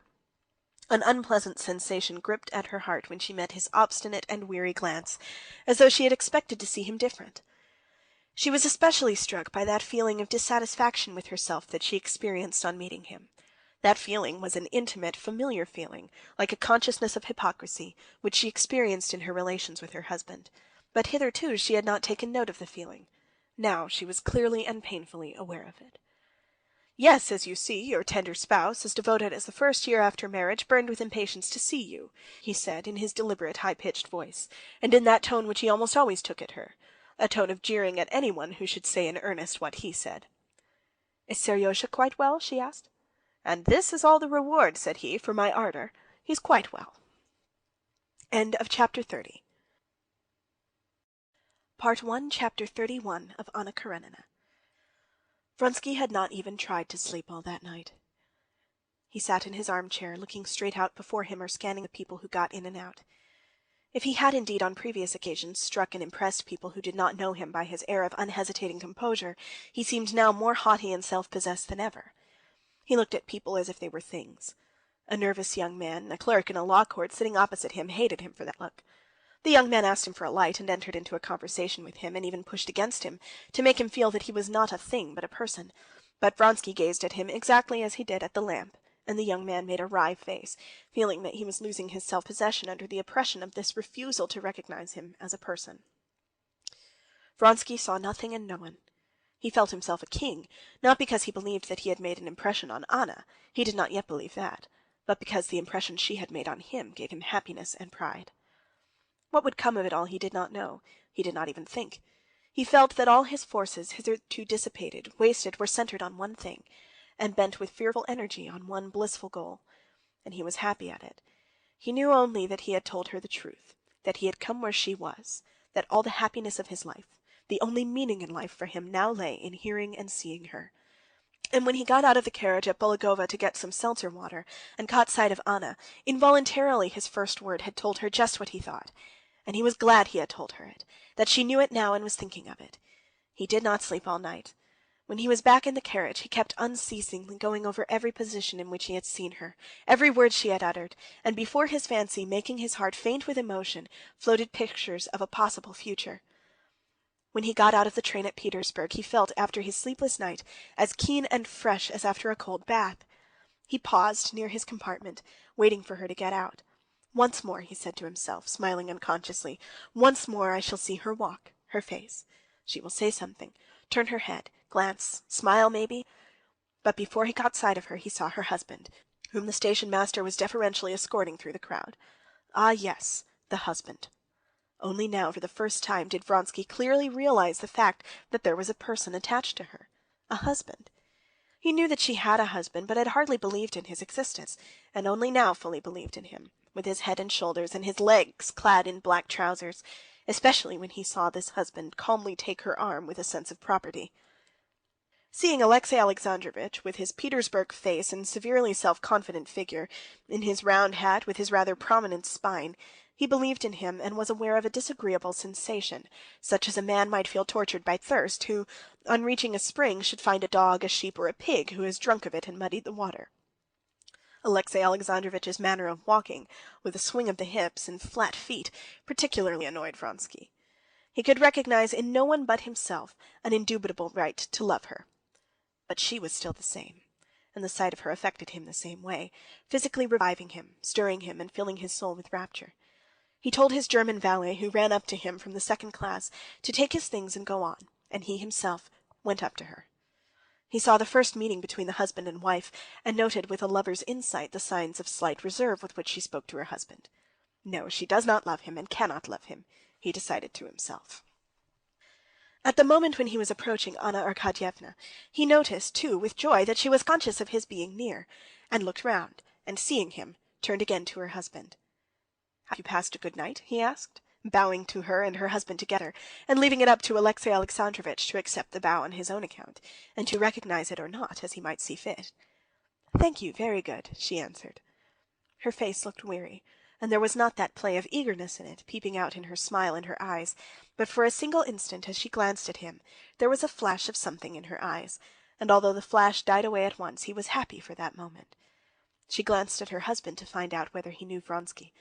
Alexei Alexandrovitch looked at Vronsky with displeasure, vaguely recalling who this was.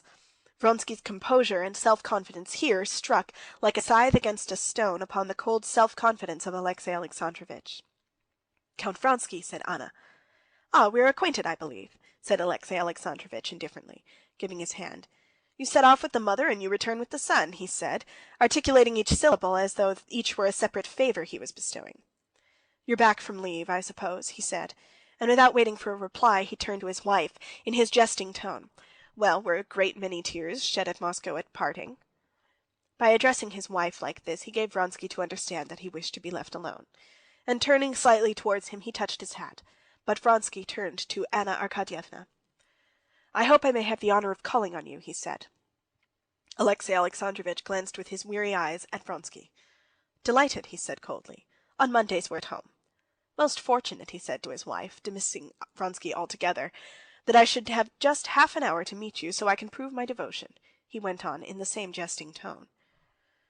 "You lay too much stress on your devotion for me to value it much," she responded in the same jesting tone, involuntarily listening to the sound of Vronsky's steps behind them. "But what has it to do with me?" she said to herself, and she began asking her husband how Seryosha had got on without her. "Oh, capitally! Mariette says he's been very good. And I must disappoint you, but he has not missed you as your husband has. But once more, merci, my dear, for giving me a day. Our dear Samovar will be delighted." He used to call the Countess Lidia Ivanovna, well known in society, a samovar because she was always bubbling over with excitement. "She's been continually asking after you. And do you know, if I may venture to advise you, you should go and see her today. You know how she takes everything to heart. Just now, with all her own cares, she's very anxious about the Oblonskys being brought together." The Countess Lidia Ivanovna was a friend of her husband's, and the center of that one of the coteries of the Petersburg world with which Anna was, through her husband, in the closest relations. "But you know I wrote to her." "Still she'll want to hear details. Go and see her, if you're not too tired, my dear. Well, Kondraty will take you in the carriage, while I go to my committee. I shall not be alone at dinner again," Alexei Alexandrovitch went on, no longer in a sarcastic tone. "You wouldn't believe how I've missed." And with a long pressure of her hand and a meaning smile, he put her in her carriage. End of chapter 31. Part 1, chapter 32 of Anna Karenina. The first person to meet Anna at home was her son. He dashed down the stairs to her in spite of the governess's call, and with desperate joy shrieked, "Mother, mother!" Running up to her, he hung on her neck. "I told you it was mother," he shouted to the governess. "I knew." And her son, like her husband, aroused in Anna a feeling akin to disappointment. She had imagined him better than he was in reality. She had to let herself drop down to the reality to enjoy him as he really was. But even as he was charming, with his fair curls, his blue eyes, and his plump, graceful little legs in tightly pulled-up stockings. Anna experienced almost physical pleasure in the sensation of his nearness, and his caresses, and moral soothing when she met his simple, confiding, and loving glance, and heard his naive questions. Anna took out the presents Dolly's children had sent him, and told her son what sort of a little girl was Tanya and Moscow, and how Tanya could read and even taught the other children. "Why, am I not so nice as she?" asked Seryozha. "To me you're nicer than anyone in the world." "I know that," said Seryozha, smiling. Anna had not had time to drink her coffee when the Countess Lidia Ivanovna was announced. The Countess Lidia Ivanovna was a tall, stout woman with an unhealthily sallow face and splendid, pensive black eyes. Anna liked her, but today she seemed to be seeing her for the first time with all her defects. "Well, my dear, so you took the olive branch?" inquired Countess Lidia Ivanovna as soon as she came into the room. "Yes, it's all over, but it was all much less serious than we had supposed," answered Anna. "My belle-sœur is in general too hasty." But Countess Lidia Ivanovna, though she was interested in everything that did not concern her, had a habit of never listening to what interested her. She interrupted Anna. "Yes, there's plenty of sorrow and evil in the world. I'm so worried today." "Oh, why?" asked Anna, suppressing a smile. "I'm beginning to be weary of fruitlessly championing the truth, and sometimes I'm quite unhinged by it. The Society of the Little Sisters," this was a religiously patriotic, philanthropic institution, "was going splendidly. But with these gentlemen it's impossible to do anything," added Countess Lidia Ivanovna in a tone of ironical submission to destiny. "They pounce on the idea and distort it and then work it out so pettily and unworthily. 2 or 3 people, your husband among them, understand all the importance of the thing, but the others simply drag it down. Yesterday Pravdin wrote to me."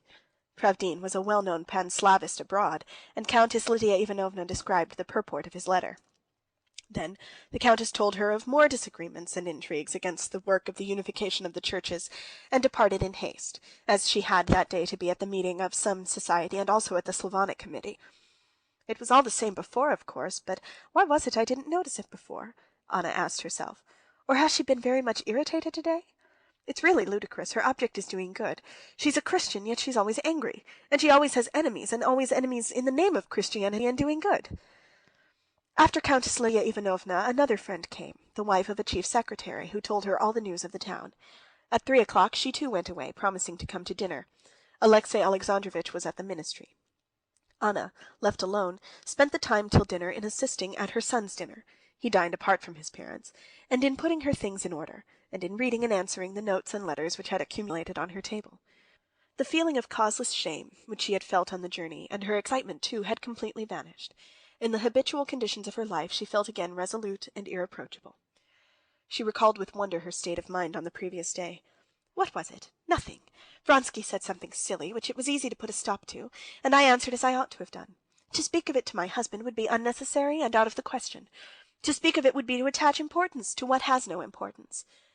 She remembered how she had told her husband of what was almost a declaration made her at Petersburg by a young man, one of her husband's subordinates, and how Alexey Alexandrovitch had answered that every woman living in the world was exposed to such incidents, but that he had the fullest confidence in her tact, and could never lower her and himself by jealousy.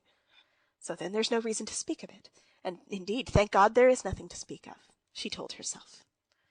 End of chapter 32. Part 1, Chapter 33 of Anna Karenina. Alexey Alexandrovitch came back from the meeting of the ministers at 4 o'clock, but as often happened, he had not time to come in to her. He went into his study to see the people waiting for him with petitions, and to sign some papers brought him by his chief secretary. At dinner time, there were always a few people dining with the Karenins. There arrived an old lady, a cousin of Alexey Alexandrovitch, the chief secretary of the department and his wife, and a young man who had been recommended to Alexey Alexandrovitch for the service. Anna went into the drawing-room to receive these guests. Precisely at 5 o'clock, before the bronze Peter I clock had struck the 5th stroke, Alexey Alexandrovitch came in, wearing a white tie and evening coat with 2 stars, as he had to go out directly after dinner. Every minute of Alexey Alexandrovitch's life was portioned out and occupied, and to make time to get through all that lay before him every day, he adhered to the strictest punctuality. Unhasting and unresting was his motto. He came into the dining hall, greeted everyone, and hurriedly sat down, smiling to his wife. "Yes, my solitude is over. You wouldn't believe how uncomfortable. He laid stress on the word uncomfortable. It is to dine alone. At dinner he talked a little to his wife about Moscow matters, and with a sarcastic smile asked her after Stepan Arkadyevitch, but the conversation was for the most part general, dealing with Petersburg official and public news. After dinner he spent half an hour with his guests, and again with a smile pressed his wife's hand, withdrew, and drove off to the council. Anna did not go out that evening, either to the Princess Betsy Stervetskaya, who, hearing of her return, had invited her, nor to the theater, where she had a box for that evening. She did not go out principally because the dress that she had reckoned upon was not ready. Altogether, Anna, on turning, after the departure of her guests, to the consideration of her attire, was very much annoyed. She was generally a mistress of the art of dressing well without great expense, and before leaving Moscow she had given her dressmaker 3 dresses to transform. The dresses had to be altered so that they could not be recognized, and they ought to have been ready 3 days before. It appeared that 2 dresses had not been done at all, while the other one had not been altered as Anna had intended. The dressmaker came to explain, declaring that it would be better as she had done it, and Anna was so furious that she felt ashamed when she thought of it afterwards. To regain her serenity completely, she went into the nursery, and spent the whole evening with her son, put him to bed herself, signed him with the cross, and tucked him up. She was glad she had not gone out anywhere, and had spent the evening so well. She felt so light-hearted and serene. She saw so clearly that all that had seemed to her so important on her railway journey was only one of the common trivial incidents of fashionable life, and that she had no reason to feel ashamed before anyone else or before herself. Anna sat down at the hearth with an English novel and waited for her husband. Exactly at 9:30 she heard his ring, and he came into the room. "Here you are at last," she observed, holding out her hand to kiss. He kissed her hand and sat down beside her. "Altogether, then, I see your visit was a success," he said to her. "Oh, yes," she said, and she began telling him about everything from the beginning: her journey with Countess Vronskaya, her arrival, the accident at the station. Then she described the pity she had felt, first for her brother and afterwards for Dolly. "I imagine one cannot exonerate such a man from blame, though he is your brother," said Alexey Alexandrovitch severely. Anna smiled. She knew that he said that simply to show that family considerations could not prevent him from expressing his genuine opinion. She knew that characteristic in her husband, and liked it. "I'm glad it has all ended so satisfactorily, and that you are back again," he went on. "Come, what did they say about the new act I've got passed in the council?" Anna had heard nothing of this act, and she felt conscience-stricken at having been able so readily to forget what was to him of such importance. "Here, on the other hand, it has made a great sensation," he said, with a complacent smile. She saw that Alexey Alexandrovitch wanted to tell her something pleasant to him about it, and she brought him by questions to telling it. With the same complacent smile he told her of the ovations he had received in consequence of the act he had passed. "I was very, very glad. It shows that at last a reasonable and steady view of the matter is becoming prevalent among us." Having drunk his second cup of tea with cream and bread, Alexey Alexandrovitch got up and was going toward his study. "And you've not been anywhere this evening? You've been dull, I expect," he said. "Oh, no," she answered, getting up after him and accompanying him across the room to his study. "What are you reading now?" she asked. "Just now I'm reading Duc de Lille, Poésie des Enfers," he answered. "A very remarkable book." Anna smiled, as people smile at the weaknesses of those they love, and putting her hand under his, she escorted him to the door of the study.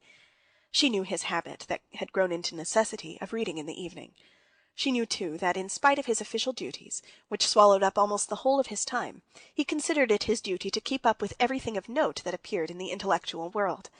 She knew, too, that he was really interested in books dealing with politics, philosophy, and theology, that art was utterly foreign to his nature, but in spite of this, or rather in consequence of it, Alexey Alexandrovitch never passed over anything in the world of art, but made it his duty to read everything. She knew that in politics, in philosophy, in theology, Alexey Alexandrovitch often had doubts and made investigations, but on questions of art and poetry, and above all of music, of which he was totally devoid of understanding, he had the most distinct and decided opinions. He was fond of talking about Shakespeare, Raphael, Beethoven, of the significance of new schools of poetry and music, all of which were classified by him with very conspicuous consistency. "Well, God be with you," she said at the door of the study, where a shaded candle and a decanter of water were already put by his armchair. "And I'll write to Moscow."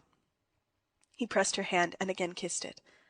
"All the same, he's a good man, truthful, good-hearted, and remarkable in his own line," Anna said to herself, going back to her room, as though she were defending him to someone who had attacked him and said that one could not love him.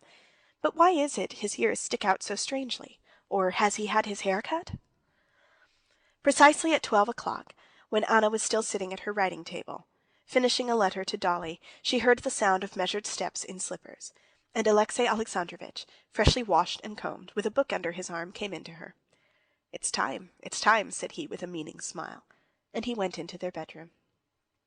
And what right had he to look at him like that? Thought Anna, recalling Vronsky's glance at Alexey Alexandrovitch. Undressing, she went into their bedroom, but her face had none of the eagerness which, during her stay in Moscow, had fairly flashed from her eyes and her smile. On the contrary, now the fire seemed quenched in her, hidden somewhere far away. End of chapter 33. Part 1, Chapter 34 of Anna Karenina. When Vronsky went to Moscow from Petersburg, he had left his large set of rooms in Morskaya to his friend and favorite comrade, Petritsky. Petritsky was a young lieutenant, not particularly well connected, and not merely not wealthy, but always hopelessly in debt. Towards evening he was always drunk, and he had often been locked up after all sorts of ludicrous and disgraceful scandals, but he was a favorite both of his comrades and his superior officers. On arriving at 12 o'clock from the station at his flat, Vronsky saw at the outer door a hired carriage familiar to him. While still outside his own door, as he rang, he heard masculine laughter, the lisp of a feminine voice, and Petritsky's voice. "If that's one of the villains, don't let him in." Vronsky told the servant not to announce him, and slipped quietly into the first room. Baroness Shilton, a friend of Petritsky's, with a rosy little face and flaxen hair, resplendent in a lilac satin gown and filling the whole room like a canary with her Parisian chatter, sat at the round table making coffee. Petritsky in his overcoat, and the cavalry captain Kamerovsky, in full uniform, probably just come from duty, were sitting each side of her. "Bravo, Vronsky!" shouted Petritsky, jumping up, scraping his chair. "Our host himself! Baroness, some coffee from him out of the new coffee-pot. Why, we didn't expect you. Hope you're satisfied with the ornament of your study," he said, indicating the baroness. "You know each other, of course." "I should think so," said Vronsky, with a bright smile, pressing the baroness's little hand. "What next? I'm an old friend." "You're home after a journey," said the baroness, "so I'm flying. Oh, I'll be off this minute if I'm in the way." "You're home wherever you are, baroness," said Vronsky. "How do you do, Kamerovsky?" he added, coldly shaking hands with Kamerovsky. "There, you never know how to say such pretty things," said the baroness, turning to Petritsky. "No, what's that for? After dinner I say things quite as good." "After dinner there's no credit in them. Well, then, I'll make you some coffee, so go wash and get ready," said the baroness, sitting down again and anxiously turning the screw in the new coffee-pot. "Pierre, give me the coffee," she said, addressing Petritsky, whom she called Pierre as a contraction of his surname, making no secret of her relations with him. "I'll put it in." "You'll spoil it." "No, I won't spoil it." "Well, and your wife?" said the baroness suddenly, interrupting Vronsky's conversation with his comrade. "We've been marrying you here. Have you brought your wife?" "No, baroness, I was born a Bohemian, and a Bohemian I shall die." "So much the better, so much the better. Shake hands on it." And the baroness, detaining Vronsky, began telling him with many jokes about her last new plans of life, asking his advice. "He persists in refusing to give me a divorce. Well, what am I to do?" He was her husband. "Now I want to begin a suit against him. What do you advise? Kamerovsky, look after the coffee, it's boiling over. You see, I'm engrossed with business. I want a lawsuit because I must have my property. Do you understand the folly of it? That on the pretext of my being unfaithful to him," she said contemptuously, "he wants to get the benefit of my fortune?" Vronsky heard with pleasure this light-hearted prattle of a pretty woman, agreed with her, gave her half-joking counsel, and altogether dropped at once into the tone habitual to him in talking to such women. In his Petersburg world all people were divided into utterly opposed classes.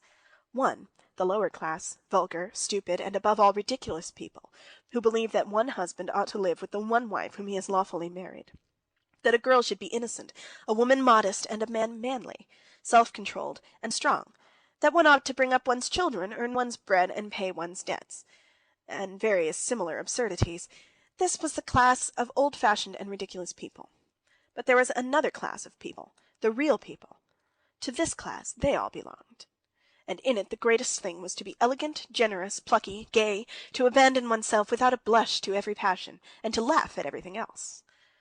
For the first moment only, Vronsky was startled after the impression of a quite different world that he had brought with him from Moscow. But immediately, as though slipping his feet into old slippers, he dropped back into the light-hearted, pleasant world he had always lived in. The coffee was never really made, but spluttered over everyone and boiled away, doing just what was required of it, that is, providing much cause for much noise and laughter, and spoiling a costly rug and the Baroness's gown. "Well, now, good-bye, or you'll never get washed, and I shall have on my conscience the worst sin a gentleman can commit. So you would advise a knife to his throat?" "To be sure, and manage that your hand may not be far from his lips. He'll kiss your hand, and all will end satisfactorily," answered Vronsky. "So at the Français." And with a rustle of her skirts she vanished. Kamerovsky got up too, and Vronsky, not waiting for him to go, shook hands and went off to his dressing-room. While he was washing, Petritsky described to him in brief outlines his position, as far as it had changed since Vronsky had left Petersburg. No money at all. His father said he wouldn't give him any and pay his debts. His tailor was trying to get him locked up, and another fellow too was threatening to get him locked up. The colonel of the regiment had announced that if these scandals did not cease, he would have to leave. As for the Baroness, he was sick to death of her, especially since she'd taken to offering continually to lend him money. But he had found a girl, he'd show her to Vronsky, a marvel, exquisite, in the strict Oriental style, genre of the slave Rebecca, don't you know? He'd had a row, too, with Berkashov, and was going to send seconds to him, but of course it would come to nothing. Altogether, everything was supremely amusing and jolly. And not letting his comrade enter into further details of his position, Petritsky proceeded to tell him all the interesting news. As he listened to Petritsky's familiar stories in the familiar setting of the rooms he had spent the last 3 years in, Vronsky felt a delightful sense of coming back to the careless Petersburg life that he was used to. "Impossible!" he cried, letting down the pedestal of the washing basin in which he had been sousing his healthy red neck. "Impossible!" he cried, at the news that Laura had flung over Fertinghof and had made up to Miliv. "And is he as stupid and pleased as ever? Well, and how's Bazulikov?" "Oh, there's a tale about Bazulikov, simply lovely!" cried Petritsky. "You know his weakness for balls, and he never misses a single court ball. He went to a big ball in a new helmet. Have you seen the new helmets? Very nice, lighter. Well, so he's standing. No, I say, do listen." "I am listening," answered Vronsky, rubbing himself with a rough towel. "Up comes the Grand Duchess with some ambassador or other, and as ill luck would have it, she begins talking to him about the new helmets. The Grand Duchess positively wants to show the new helmet to the ambassador. They see our friend standing there." Petritsky mimicked how he was standing with the helmet. "The Grand Duchess asked him to give her the helmet. He doesn't give it to her. What do you think of that? Well, everyone's winking at him, nodding, frowning. Give it to her, do. He doesn't give it to her. He's mute as a fish. Only picture it. Well, what's his name, whatever he was, tries to take the helmet from him. He won't give it up. He pulls it from him and hands it to the Grand Duchess. 'Here, your Highness,' says he, 'is the new helmet.'